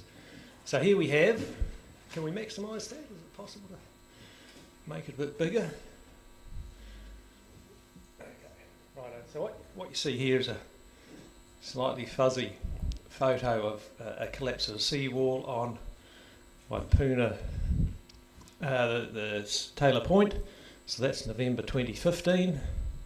You can see that grey geotech fabric, that's called bitumen, which is a good idea because it stops the backfill of the gravel getting sucked out with the wave action as the waves hit the larger rocks in front of the seawall.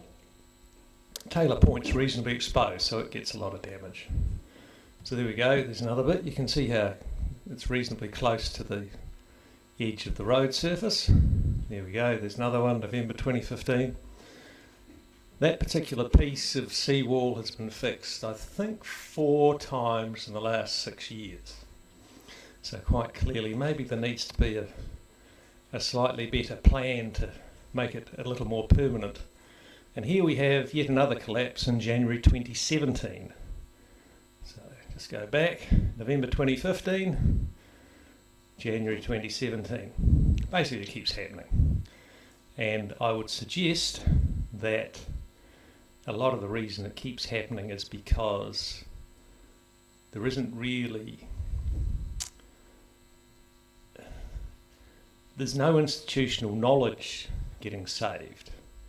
There's parts of this road, rock wall, have been intact and untouched for 40 years plus because they were built in a manner that allowed them to hang in against the heavy seas that we obviously get from time to time.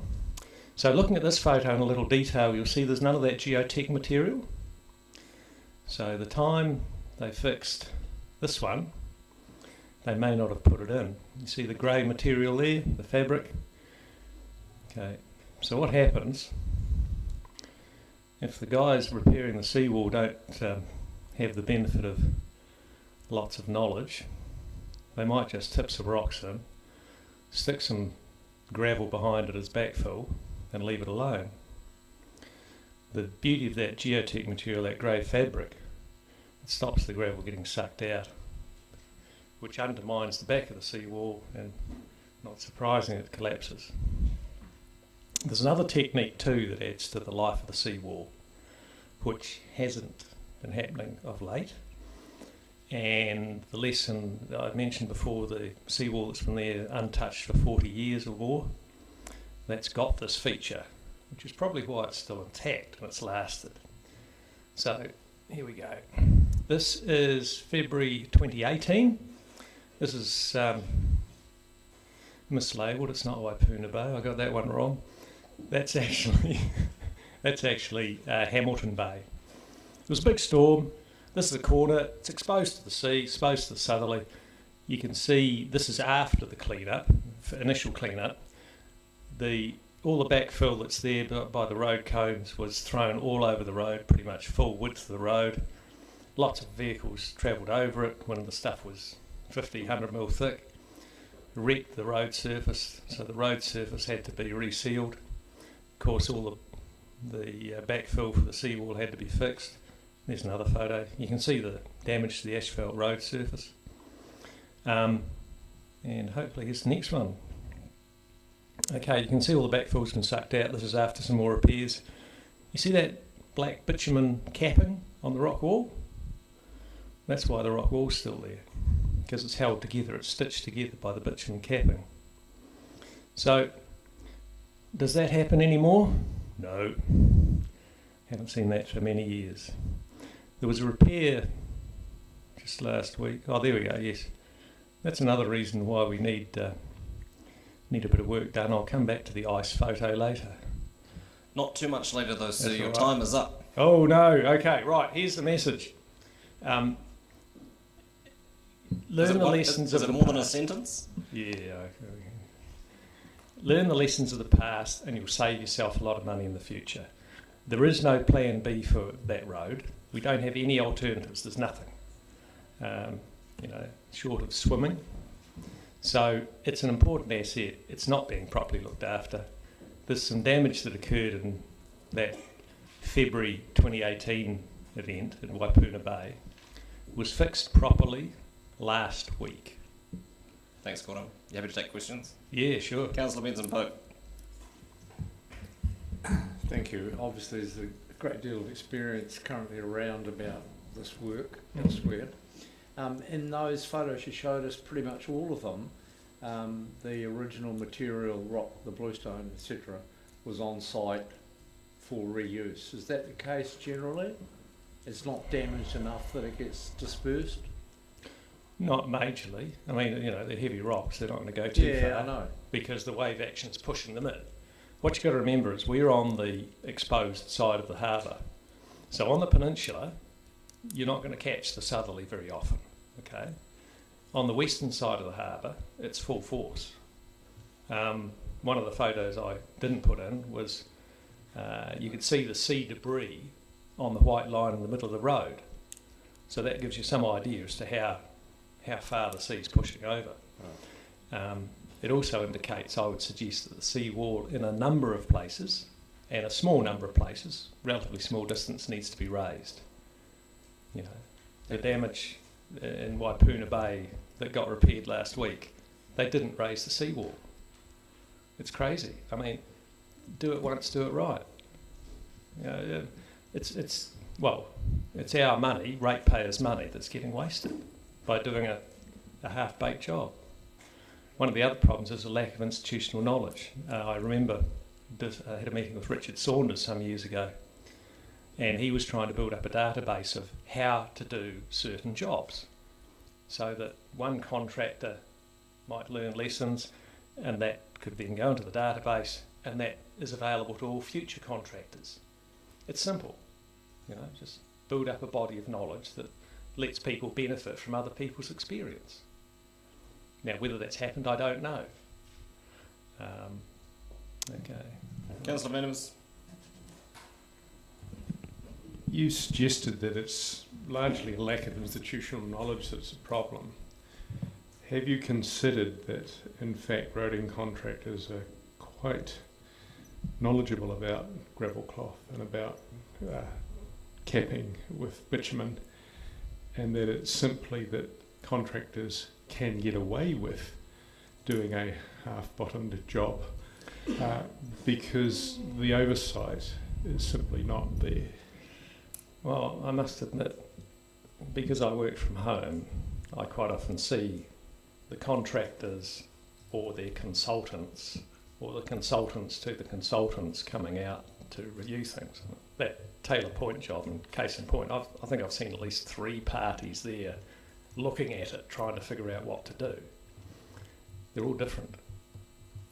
Where is that institutional knowledge? I mean, ultimately, it's the council's responsibility to build that institutional knowledge. I mean, just walk on the shoulders of giants. It's pretty simple. The specification that's issued for a job is obviously going to determine what's done. So in the spec, if it says those things, then it will be done, quite obviously. However, on occasions when I've seen guys repairing that Taylor Point job, I wandered around and they were experienced stonemasons. I'm saying, well, are you going to put in that geotech material to stop the backfill getting sucked out? And oh, no one told us to do that. Well, Jesus. I mean, it's not rocket science, and it's costing us money, and your budget is limited. Councillor Reddick. Yes, did I hear you correctly at the end of the last sentence of your presentation was that the job done last week was done properly? Well, it's a bit hard to tell so far. What they did, which was different, and this is a different crew of actual workers, might be the same contractor or subcontractor as previous, they put in rock, they placed the rock, and they poured concrete as well. Whether concrete's going to work as well as a bitumen cap, I don't know. The problem is, that rock wall's still just the same height as one that got ripped to bits in 2018. What's the point? You know, when the sea comes over it with heavy waves and claws at it, it's pretty obvious what's going to happen. And if the sea wall's a few hundred mil higher, well and good. In the noughties, I first started going along to the community board in '99, pointing out the seawall problems. They got to the point where they had a really good contractor, and when the seawall was repaired, not only did they make it a bit higher where necessary, they also, if they were doing a complete rebuild, pushed out into the harbour a metre or two, a la making space for the future cycle path. Now, it doesn't actually cost that much more to do it that way, but if you have to fund, and I think the plan is still to have the cycle path all the way to Aramoana, if you have to fund shifting the seawall holus bolus, that's going to cost a fortune. But if you just chip away with it in tandem with your maintenance, surely that's going to be a hell of a lot more cost effective in the long run. So it's just a bit of a lack of coordination. I mean, every time I ring up about the seawall, you're talking to someone different. You know. And so, and further to that, when all these repairs required on the seawall that you've noticed or you've observed over the years, are they typically at the same places? Because it does sound like... No, it varies. There are some particularly problematic points, and Taylor Point is one of them, quite clearly. It catches everything that's going. So maybe a slightly different type of rebuild is required to give that some longevity. But, 4 times in, well, to be honest, it's probably 4 times in about 3 years. Something's not right. You wouldn't dig up replace your asphalt in George Street 4 times in 3 years, would you? Maybe. Thanks, Gordon. Right. Appreciate it.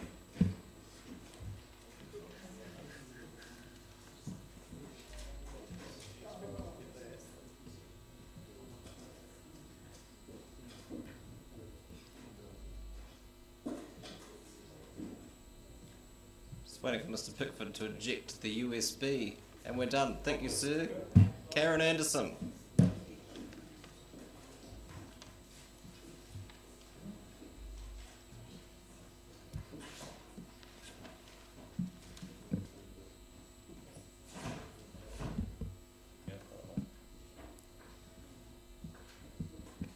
Kia ora, Karen.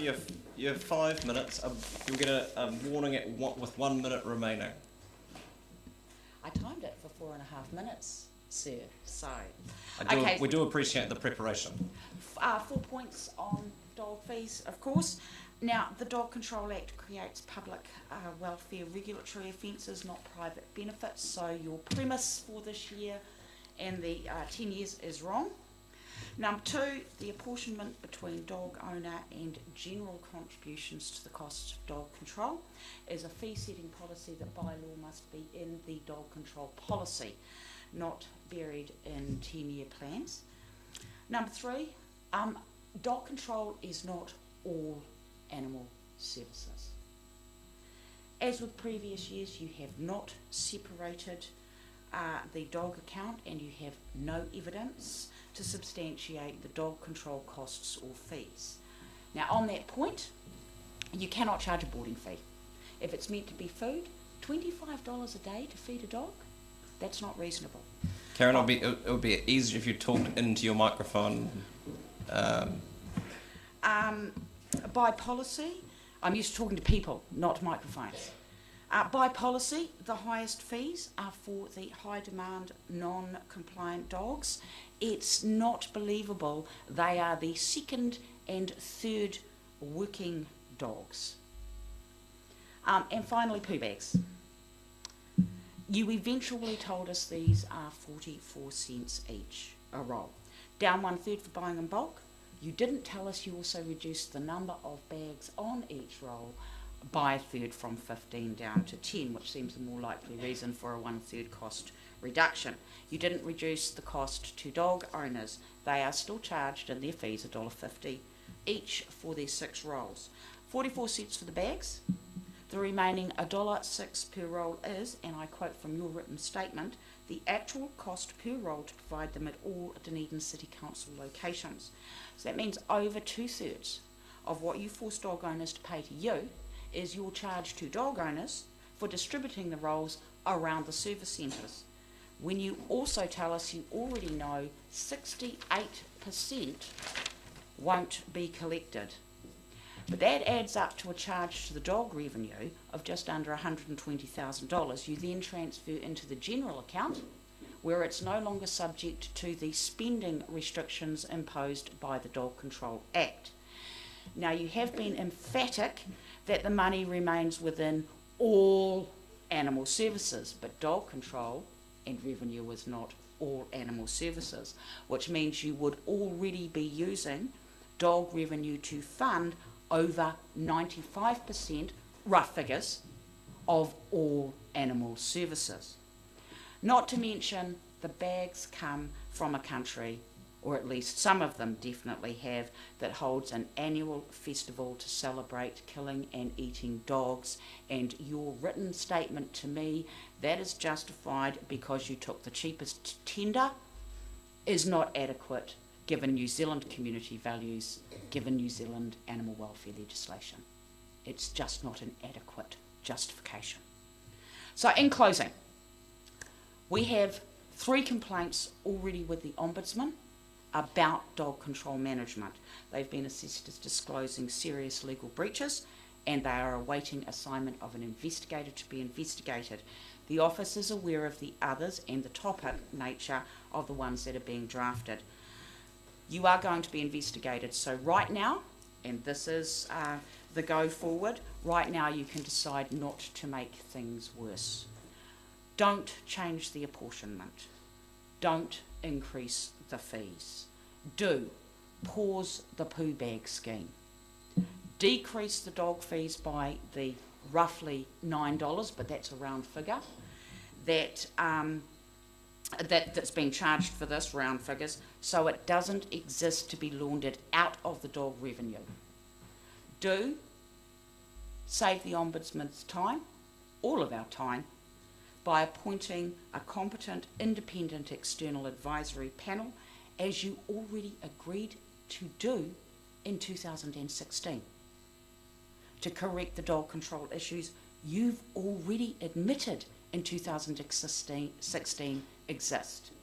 So, yeah, it's functional problem solving instead of endlessly arguing, and it's a choice you can make as part of this process.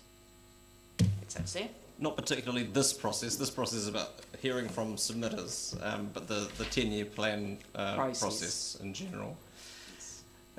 Questions? Councillor Reddick.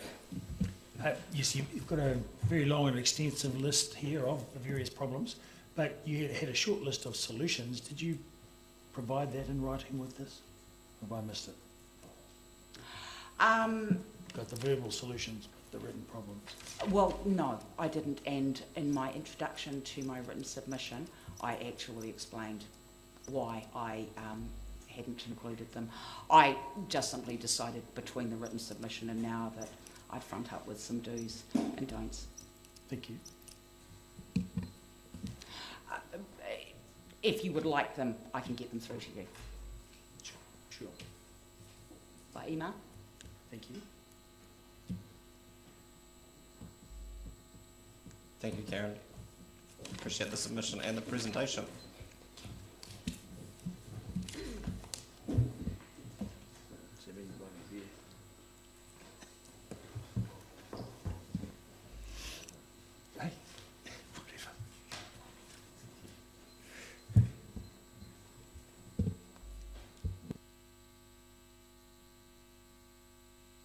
Mr. Dodd.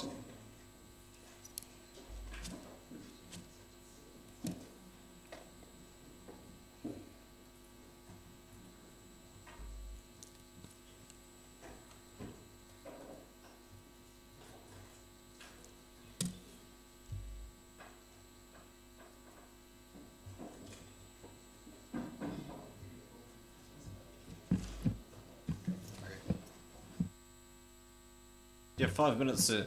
Thank you.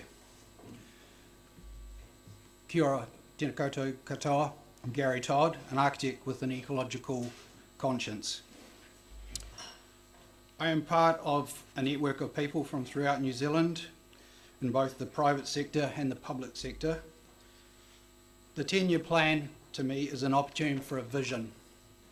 You have my submission, putting nature and the community at the heart of our future, new approaches to infrastructure, using a whole system approach to places, creating a circular economy that is good for people and for nature.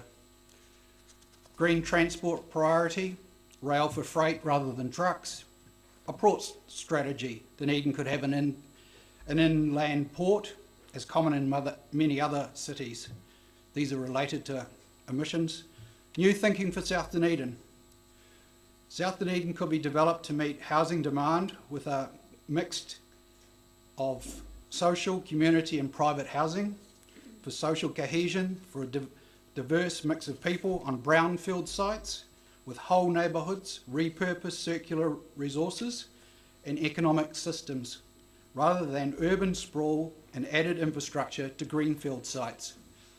Housing design could be relocatable and resilient to all hazards, suspended above raised ground levels to counter seawater rise, surface water flooding, restored wetlands as regenerative, ecological, future-proof solutions as part of a strategic plan, not just for South Dunedin, I'm talking about all of Dunedin. Let's perhaps change our behaviour positively. New Zealand is a world leader that showed by example how to adapt and evolve to COVID-19. We could also lead with our collective response to climate change action, which requires an agile and humane approach. We're part of nature and we can adapt to survive and thrive. In the process ahead of the conversation on the 10-year plan, I suggest we start to embed our stories and identity of our people and our place we call Dunedin. Look at adaptation and transformation, not retreat. As I work, my aim is to align all the stakeholders around Dunedin to a project's potential that is bigger than any individual. For the health of the community and the local ecosystem, the objective of being to unleash their motivation, to engage with a project that delivers multiple added value. I seek the creation of a visioning process based on our potential, not our problems, with multiple stakeholder creation, bottom up and top down, so we can evolve, address these challenges in a way that works for a place we love called Dunedin. I have a good understanding and empathy with the current situation that the Dunedin City Council face. I've been consulting with staff and councillors in recent years and realised that no one has all the answers related to these issues. Yet collectively, we could develop the best solutions. There's a phrase that goes, if you want to go fast, go alone. If you want to go far, travel together. Our group, including Gary Todd Architecture and Jazz Max, amongst others, have been collaborating to identify the potential of Forbury Park as a catalyst site to regenerate South Dunedin and create a strategic and spatial plan for our city. This collaboration offers a combination of personal and professional local connection to the site and to the city, with the capability to create and deliver an aspiring vision of both sustainability and regenerative urban development. We are looking to collaborate with this council and ORC and all the stakeholders in establishing a shared vision of co-leadership to form a design and delivery group committed to positive outcomes for Dunedin. We recognise there is challenges for council and to all of us. However, we hope that you recognise the opportunity offered by our group. 2015 was flooding of South Dunedin at a damage cost of over $135 million just to mop up the mess, and we're not solved yet. 2015 was also the Paris Agreement for climate change action. There is a saying, within every adversity is equal or great benefit. Within every problem is an opportunity. Even in the knocks of life, we can find great gifts. This opportunity is for systemic, social, economic, ecological regeneration that evolves over time to enable the long-term future of our people, our place, our city, our country, and our world. So together we could collaborate to shape a vision for a great little eco-city, Dunedin. Ka he mihi. Almost perfectly timed. Well done. Councillor Vandervis. Thank you, Gary. You've said that we should consider an inland port. Are you aware that an inland port has been considered here for more than 10 years, and that in that time Napier has built 3 inland ports and now processes by volume the biggest amounts through its port in the whole country apart from Tauranga, second only to Tauranga.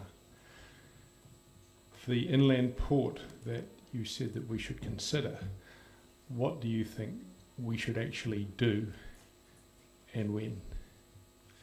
Well, the reason I'm saying we should have an inland port is many other cities have inland ports, like you pointed out. We should consider it now because transport is one of the biggest emission problems that we have with climate change. So obviously if we can use rail, and I've done some research on that, there's a whole folder here that says that I've done research on it, is that we've got a lot of pollution coming from the trucks that are tracking in forward. Where should you consider it? You could consider it in somewhere within your borough, or you could look further south towards Melbourne.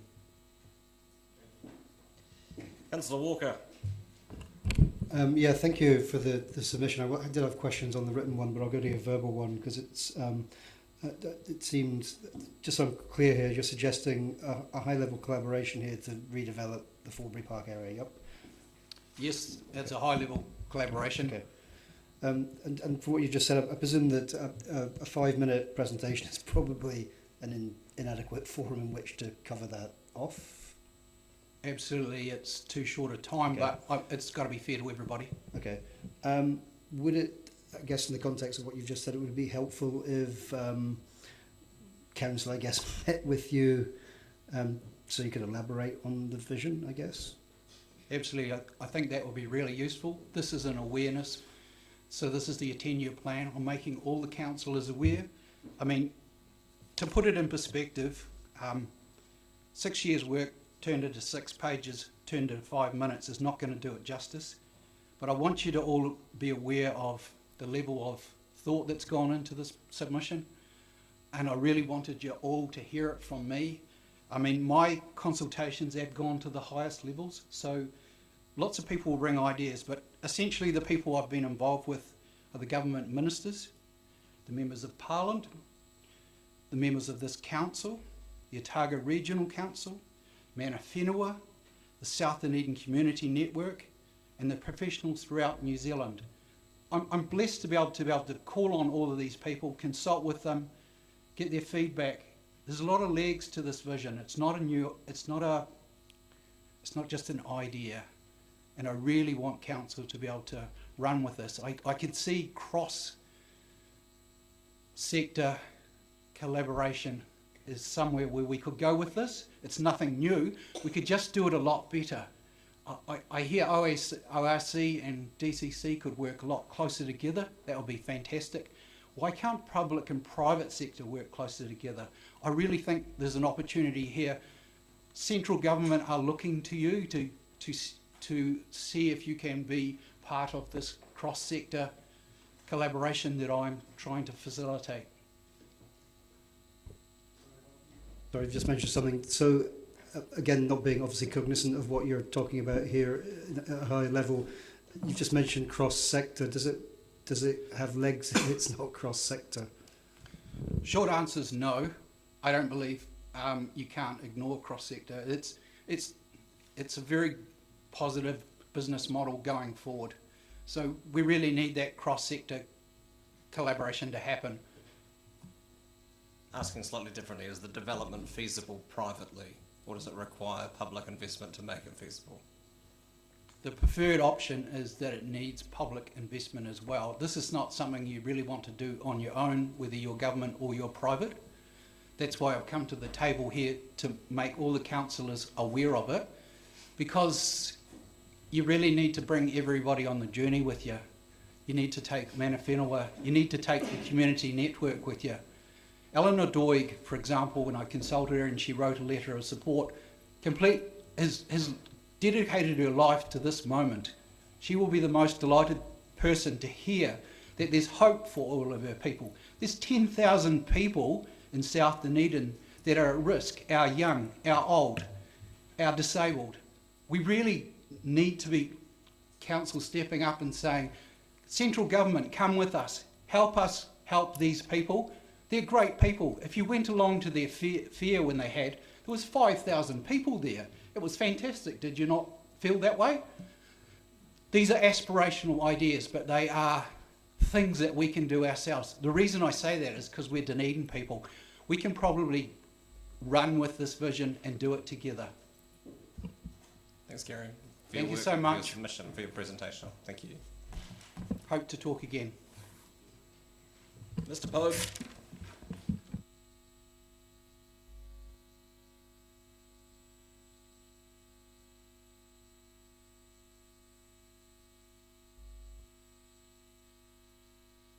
Kia ora.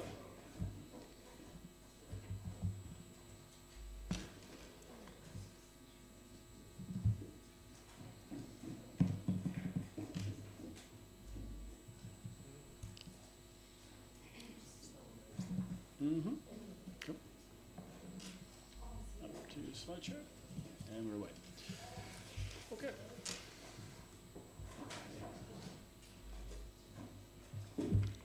Cool. So look, my submission on the part of the Otago Peninsula community was pretty straightforward. You'll see in the written submission what we've done is we've given you the preamble, the understanding around the particular issue, and then very easily it's done. You'll see submission underneath that in italics, so it's pretty simple. So I'm not going to run through too much of the detail, but what I am going to do is just highlight the submission points that come in that document. Pretty much, obviously, in terms of a connected city, we're looking obviously at the completion of the Aitaka Harrington Point section of the Peninsula Connection, which has been left out. A couple of other things that come up from that also is looking at the bilingual place names for signage for our townships in the Otago Peninsula, including also work with the Regional Council on the same for our bus signage as well.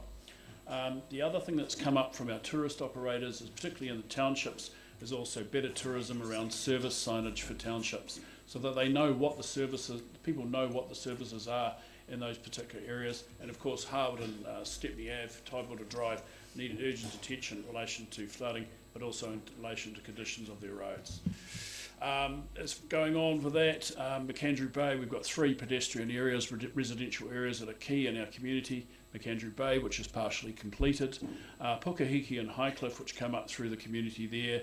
These people have no pedestrian facilities and no ability to have traffic slowed, also a dangerous corner. And Tomahawk Road, we now have a 10 lot and a subsequent 49 lot subdivision coming into this particular area. So an additional nearly 60 homes being built. And for some years, the council have been, the community there have been asking for changes in speed, particularly around hoons and other bits and pieces. This project was started by council but never finished. I'm pleased to say I think that we're the only board, hopefully, that's talked about climate change in our submission, and we're talking about climate change resilience. Obviously, streets and footpaths, drainage, we've learnt from 2015 and 2017 the issues there. Obviously, the investigations around the back bays also in terms of climate change. You can see from the flooding recent in 2015. And ultimately, as I say, ensuring that we have geotechnical and reporting systems that actually do the job for it. Something a little bit outside of being a connected city, but is also the fact that we have sea lions on the peninsula. In fact, we have sea lions all over the bloody place. And what we desperately need is for you to give our roading department 25k a year to deal with some of the transportation issues that come up. Some of these are minor works, signages, sometimes it's small barriers, that sort of thing, to stop these beautiful animals coming onto the road and being run over by motorists, or even hurting motorists who are actually trying to avoid them on the road. And I think at 25k it's a pittance. In terms of being a sustainable city, well, look, yellow-eyed penguins on the Otago Peninsula are in crisis. We look at the possibility of losing them from the mainland in the next 20 to 30 years. So considerable more work needs to be done on the Otago Peninsula to protect vulnerable species. Coastal management in terms of biodiversity, but also in terms of sea level rise for Taurioni, Smales Beach, Tomahawk and Okea beaches. And again, I raised this before, a planting of 100,000 native trees and plants on council-owned reserves to support efforts in biodiversity for habitat creation, and also to deal with the effects of climate change from the tourism industry. And also the car park at Te Umukuri at Wellers Rock and Harrington Point Battery, not Batter as I have there, are also important projects for us, particularly the parking issue at Te Umukuri, which is, to be honest, an accident waiting to happen. This beautiful sculpture actually sits on outside a private house in Harwood, but one of the things that would like to see from the council is investment in terrestrial aquatic historical and cultural interpretation around the Peninsula Connection, especially now that we're actually almost linked up with West Harbour. We actually see the opportunity to see us tell the story of the entire harbour from Kopatai to Pukekura. One of the things that the Peninsula Connection project lacks is actually an understanding of the landscape and the area that people are actually visiting. And we see that as the future for this area, both in terms of local tourism, international tourism, but also for local people. In terms of our economy, look, we've had some setbacks since COVID. We've lost 2 motels, one since COVID. We've got businesses for sale. We've got our pub running at less hours, which is quite difficult if you want to drink at certain times of the day. But one of the things that's definitely needed is actually more research into actually not only the post-COVID effects, but also what the effects of tourism are on our economy, community and environment. That is your 5 minutes, Paul. Okay. Yes, it is. Thank you. It's always 11 o'clock somewhere. Questions, Councillor Gary. Thank you, Your Worship, and thank you, Paul, for your submission. I wonder if you could speak to the importance of the completion of the Peninsula Connection project, given it's been going on for 19 years, and there's that one section left. How important is that to the city, the wider city, and to the Peninsula community? It's the narrowest section on the road. It's the one where we've had the most accidents in the last year or two. It's only 600 metres long. It's a tiny section in comparison to the Vauxhall to McAndrew Bay, and it needs to be done. Also, as we approach, once we open up the international tourism market with buses and other bits and pieces, that area will become a bottleneck in the area. You just talked about the Otago Peninsula Tracks network and the need for upgrade and what have you. So just talk to that. Can you talk to that vision, and also are you working with DOC on? Yeah, so DOC have it in their CMS, and all of the tracks on the Otago Peninsula except a couple are on unformed legal roads. So obviously Sandfly Bay, Sandymount, those are on conservation estate. Look, the reality is the signage, the boardwalks, the handrails, the marker posts were put in nearly 30 years ago, and unfortunately they haven't stood the test of time. And if we are really to try and diversify both our recreational and our tourist economy, then we need to actually upgrade those so that we can actually then extend the vision to the several next stages along the way for the benefit of the city and the community. Thank you. Councillor O'Malley. Thank you, Bishop. I'm just going to refer back to the Marine Sciences Centre presentation about 4 presentations back, where they were talking about interpretive signs. Yep. What's your interaction with them? Yeah, so we've had them at our board meeting. The understanding I've got is they have the money to do the development of the signage in terms of what it would mean around the signage, but they don't have the money to actually create the signage. And my understanding at the moment is to be a hui with Te Runaka Tako, and I think I'm going to the hui. So yeah, I think we'll have some further discussion there. But it also means now that with State Highway 88 being finished, I think in October next year, we've got the opportunity to actually bring it right round. And how it relates, how the harbour relates to the city and how the cycleway and the connection project relates, that's the important thing. Councillor Fiesel. Tēnā koe, Your Worship, tēnā koe, Mr Pope. I have two questions. You talked about the Tomahawk Road work. When was it started? Has it been completed? So there was a consultation phase started with staff about 18 months ago. And it got to a point, now that was around the time that Waka Kotahi took away the small safety projects budgets. The government changed the funding for that. So we actually lost the funding for that, and that's why it didn't continue. Thank you. And my second question relates to Te Umukuri, Wellers Rock, and you wrote in your submission that mana whenua have been very distressed about this, what's happening here. So in terms of the matter coming to the community board, how does it get into the system? So what's happened to date is staff, along with Te Runaka Tako, have dealt with some of those issues around vehicles being on the isthmus, that kind of thing. One of the issues with the site is it's also used as a boat launching area. So we've dealt with that. But the problem we've got now is we've got boat trailers all over a very difficult part of the road, and so the negotiations are going on with staff and the local trust to actually the development of a car park. We would like to see that car park complete. It would help with making sure that we can protect the isthmus and protect the cultural and heritage values of the site. Councillor Reddick. We had an earlier submission from Tomahawk Nursery people, and how does that dovetail, if at all, with your plan for planting so many trees on the? Oh, absolutely. Tomahawk's part of our rohi, so we would absolutely welcome anything from them. They've been probably one of the most successful groups in that area for some time, and like I say, the opportunity to create more habitat to mitigate the effects of climate change with tree planting is a great opportunity for the city, but also for the peninsula. Thank you. Councillor Lord. It's not a question, I was just going to say thank you for the work you do for Here We Could Trust. Sorry, what was that, sorry?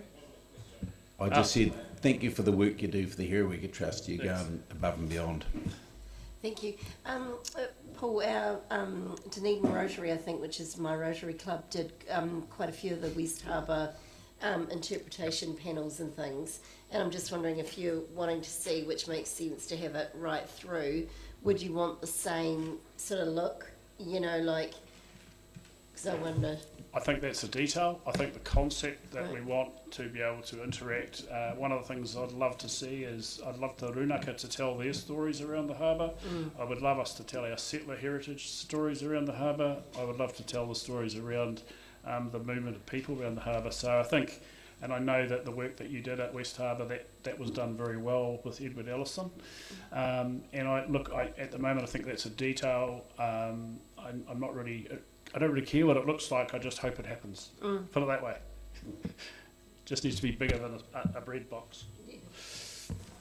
Good on, Paul. Thank you. guys. I'll move that we adjourn the meeting until 3:15, seconded Councillor Gary. All those in favour? Those against? That's agreed.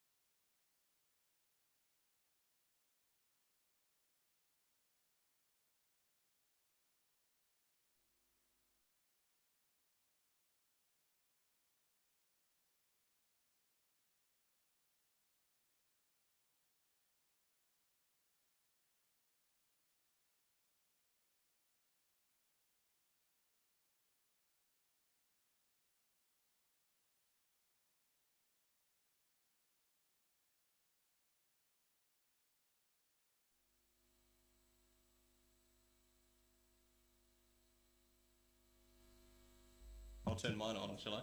Simon will instruct you as to how the microphone works.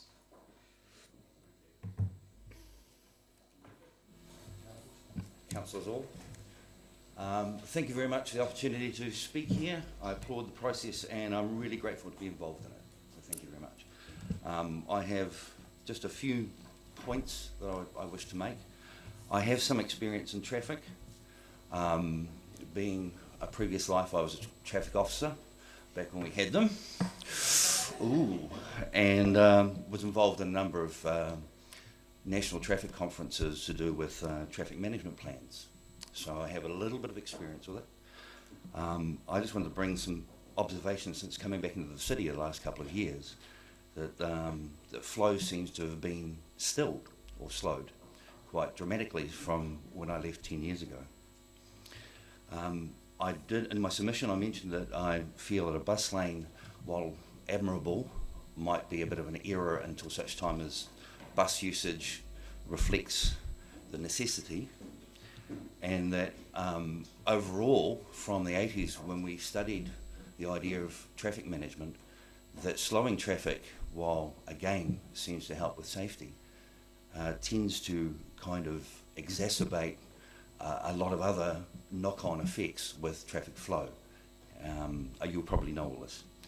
And that cycle lanes, while again admirable and wonderful, but with an ageing population, especially myself,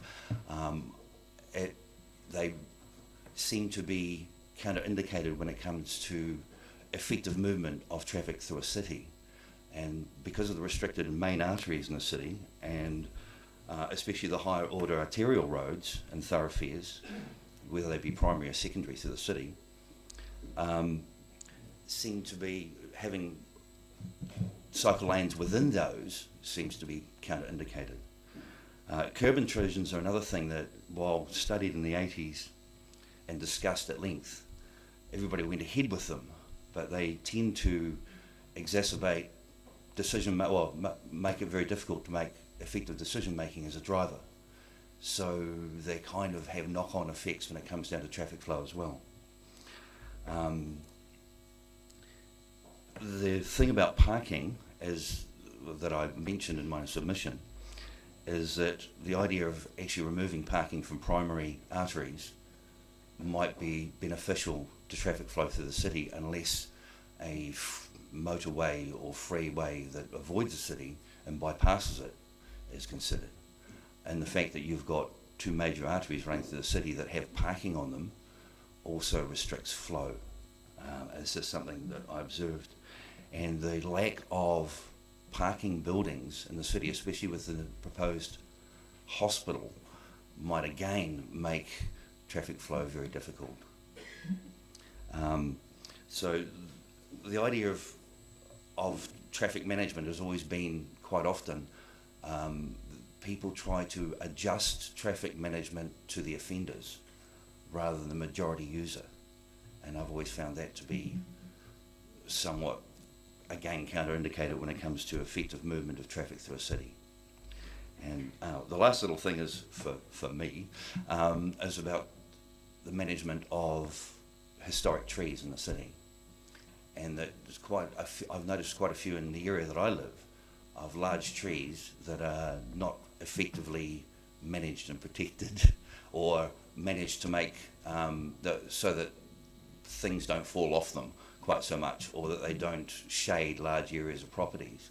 And while it's lovely to have trees, the necessity of having them in private properties right next to large buildings, I believe, is going to have a negative knock-on in the long term when they start to fall over, because they always will, especially in a cityscape. So those are the things that I want to. Hopefully that's to 5 minutes. Kia ora, Carl. Councillor Raddick. Yes, thanks for your presentation there. I noticed that you're advocating removing parking on the arterial routes to encourage flow, presumably. But so have you identified any sites where parking buildings could be built? Personally, no, I haven't actually gone down that track and identified them as yet, but there seems to be quite a large areas of the city that have got blank areas where parking buildings can be built. And for instance, on some of the wider streets, I don't know why they're so wide, like Queen Street, just the simple fact of changing the parking structure so that you have angle parks instead of parallel parks in that area would still allow decent traffic flow on a feeder area, and still, because the narrow section is ridiculous having parks on both sides, but the wider section has got parallel parks where that could be all angle parks, so you would increase the parks by 20 to 30 in that section alone, and there is 4 or 5 areas of the city where there's wide streets that could be better managed, like Leith Street itself. A section of that made, for instance, if you're thinking about one way with angle parkings would lighten the load on parking in the area of the university. Right. It's just from wandering around. I haven't actually gone ahead and made a serious study yet. Yes. How many multi-level parking buildings do you think we need? The hospital needs a massive one when it comes in, but probably near the centre city 2 or 3 large ones. I was involved in the building of the one in Invercargill, but it was kind of the wrong time when it was built, and it wasn't as successful as it could be, but it did relieve parking in that area of the city of Invercargill at that time quite well. Thank you. Did any of your conferences cover or look at the theory of induced demand? Induced demand? When it comes to traffic? The idea that you're kind of like a social management structure before the fact? No, that if you create space, then traffic increases to occupy the space that you've increased for it, i.e. adding another lane. That's fine. Councillor Lord. Yeah, Cal, I just had a question. It was just in relation to the comment you made about, so we don't need a bus lane unless more people use the bus. And I'm just wondering, where do you strike the balance? Because there's probably people right now that say, I would use the bus, especially from places like Mosgiel, if it was a bit quicker, if it didn't deviate. So if we had buses that left Mosgiel every 5 minutes in the morning, or say 10 minutes just for argument's sake, and were coming straight in and were not really much slower than a car and could come straight up Princess Street and then down round, do you not think building the lanes first to enable the buses would have a benefit for the people? Perhaps. I think it's kind of swings and roundabouts. The idea, I spent a number of years in China looking at their bus systems and the way in which they work, where at a cost to get around a 4.5 million person city, it costs you about the equivalent of New Zealand 20 cents, and you can cycle around that constantly. I know it's a large population, but they don't have bus lanes. They just flow with the city constantly. But everybody, because the buses work and they have appropriate wide streets and major arteries, they don't get, the bus lanes are almost unnecessary because there is enough buses and enough width of carriageway to be able to actually, the increase of bus usage and this in China you either ride a scooter or you ride the bus. So it's pretty heavy usage, and they don't have bus lanes as such, but they do have quite a few bus terminals and hubs in the larger cities. So, but yes, if there was more demand and that sort of thing, wonderful. But I've been riding the buses lately here in the city, and it seems like there hasn't been a great uptake. I don't know whether it's cost or the fact that the buses run in odd times or what it is, but it just does not seem to be the usage which demands dedicated bus lanes as of yet. Do you feel that the speeds you travel when you're on the buses, do you think you're getting from point A to B and what you're happy with the time? Within the city, I think it's very effective. Thank you, Worship. Thanks for your submission, Mr. Hart. You made a statement about the lack of parking buildings in the city. Do you have any information about the occupancy rates in the existing parking buildings? No, I don't, I'm sorry. Perhaps you might want to find that out. Yes, indeed. Thank you. Thank you very much, Your Worship. Councillors. Mr. Lowe.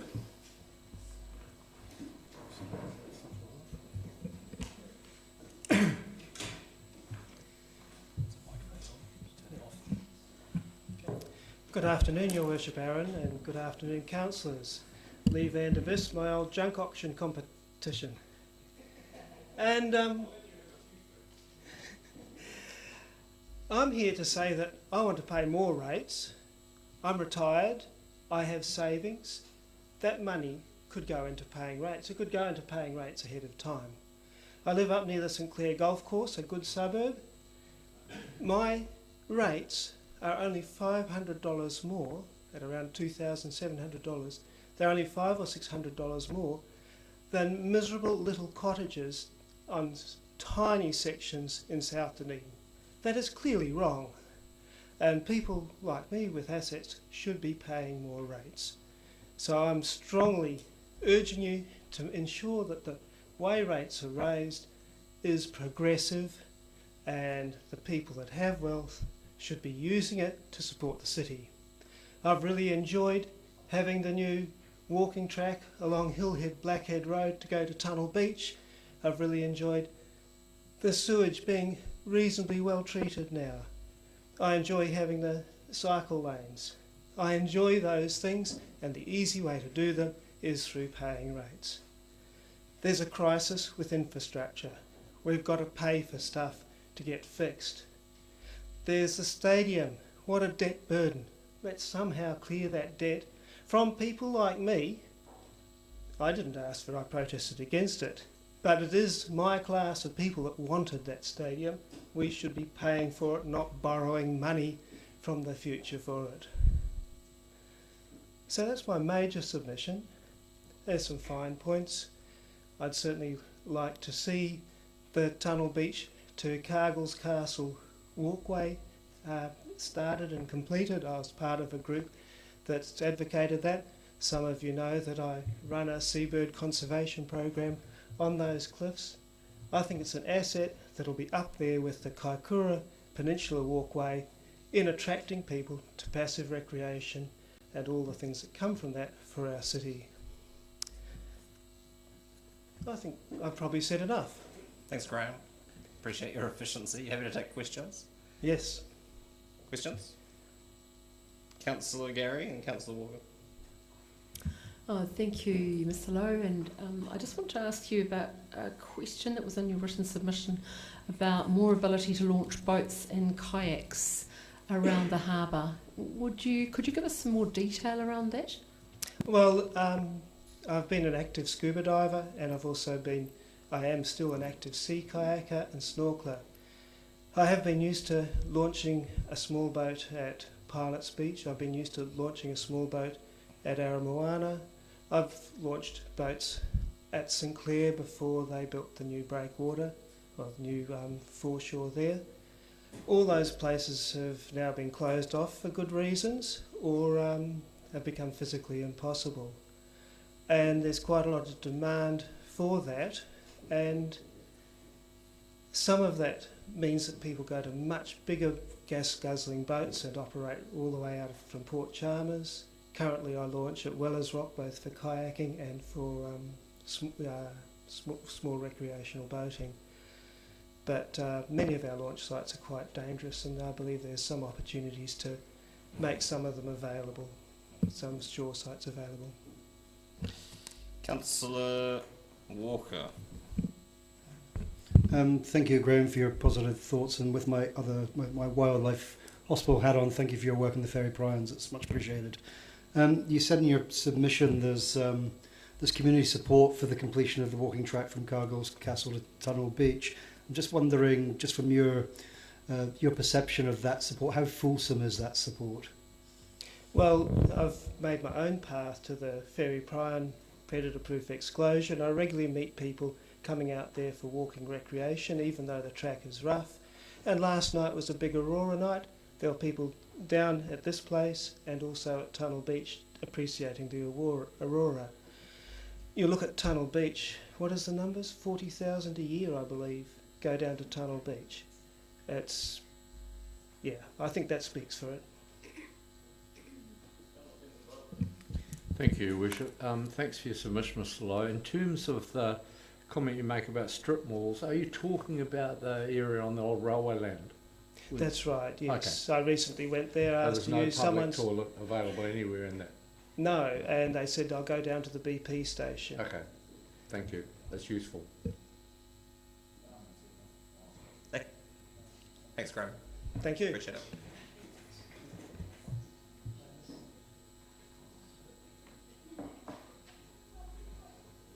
Verna Brown. Sorry, I didn't mean to make you stand up twice.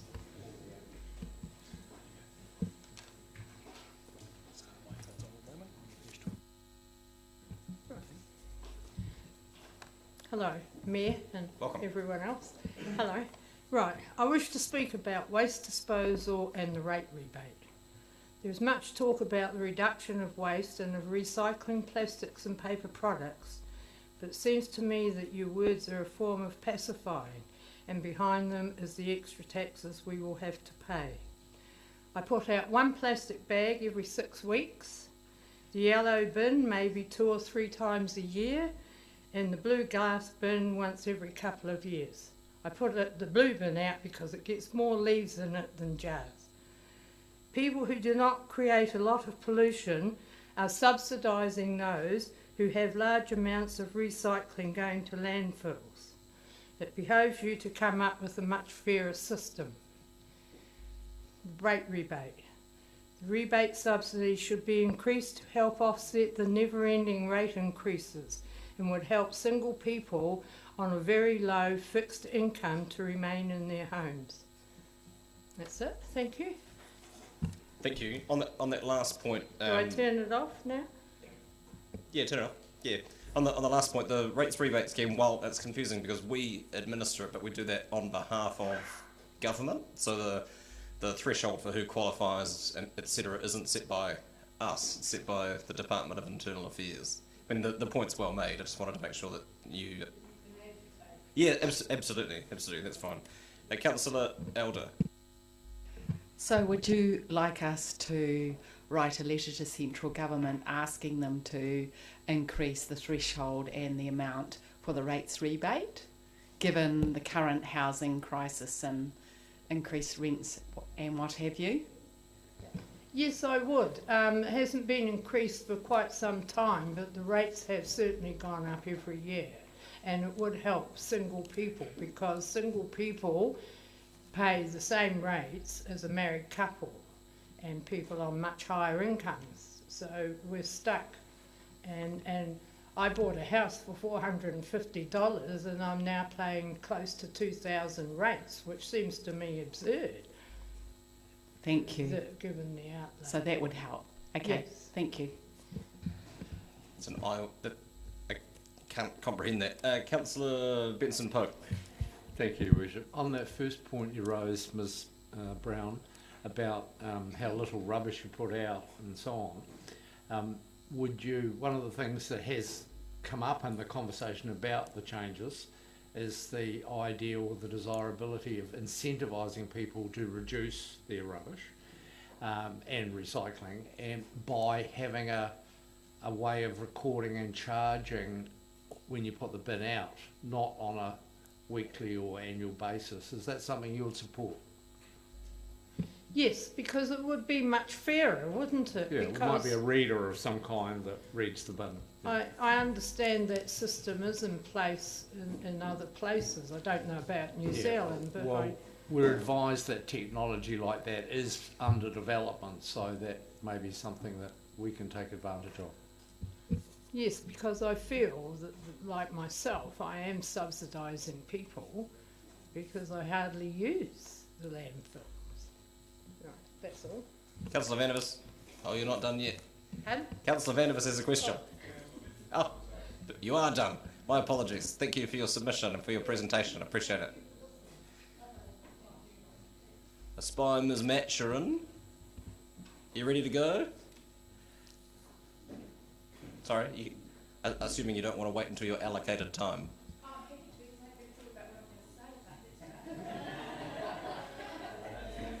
Sue Mathurin.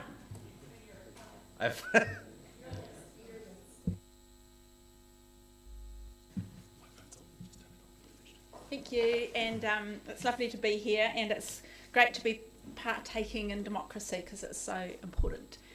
And I was just listening to that waste discussion because waste is crucial, and I think it is important that we do somehow incentivise reducing waste. And while I've supported the 4-bin option, what are we going to do with all that food waste? And I wasn't sure from reading your document as to what the composting ideas are for the council and what council's going to do with all this wonderful compost. And yeah, just where the thinking goes once you've dealt with that. The problem was with user pays, kind of using that as an incentive. And that's always been discussed, is people end up dumping it off Karatai Road, they end up dumping it all over the place because it becomes an expense to get rid of your rubbish. And while we've got a lot of unwanted cats all over the place, we also don't want to have a whole lot of unwanted rubbish all over the place. So just thinking along those things. But the thing that I most wanted to talk about is biodiversity, which is my passion, and of course Dunedin City is so well endowed with all our wildlife, which you will hear and dream about, I'm sure. But it is in a crisis. We all know that hoi ho are likely potentially to go extinct and certainly extirpated from around Dunedin. We know from the old surveyors that we used to have laughing owl, that we had kakapo, that we had all these wonderful taonga on our doorstep, and now they've gone. And while people are focused on trying to restore and bring back nature, that's really important. But the first thing is to stop losing it. And we are still losing it. We are still allowing areas that the council hasn't identified all the significant natural areas that are within your district, and you haven't made steps to help the landowners and help the community to protect those really valuable remnants. And that has to be something that is crucial for the city. And I didn't see the word biodiversity in this document. It's quite hard to do a search on PDF documents, but I think it's missing. And that signals something in that it's not really top of mind of council. But without our biodiversity, we're not going to have healthy lifestyles and we're not going to have a healthy economy. So biodiversity needs to be in everywhere. When we're thinking about what we might do at St Clair, we need to be thinking about biodiversity. When we're thinking about what you might be going to do in South Dunedin, we need to be thinking about biodiversity. We need to be thinking about people, and particularly vulnerable people, and South Dunedin is one of those areas. But how can we deal with that as a solution while we think about biodiversity at the same time? And a wetland is a great idea for St Clair, but we do need to find answers for housing as well. And the answer for housing cannot be more Outtrams. I cry every time I go past that new subdivision at Outram. What are we doing building on our most fertile soils? Why? And when we do our subdivisions, we really need to be thinking ahead about climate change, planning for energy, planning for public transport. I'd love to have cycled here, but trying to cycle from Dunedin to here, we have to come down a steep slope, we have to cross all sorts of roads, we have to go through difficult intersections. The cycle lanes aren't connected, so you're crossing and doing difficult manoeuvres. Dunedin needs to be a leader in this, and I do love the potential cycleway that's going to be from the city to the port and round back again. That's going to put Dunedin on the world map. It's just fantastic. But we need a whole lot more cycling. Public walkways and things, part of that, looking at that Tunnel Beach option from Cargill's Castle out through Tunnel Beach over the St Clair Cliffs. Fantastic coastline. What are we doing? Why aren't we making it happen now? And a fantastic place for e-biking as well, because I've got to the age where e-biking's pretty fabulous, and love to see more opportunities around the city. Thank you. Thanks, Sue. You happy to take questions? Good. Councillor Vincent Pope. Thank you, Worship. Thanks for your submission, Sue. Early on, talking about the transport issues, you don't support a proposal to introduce more sophisticated central city parking management. Can you explain why that is? What was I thinking of then? After your first paragraph. What was the, sorry? Central city parking management, 11 million over a number of years. You said no. I'm wondering why. Because I support the park and ride yes, I know. Facilities. It's the one before that. And I'm just wondering if, I think there's some confusion in submitters' minds, or possibly, about what central city parking management means. the proposal is to better manage the spaces that we have now on the street or in buildings so that people can find them more easily? Yes, I think that's important, but you presented them as options, either or. And so I thought it was more important to be spending the priorities on setting up the infrastructure so that we actually reduce the need to have the parking in the central city. You won't find me arguing about that. Thank you. Yeah. To be clear, they're not either or. They're presented as an interrelated package of transport projects, but we could have made that clear. You're still shuffling money, though. Sure. Oh, I understand it's a different question if you're asking for prioritisation. Cheaper than building a parking building. Councillor Lord. Thank you for your presentation, Sue. It's been interesting. I've just got a question that relates, like I drive through Outram quite regularly most days, and I know exactly what you're saying about land that was once a beautiful market garden and that, and I see the same when I drive through Totara. It's now worn dairy because the market gardeners that made their lives there 40, 50, 100 years ago are no longer doing so because of the supermarkets, the way they've driven the markets away and that sort of thing. So do you not, what else would you see done with land if it's no longer used for what it's ideally good for, like the growing of vegetables, and if it just goes for dairy or grain? Do you have a problem with what else would you expect the landowners to do? You manage that through your zoning, though. I wouldn't put buildings on it. You need to keep productive, and whether there will be a national, I'm not up to date with whether there is a national policy statement or where it's got to in terms of protecting our fertile lands. But yeah, I wouldn't be zoning that land for urban development. Yeah. I'd be retaining it as for rural. Yeah, okay, thank you. But not necessarily dairy farming or intensive farming. But horticulture is part of being resilient, trying to build a resilient community. I do appreciate the problem, but I also just wonder, like, if you had 50 years ago, you might have made a living off 20 acres of market garden, but nowadays you won't. But you have to do something with land. You can't just leave it lying idle because it's not efficient to market garden, so you have to use it for some other use. I just wonder if there's... Well, it's a complex marketing question, isn't it? Because now housing has just got so valuable that any other use for land other than housing is kind of uneconomic. That's so true. Housing becomes the most economic, and that's something how the city's going to have to try and make that less economic, make that the least economic attraction. Thank you, Bishop. Thanks, Sue. We're going to get a presentation a bit from Del McLeod about coordinated flora protection and biodiversity. Are you looking to that the council take a bigger role in biodiversity in our area, as opposed to waiting for the ORC to take that role? You might be waiting decades. I didn't say that out loud. No, that was flippant. But no, I do really think that it's both councils have got that role under Section 31 to maintain biodiversity, and so DCC's got biodiversity on land as its priority. And also in your coastal margins, and you've got a lot of dune areas and threatened and uncommon ecosystems that need protecting.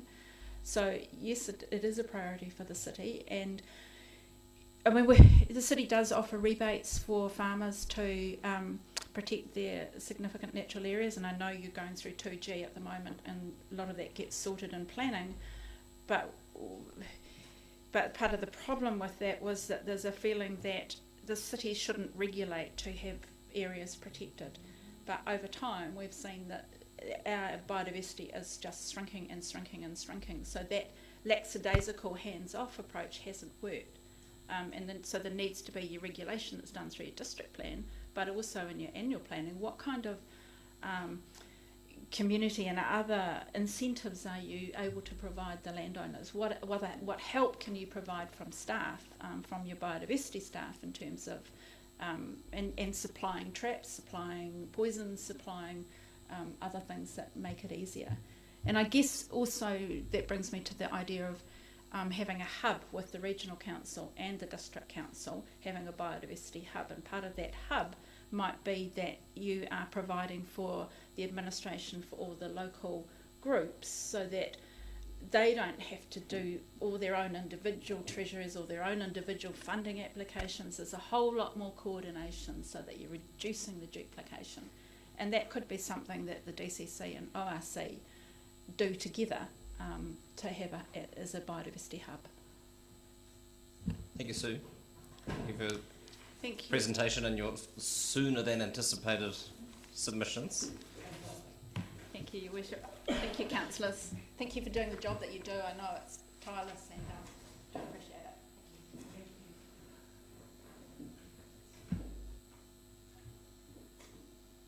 We have no imminent submitters. So again, if fewer than half of you could leave the room at any given time, that would be helpful.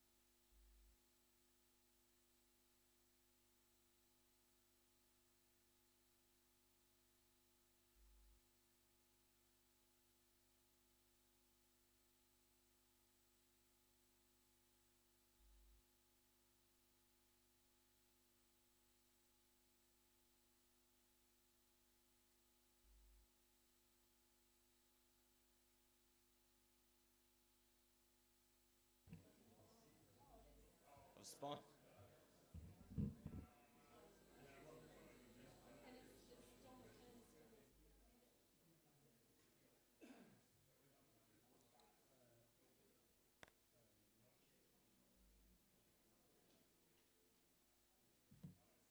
The bell tolls 4. I've spied Andy Sutherland.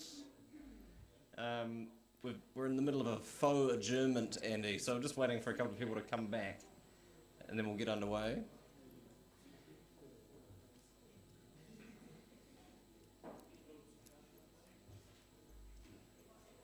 Oh, yeah.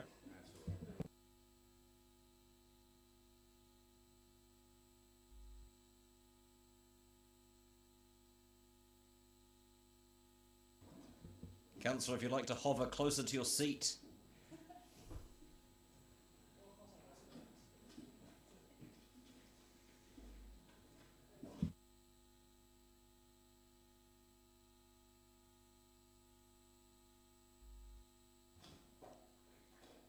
Mr. Sutherland, welcome. Assuming you're comfortable going early.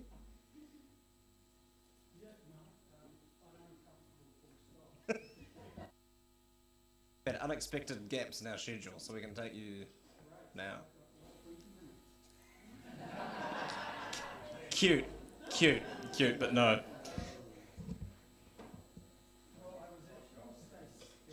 Just because I know these guys watching them in previous submissions. If you're gonna stand, Can anyone not hear No. It's for recording it. It's okay if you stand, Andy, but you could pick up your microphone. Oh, they come off the pop star.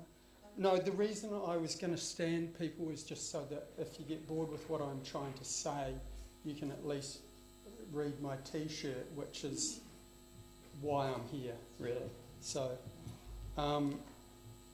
anyway, now you've all got a PDF in front of you, I think, which are ironically your own words.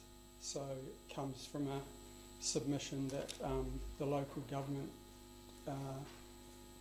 declaration made in 2017, including our esteemed but now no longer with us Mayor Dave Cull. So I'll just start by introducing myself. I'm Andrew Sutherland. I'm here pretty much representing Extinction Rebellion, Otipoti. And I've titled this little spiel, Leadership, the Climate Crisis and the DCC 10-year plan. First a quote, when it comes to the political will and leadership needed to drive the world towards a sustainable future, I'm a pessimist.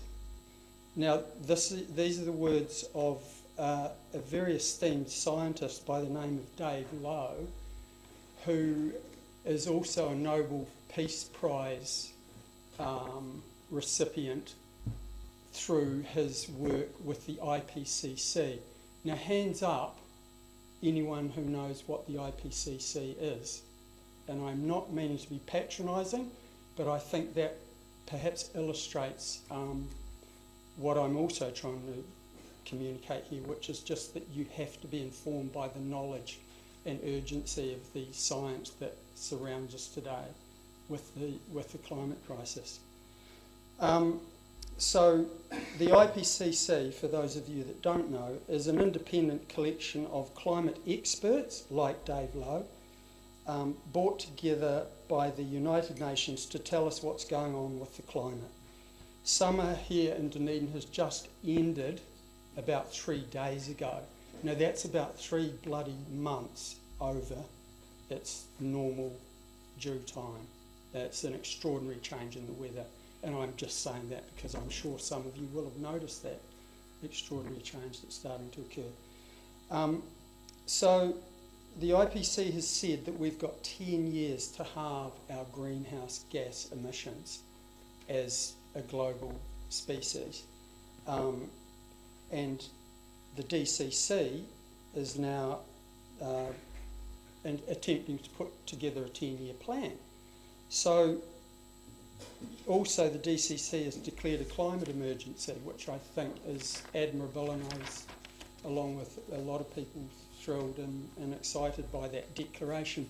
However, that is only words.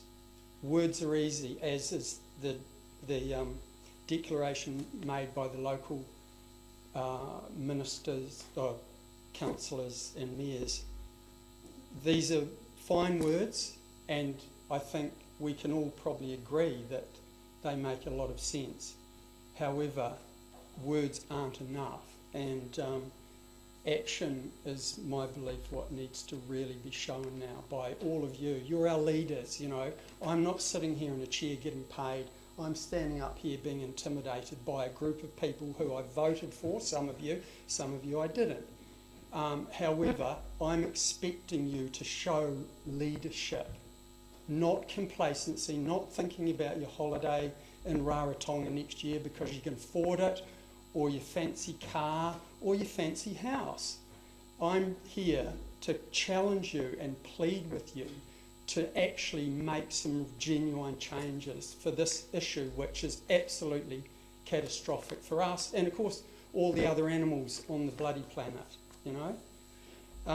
So what can you guys do? Well, for a start, I would love to see a regional transition fund set up to help the rapid reduction of greenhouse gases for local industry.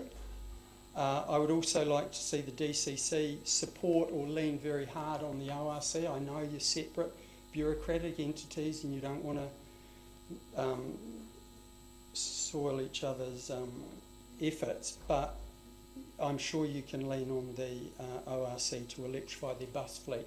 It's already happening in other parts of the world. It's completely doable. And as Adrian Orr has said, money is not the issue. We've actually just got to get behind the science and take action. Adrian Orr, the governor of the Dunedin. So the other thing I'd like to see is that the DCC actually electrify its vehicle fleet. I see no reason why, and I'm a significant taxpayer and ratepayer in Dunedin. I don't mind spending more on my rates. You know, we all get hysterical about rates rises. Well, this isn't about us anymore. It's about the sustainability of our whole ecosystem. I'd also like to see an honest discussion taking place with the folk that have found themselves, and often possibly unwittingly, that's 4 minutes I guess, in low-lying areas of our city. Now this is a very real threat to those ratepayers and tenants. These aren't privileged people often. South Dunedin is a very poor area. You guys, I have not seen one instant where any of you have had the frickin' courage to speak to that very frightening issue for them. They don't know it's coming. You've got to show leadership. And I've been extraordinary. That's probably one of the most vexing things, because that's just real people in my community that don't even know this problem is coming for them because you have not been speaking to them about it. So yeah, please have the courage to have that conversation about sea level rise and what we're all collectively going to do about it. And DCC must, on the same note, stop issuing permits in low-lying areas. I just find that, as a developer, I just find that extraordinary that you could issue me a permit to build in an area which is under threat in the near future. Could I just have one more? How long is it? You got a sentence. Yeah, okay. Sea level rise is predicted potentially to be of the nature of 0.5 metre within this century. So, and this is the latest science. Now, I did have a quiz, which I was going to go for, but I'm sure there are lots of questions. Oh dear, look at the time. Bring me down to size. Thanks, Andy. Questions, Councillor Barker.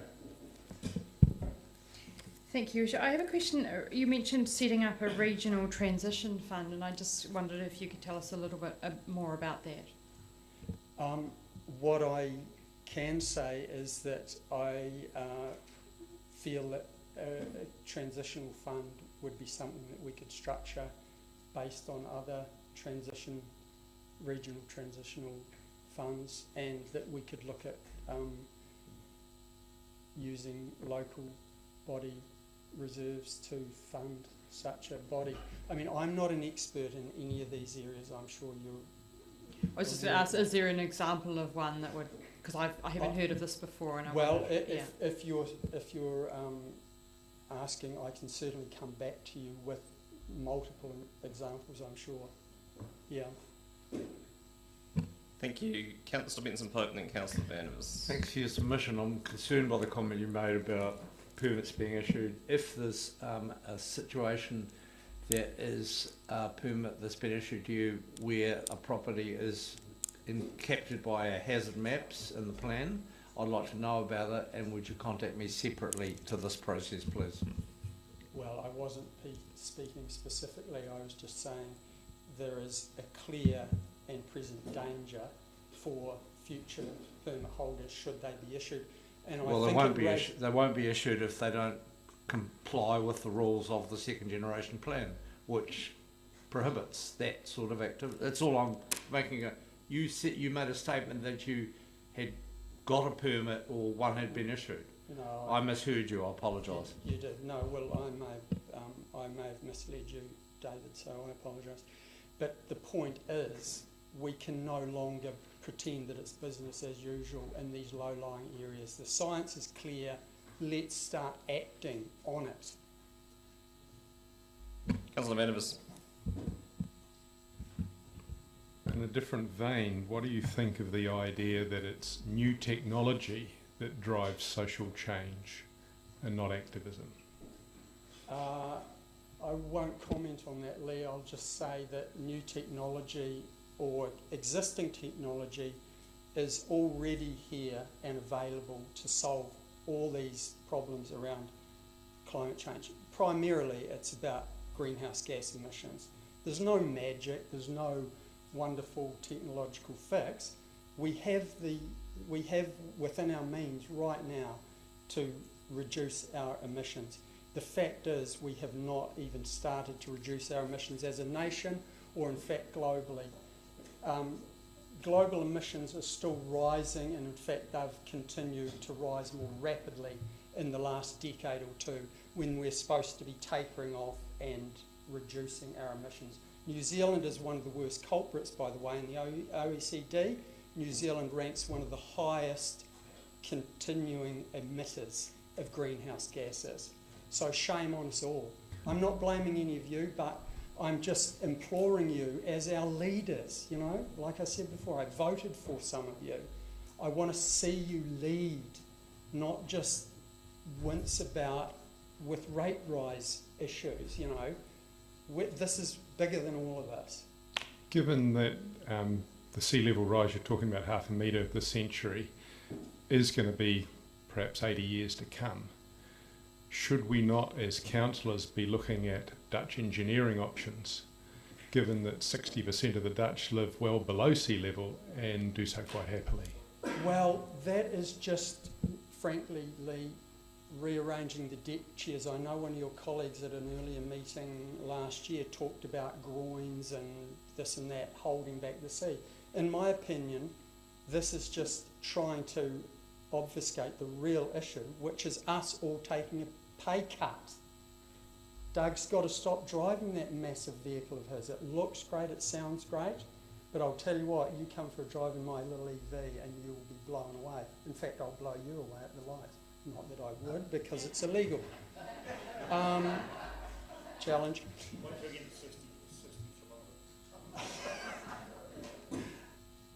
Anyway, sorry, Lee, did that?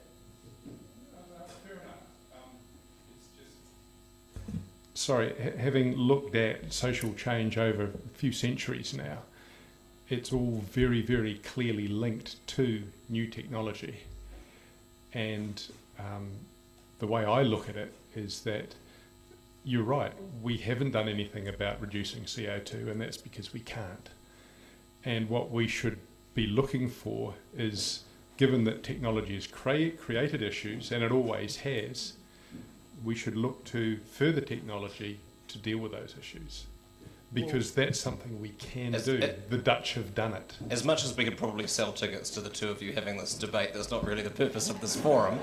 But thanks, Andy, for your flexibility and for your submission and for your presentation. It's welcome. Well, you know, let's just do stuff, guys. You know, I'm sick of, I don't want to talk. This is not my happy place, but I just felt absolutely compelled to come in and challenge you all. I've challenged myself. Yeah. Oh, absolutely. I'll try and format it so that Aaron can distribute it. Yeah. And there's $50 for anyone who can answer without cheating the final question. Pardon? Okay. What's an NDC? NDC in the context of our... Don't you... You're one of the few people here that I suspect, and yeah, don't answer. Well, no. In the context of our government's requirement to COP26, you know what COP26 is? Okay, you're not going to get the answer.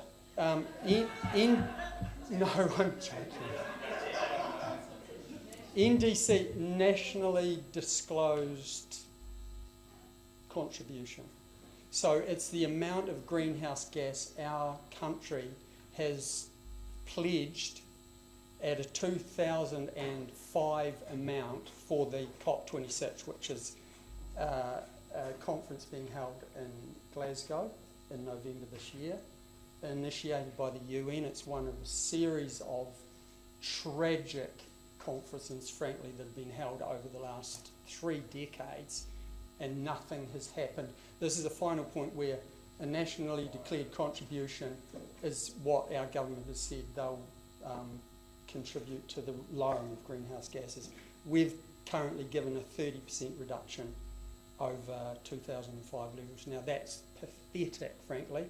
Again, we're just dragging the bottom of the OECD on it. The numbers for New Zealand, we can hold our heads high in other respects, but I'm afraid on this one, we're looking absolutely poorly. Anyway, thank you so much, guys. I found that a lot easier than I was expecting. The t-shirts are $40. I don't think I've ever been sold a t-shirt by an anarchist before.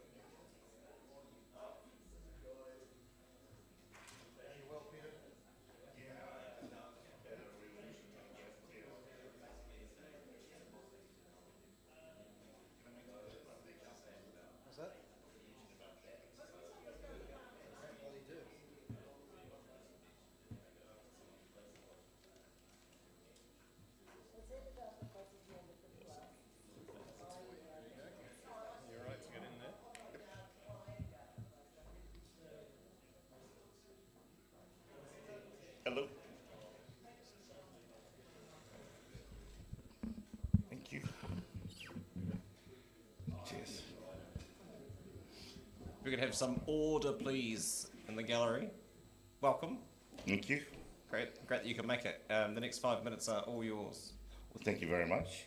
Well, first and foremost, thank you for having me here. It's a real pleasure and an honor. However, I have to say that trying to come here was a bit of a mission with the stairs and the doors and the elevator.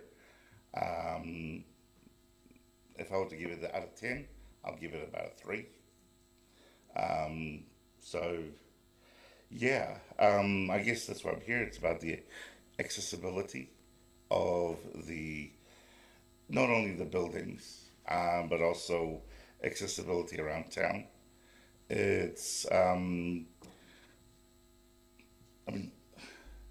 out of all the cities that I've been to around New Zealand, and also like in Australia and in America and whatnot, I found that Dunedin is actually still one of the best cities when it comes down to accessibility. The only gripes, I guess, that I have is that some areas are very dangerous, especially when you have a lot of scooters, you know, whether that be the lime scooters or the orange scooters, whatever scooters. Some of them are parked in very awkward places, and other times I had to be on a road, you know, one of the most busiest roads in around South Dunedin, as I'm sure you know, it would be like Queen's Drive, and sometimes I am forced to go on Queen's Drive on the road because some of the scooters are always in the way, so it's just easier. Thankfully, it's a very wide road, very bumpy as well. So I do not recommend driving at top speed on a wheelchair.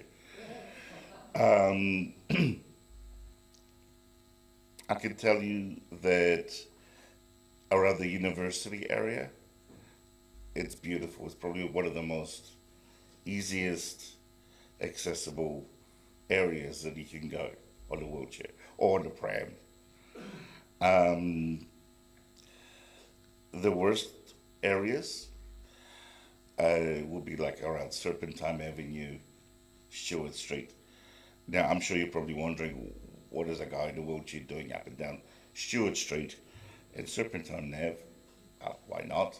It's a beautiful scenic drive. But it's also very dangerous. If we could have more smoother transitions from the road onto the footpath, you know, give people choice instead of driving on the road and being a hazard. What else can I say? It's a great city to live in, essentially. So that's my little presentation. If you have any questions. You've sparked a flurry of interest. Councillor O'Malley? Sure. Thank you, Rich. Thanks for your presentation. And I've been made aware of some of these issues too, especially trying to get up the hill and some of the curb cuts and the ability to basically get to the top.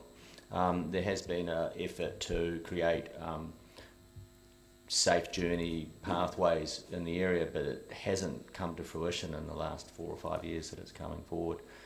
One option might be that users such as yourself, who will be very aware of where there are problems, could feed into the council and say, if you could fix this, this would make my journeys much better. Would you like the idea that maybe we would ring fence a certain amount of money for changing some of those curb cuts, so that if you came to us and said this one needs to be changed, that pot of money sitting there, so that over time we could get users to actually design the system for us a bit better where we've failed? Oh, definitely. Having the ability to come to you guys and say, you know, this area needs to be fixed is a good idea. I mean, I travel my wheelchair practically every day for obvious reasons. But instead of using the taxis or the buses, it's just easier and faster to use that. And I'm also a very big fan of the bike lanes, by the way. They're great. I'm sure the cyclists don't really appreciate me driving along, but it is probably the most safest way to be on the road. On this, yeah. Councillor Venables. You've said that accessibility here was limited. I think you gave it a 3 out of 10. Given that we've got a level run in from the octagon into the lift and then it comes just to that door there, what would you like us to improve about the accessibility to this part of the Civic Centre? Well, first and foremost, when I wheeled in, the front doors were open, which is great, and then the second set of doors were pulled, which for me is, well, you can imagine I can pull all I like with my mind, but it just doesn't go anywhere. If you could have sliding doors, that would be fantastic. Or else doors that swing both ways. Very easy. Or no doors. I think they require a required fire door, but swinging both ways, you'd just be able to shove them with your wheelchair then, would you? That's correct. Okay. Great. Thank you for that suggestion. Is there anything else? No, maybe more user-friendly power that where the taxis can drop off. There's a bit of a, like, if the taxi drops you off in the middle of the big drop-off area, you have to go up and then you have to swing around to have a nice, smooth transition onto the footpath. Otherwise, you know, so you kind of end up going towards traffic, which is very entertaining.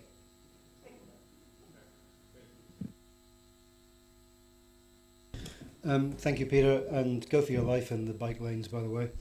Lime versus Neuron.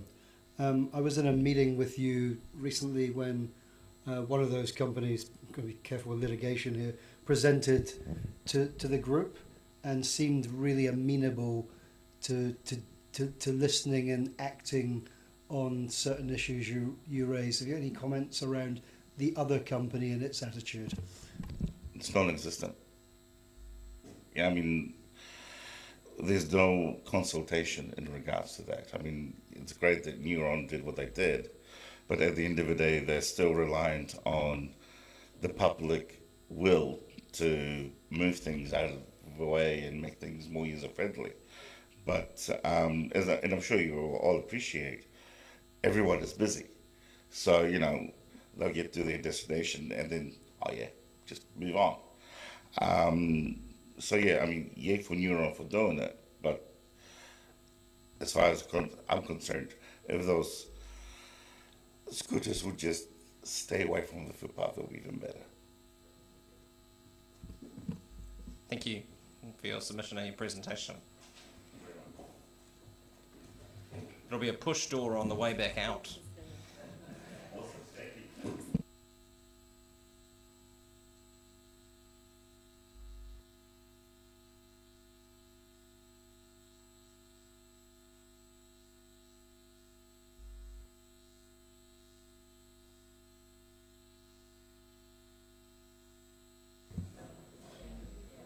Ms. Hayward, hiding behind a pillar.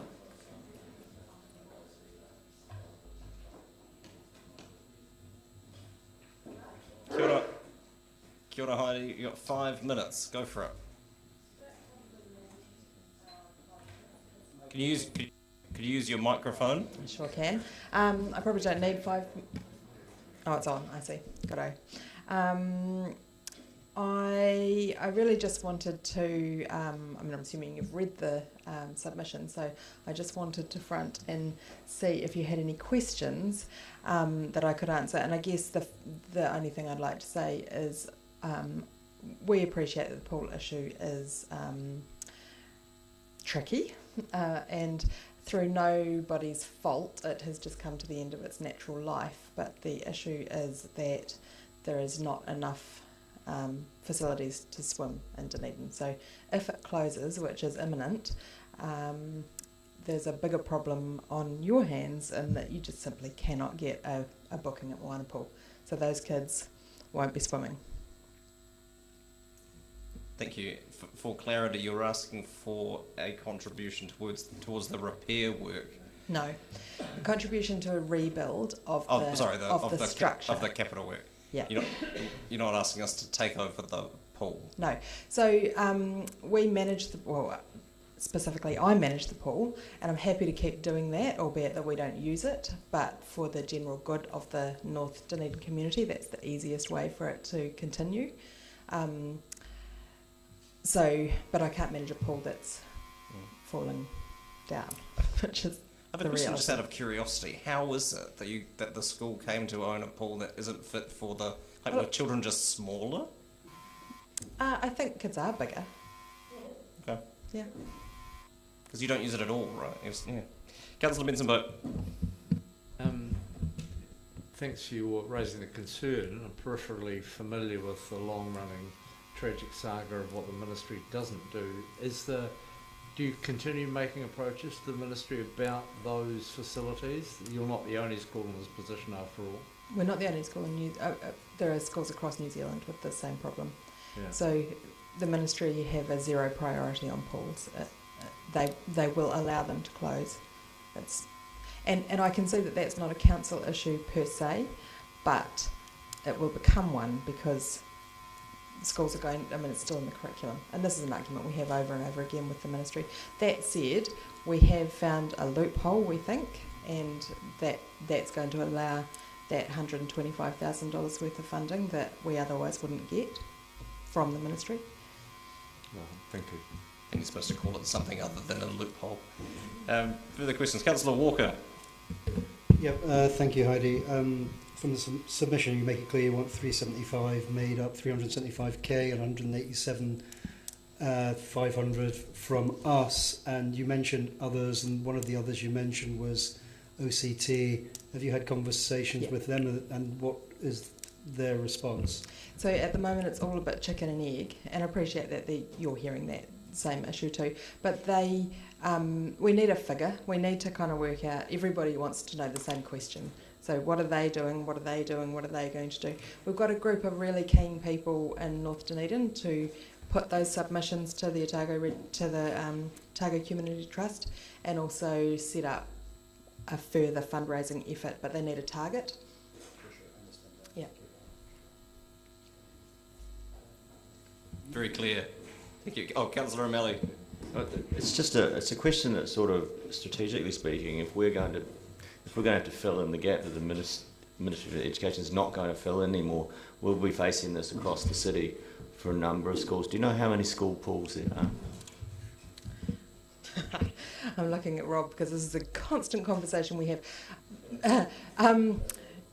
There are a number of school pools across the city that you're already supporting, but correct me if I'm wrong, Rob, I understand that the council are already involved in an audit around that, and it's our assumption that we will come up trumps in that audit, and that the D&I pool will be essential to the network because there isn't another pool in that area. So there may well be, through the audit, other school pools that cease to get funding in the long term that aren't so essential to the network. But it will mean that we may have to consider our aquatic services to include services to put schools, so that otherwise, as you're suggesting, we're relying on Moana pool to provide that service. I don't think so, because the way that they operate now, you're already funding school pools, and the school principal looks after the pool. The issue with this pool is that through nobody's error, it has just come to the end of its life. And I could go into the excitements of chlorine and rust if you want, but it's just, there's not enough ventilation. The building is literally falling apart. It's being propped currently to stay open.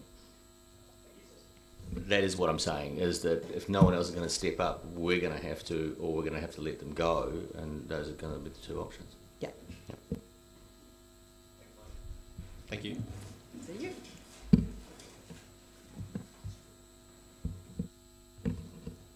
Cheryl Neal. Welcome.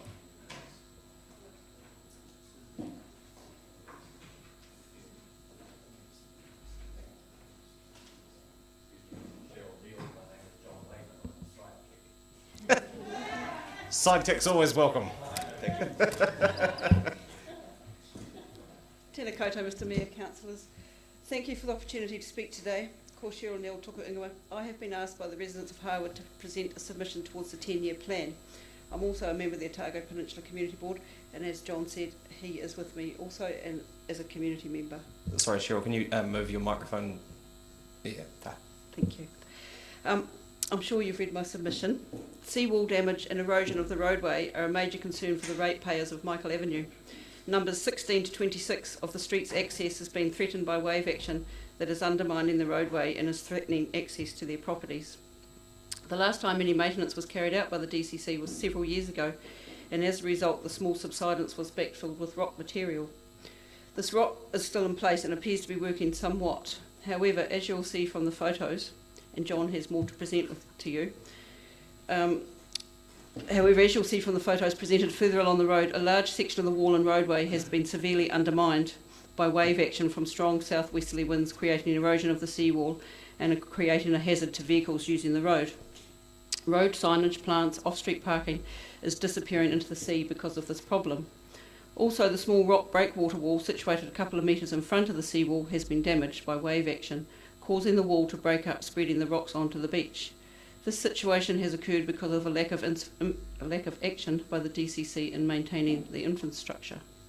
The situation in Stepney Avenue is a similar one, where once the grass berm was flat and level, it is now slowly sinking into the ground. Residents from numbers 58 to 78 are affected by this, and the seawall is slowly eroding due to the wave action.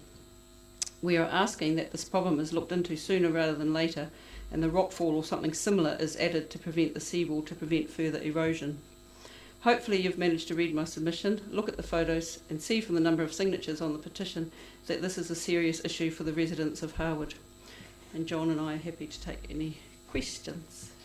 John, more than me. Grand, which answers the first one of mine. Councillors, questions? Thank you. Councillor Gary. Thank you, Worship. Thank you, Cheryl. Thank you, John. Can you tell me, have you had conversations with our transportation staff to date? DCC has been down a couple of times in the past, and they've looked and they've decided that it's not of urgency, and they have suggested that it will suffice for the time being. But that was about 5 years ago, to my understanding. Oh, can I say something too? Is that all right? No, well, I've as you've seen, I've got some photographs that I've seen around, and the beach where I often set a net and go for walks and so on. I had a tape measure the other day, and my tape measure went underneath the road by about 300 millimetres. So if we ever get a truck down there of any weight or substance, like a concrete truck or whatever, then it could be an accident. That thing could just tip over into the harbour, you know. And it's all clay there, and what the road is built up of is there's no rock to protect it at all, and that's all. So it's moved considerably since you had those conversations with our staff. Yes. Councillor Benson Pope. So just to be clear about exact areas, we're talking just about Stepney Street or Stepney Avenue and Michael Avenue. Michael, but not Tidewater Drive. Not so At the Tidewater moment. Drive so That's much another kettle of fish, at the moment, yeah. Okay, thank you. Councillor Wiley. Cheryl, so essentially you're talking about having this done ASAP so we're not stuck with a bigger bill later on. Correct. Yeah, and just to come back, Senator Pope, Senator, Councillor, we're not in America, sorry. Sorry, Councillor, yes. Also in my submission, I've included a letter from a Stepney Avenue resident, and he talks about the floodwater when it rains, and that is quite an issue along Harwood Street as well. Not Harwood Street, Tidewater Drive. Councillor Lord. Yeah, I saw in one of your photos in the submission there was, actually Doug's looking at it right now, so if you turn that round, that photo there, that sort of level of damage or water, is that just high tide events or is that That's flooding? Severe rain. And the question I had, and I drove through Harwood recently, and there was a boat sitting out. There was a boat sitting out in the sandbank that was on a real angle, obviously they come up right when the tide comes in. But I'm just wondering how high, when it's a really full king tide, is it coming up onto your roads there? Because they are very low. Well, we get splashed when you're driving a vehicle down there, that's for sure. And rocks come up off the beach that are being forced onto the road. Yeah, that's to get to my house, which is, I call it Harwood Heights actually, but we're just down the road a bit, not in the flat bit. That's all. Yeah, but yeah, that's what's happening. It can be quite an issue sometimes. Yeah. But I mean, we haven't had severe rain for a while.